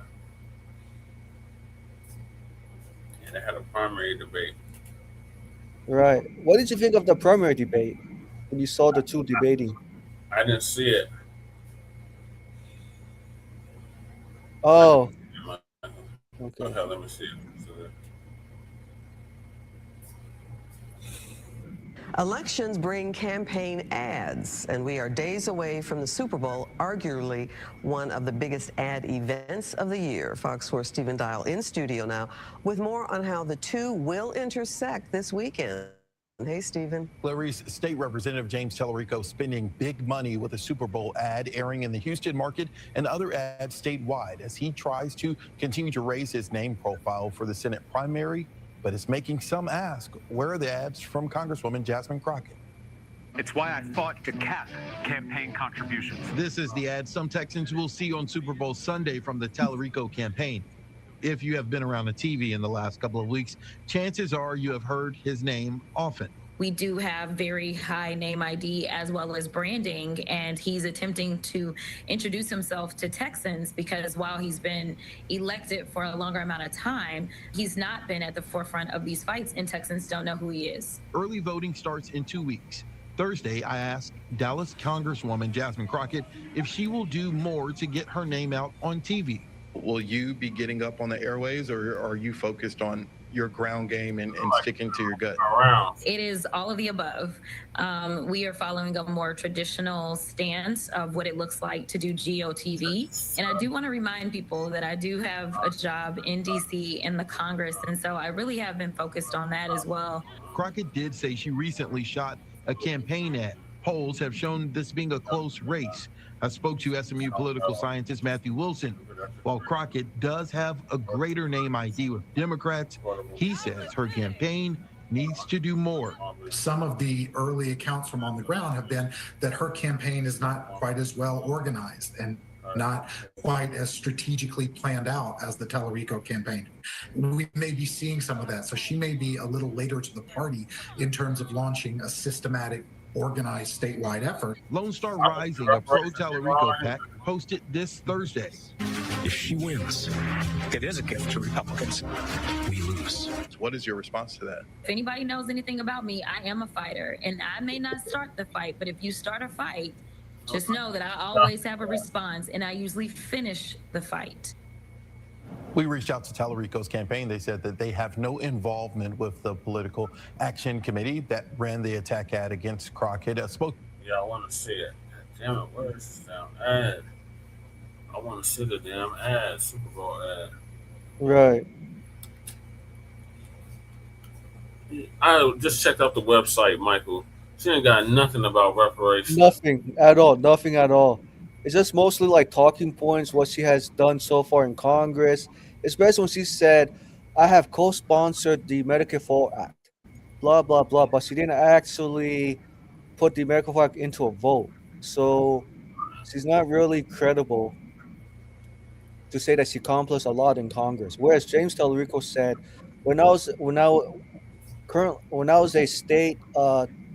a state assembly in Texas. In Houston, we are 11 days from the start of early voting, and things are getting nasty in the race for U.S. Senate. It's been all-out war on X for the three Republicans in the race, and the big headline from the Democrats is big Super Bowl spin. What is this damn ad?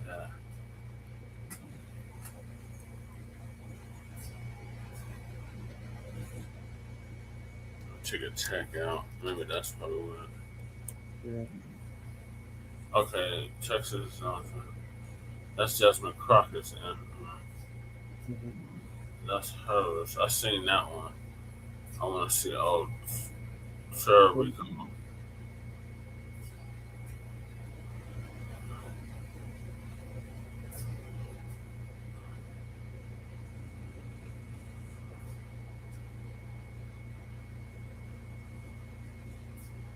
Where the hell is this damn ad at? You gonna post it online?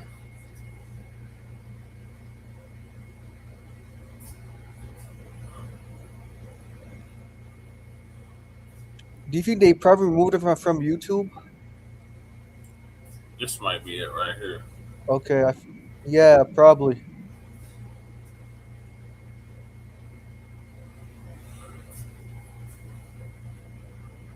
After an upset victory last weekend in a North Texas state Senate race, Democrats felt they had a lot of momentum heading into the primary election.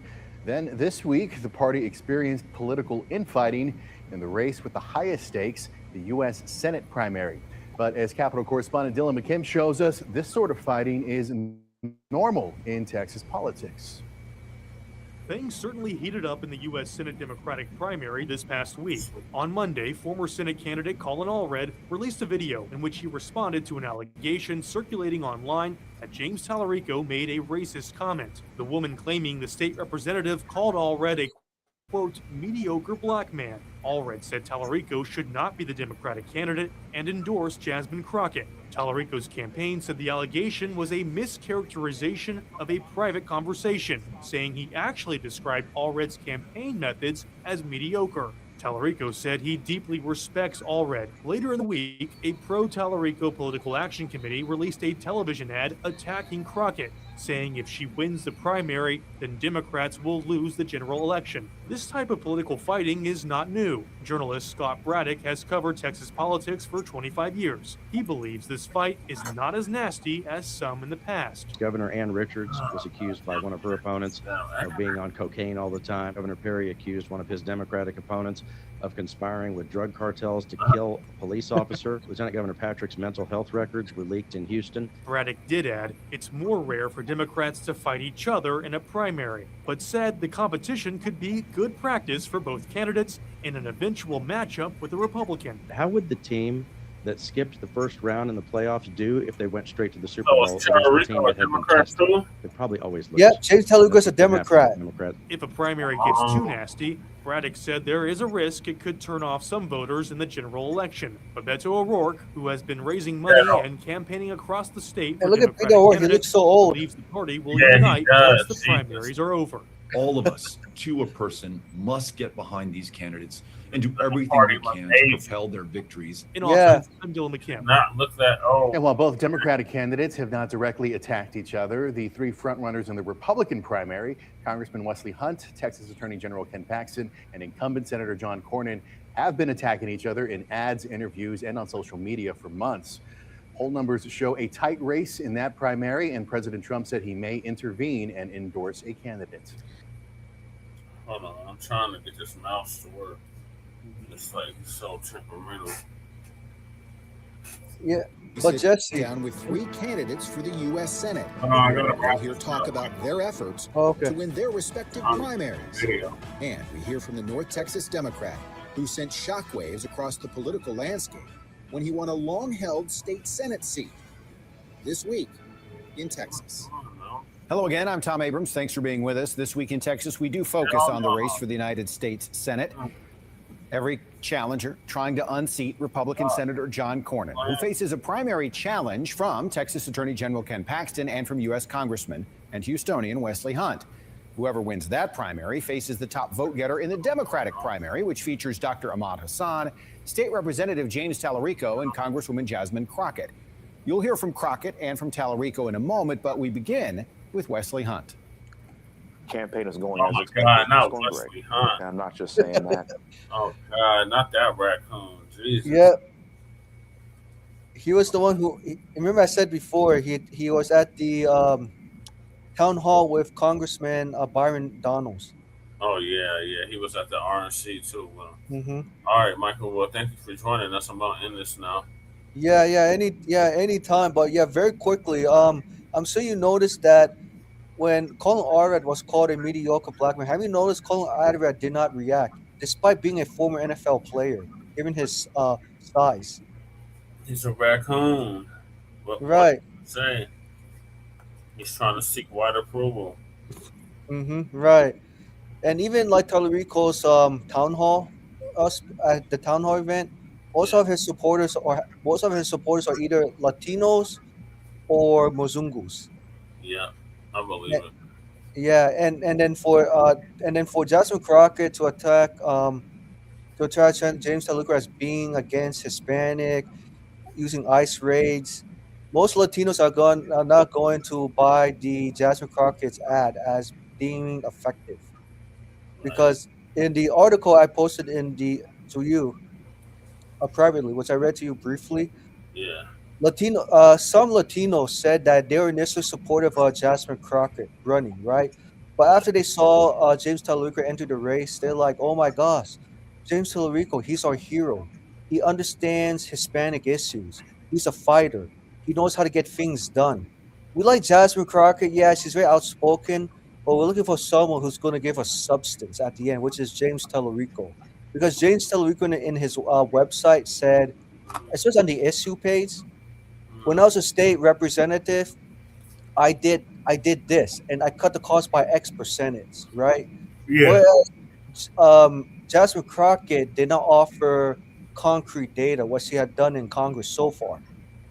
Yeah. So with Jasmine Crockett, it's really more like talking points, and to get the Latinos and white Texans, hyped up. Yeah, to get them hyped up, exactly.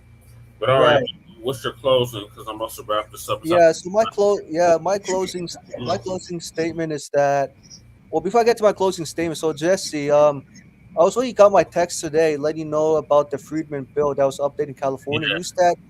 Use that for the reparations equity and to go beyond it. Okay. Right. But yeah, anyway, sorry to digress. So my closing statement is that whatever Democrats are doing, offering rebuttals to Donald Trump, running for the midterms, Yeah. they better come up with effective populist campaign platforms, including foundational Black Americans. If they don't do those things, they're not going to be effective, and it's going to be basically thrown in the toilet. And the Democrats' chances of winning the midterms, I say it's 50-50 or less than 50-50. They may gain some seats. I don't know, by 15 percentage points. I say maybe by 6, if they're lucky at most, right? Okay. And the Democrats, I think next time for Democrats, especially for Black Democrats offering rebuttal to Trump, they need to be clear, consistent, offer substance. Like I said, like what Al Green should have done. If you're gonna post a sign that you're for Black Americans, Congressman Al Green, say reparations now, Right. because it's worth it to get removed, and just getting removed saying, "Oh, Donald Trump insulted us, saying black people were calling black people apes." That's not effective. Right. Like, we need like effective substance platform to do that for any like State of the Union address, any of the State of the Union speeches. Right. That would have worked like 60 years ago, even 20 years ago. That shit Right. ain't now. Right. Exactly. And I think because the unfortunately the Democrats right now, you can't really change the mindset. You can't educate them. You can't train. It's like what Philip Scott said. You can tell a dog so many times to stop barking, but the dog is always going to bark. Right. So All it's right. Uh-huh. so it's same thing with Democrats. Democrats are always going to bark, no matter how many times you tell them stop barking. God damn it! I mean, excuse my French. I understand, Michael. You're good. Yeah. Okay. Well, thank you for joining us. I'm gonna end Yes. the show now. So Yeah. join Thank you us so on much. Friday for Grand Rising with Shabaka and the Shades. Mhm. In the meantime, make sure y'all like to subscribe to all our platforms. Appreciate everybody that came through. Shout out to Michael for coming through. Shout out to Black Joe for coming through. Shout out to Donna Mike for coming through. And shout out to whoever was peeking and not speaking. Right. Peace, love, light, reparations, and separations and delineations. And the air date of this program was 2/24 into 2/25, 2026. Jump State of the Union address. We had a great dialogue and discussion with Shabaka, our West Coast correspondent, in regards to that. And if you equate or if you incorporated FBA into everything that the dump was saying, then it makes a lot of sense. So appreciate y'all tapping in. Join us this Friday for Grand Rising with Shabaka and the Chase. Hopefully Lady Chair do an RBA again this week. Make sure y'all check out her previous RBA on her other channel, Seduction Doll. And she went over the data centers. Mhm. And they try to put one here in Denver. Right. We have to put a stop to that, or we're about to put a stop to that. The Amen. Amazon shit. Amen. How's Lady Che doing? Right now she's asleep, but Oh, sleepy. Oh, okay. I thought she was listening. Sorry. she's doing all right. I'll let her know you asked about her when she wakes up. Okay. All right, so appreciate everybody that tapped in. So peace, love, light, reparations, delineations, separations, and black empowerment. Training crewmen signing off on the mile high income and illegal migrant flooded city in the sundown town known as Aurora, Colorado. Right. The so-called liberal Karen city. Yeah, it's a legal migrant city now. Right. Illegal migrants. Crazy. It's driving residents nuts, especially FBAs, disproportionately affected. Right. So enough is enough of this madness. If you're gonna vote, vote for something tangible. Right. Exactly. Yeah, make sure you exercise your Second Amendment rights against the Aurora Democrats, Jesse, if you can. Yeah. All right. We'll see you next time, Michael. All right, peace. Next time, too. Stay strong. Be ready before you get ready, like what Philip Scott has always said. Right. All right. Peace.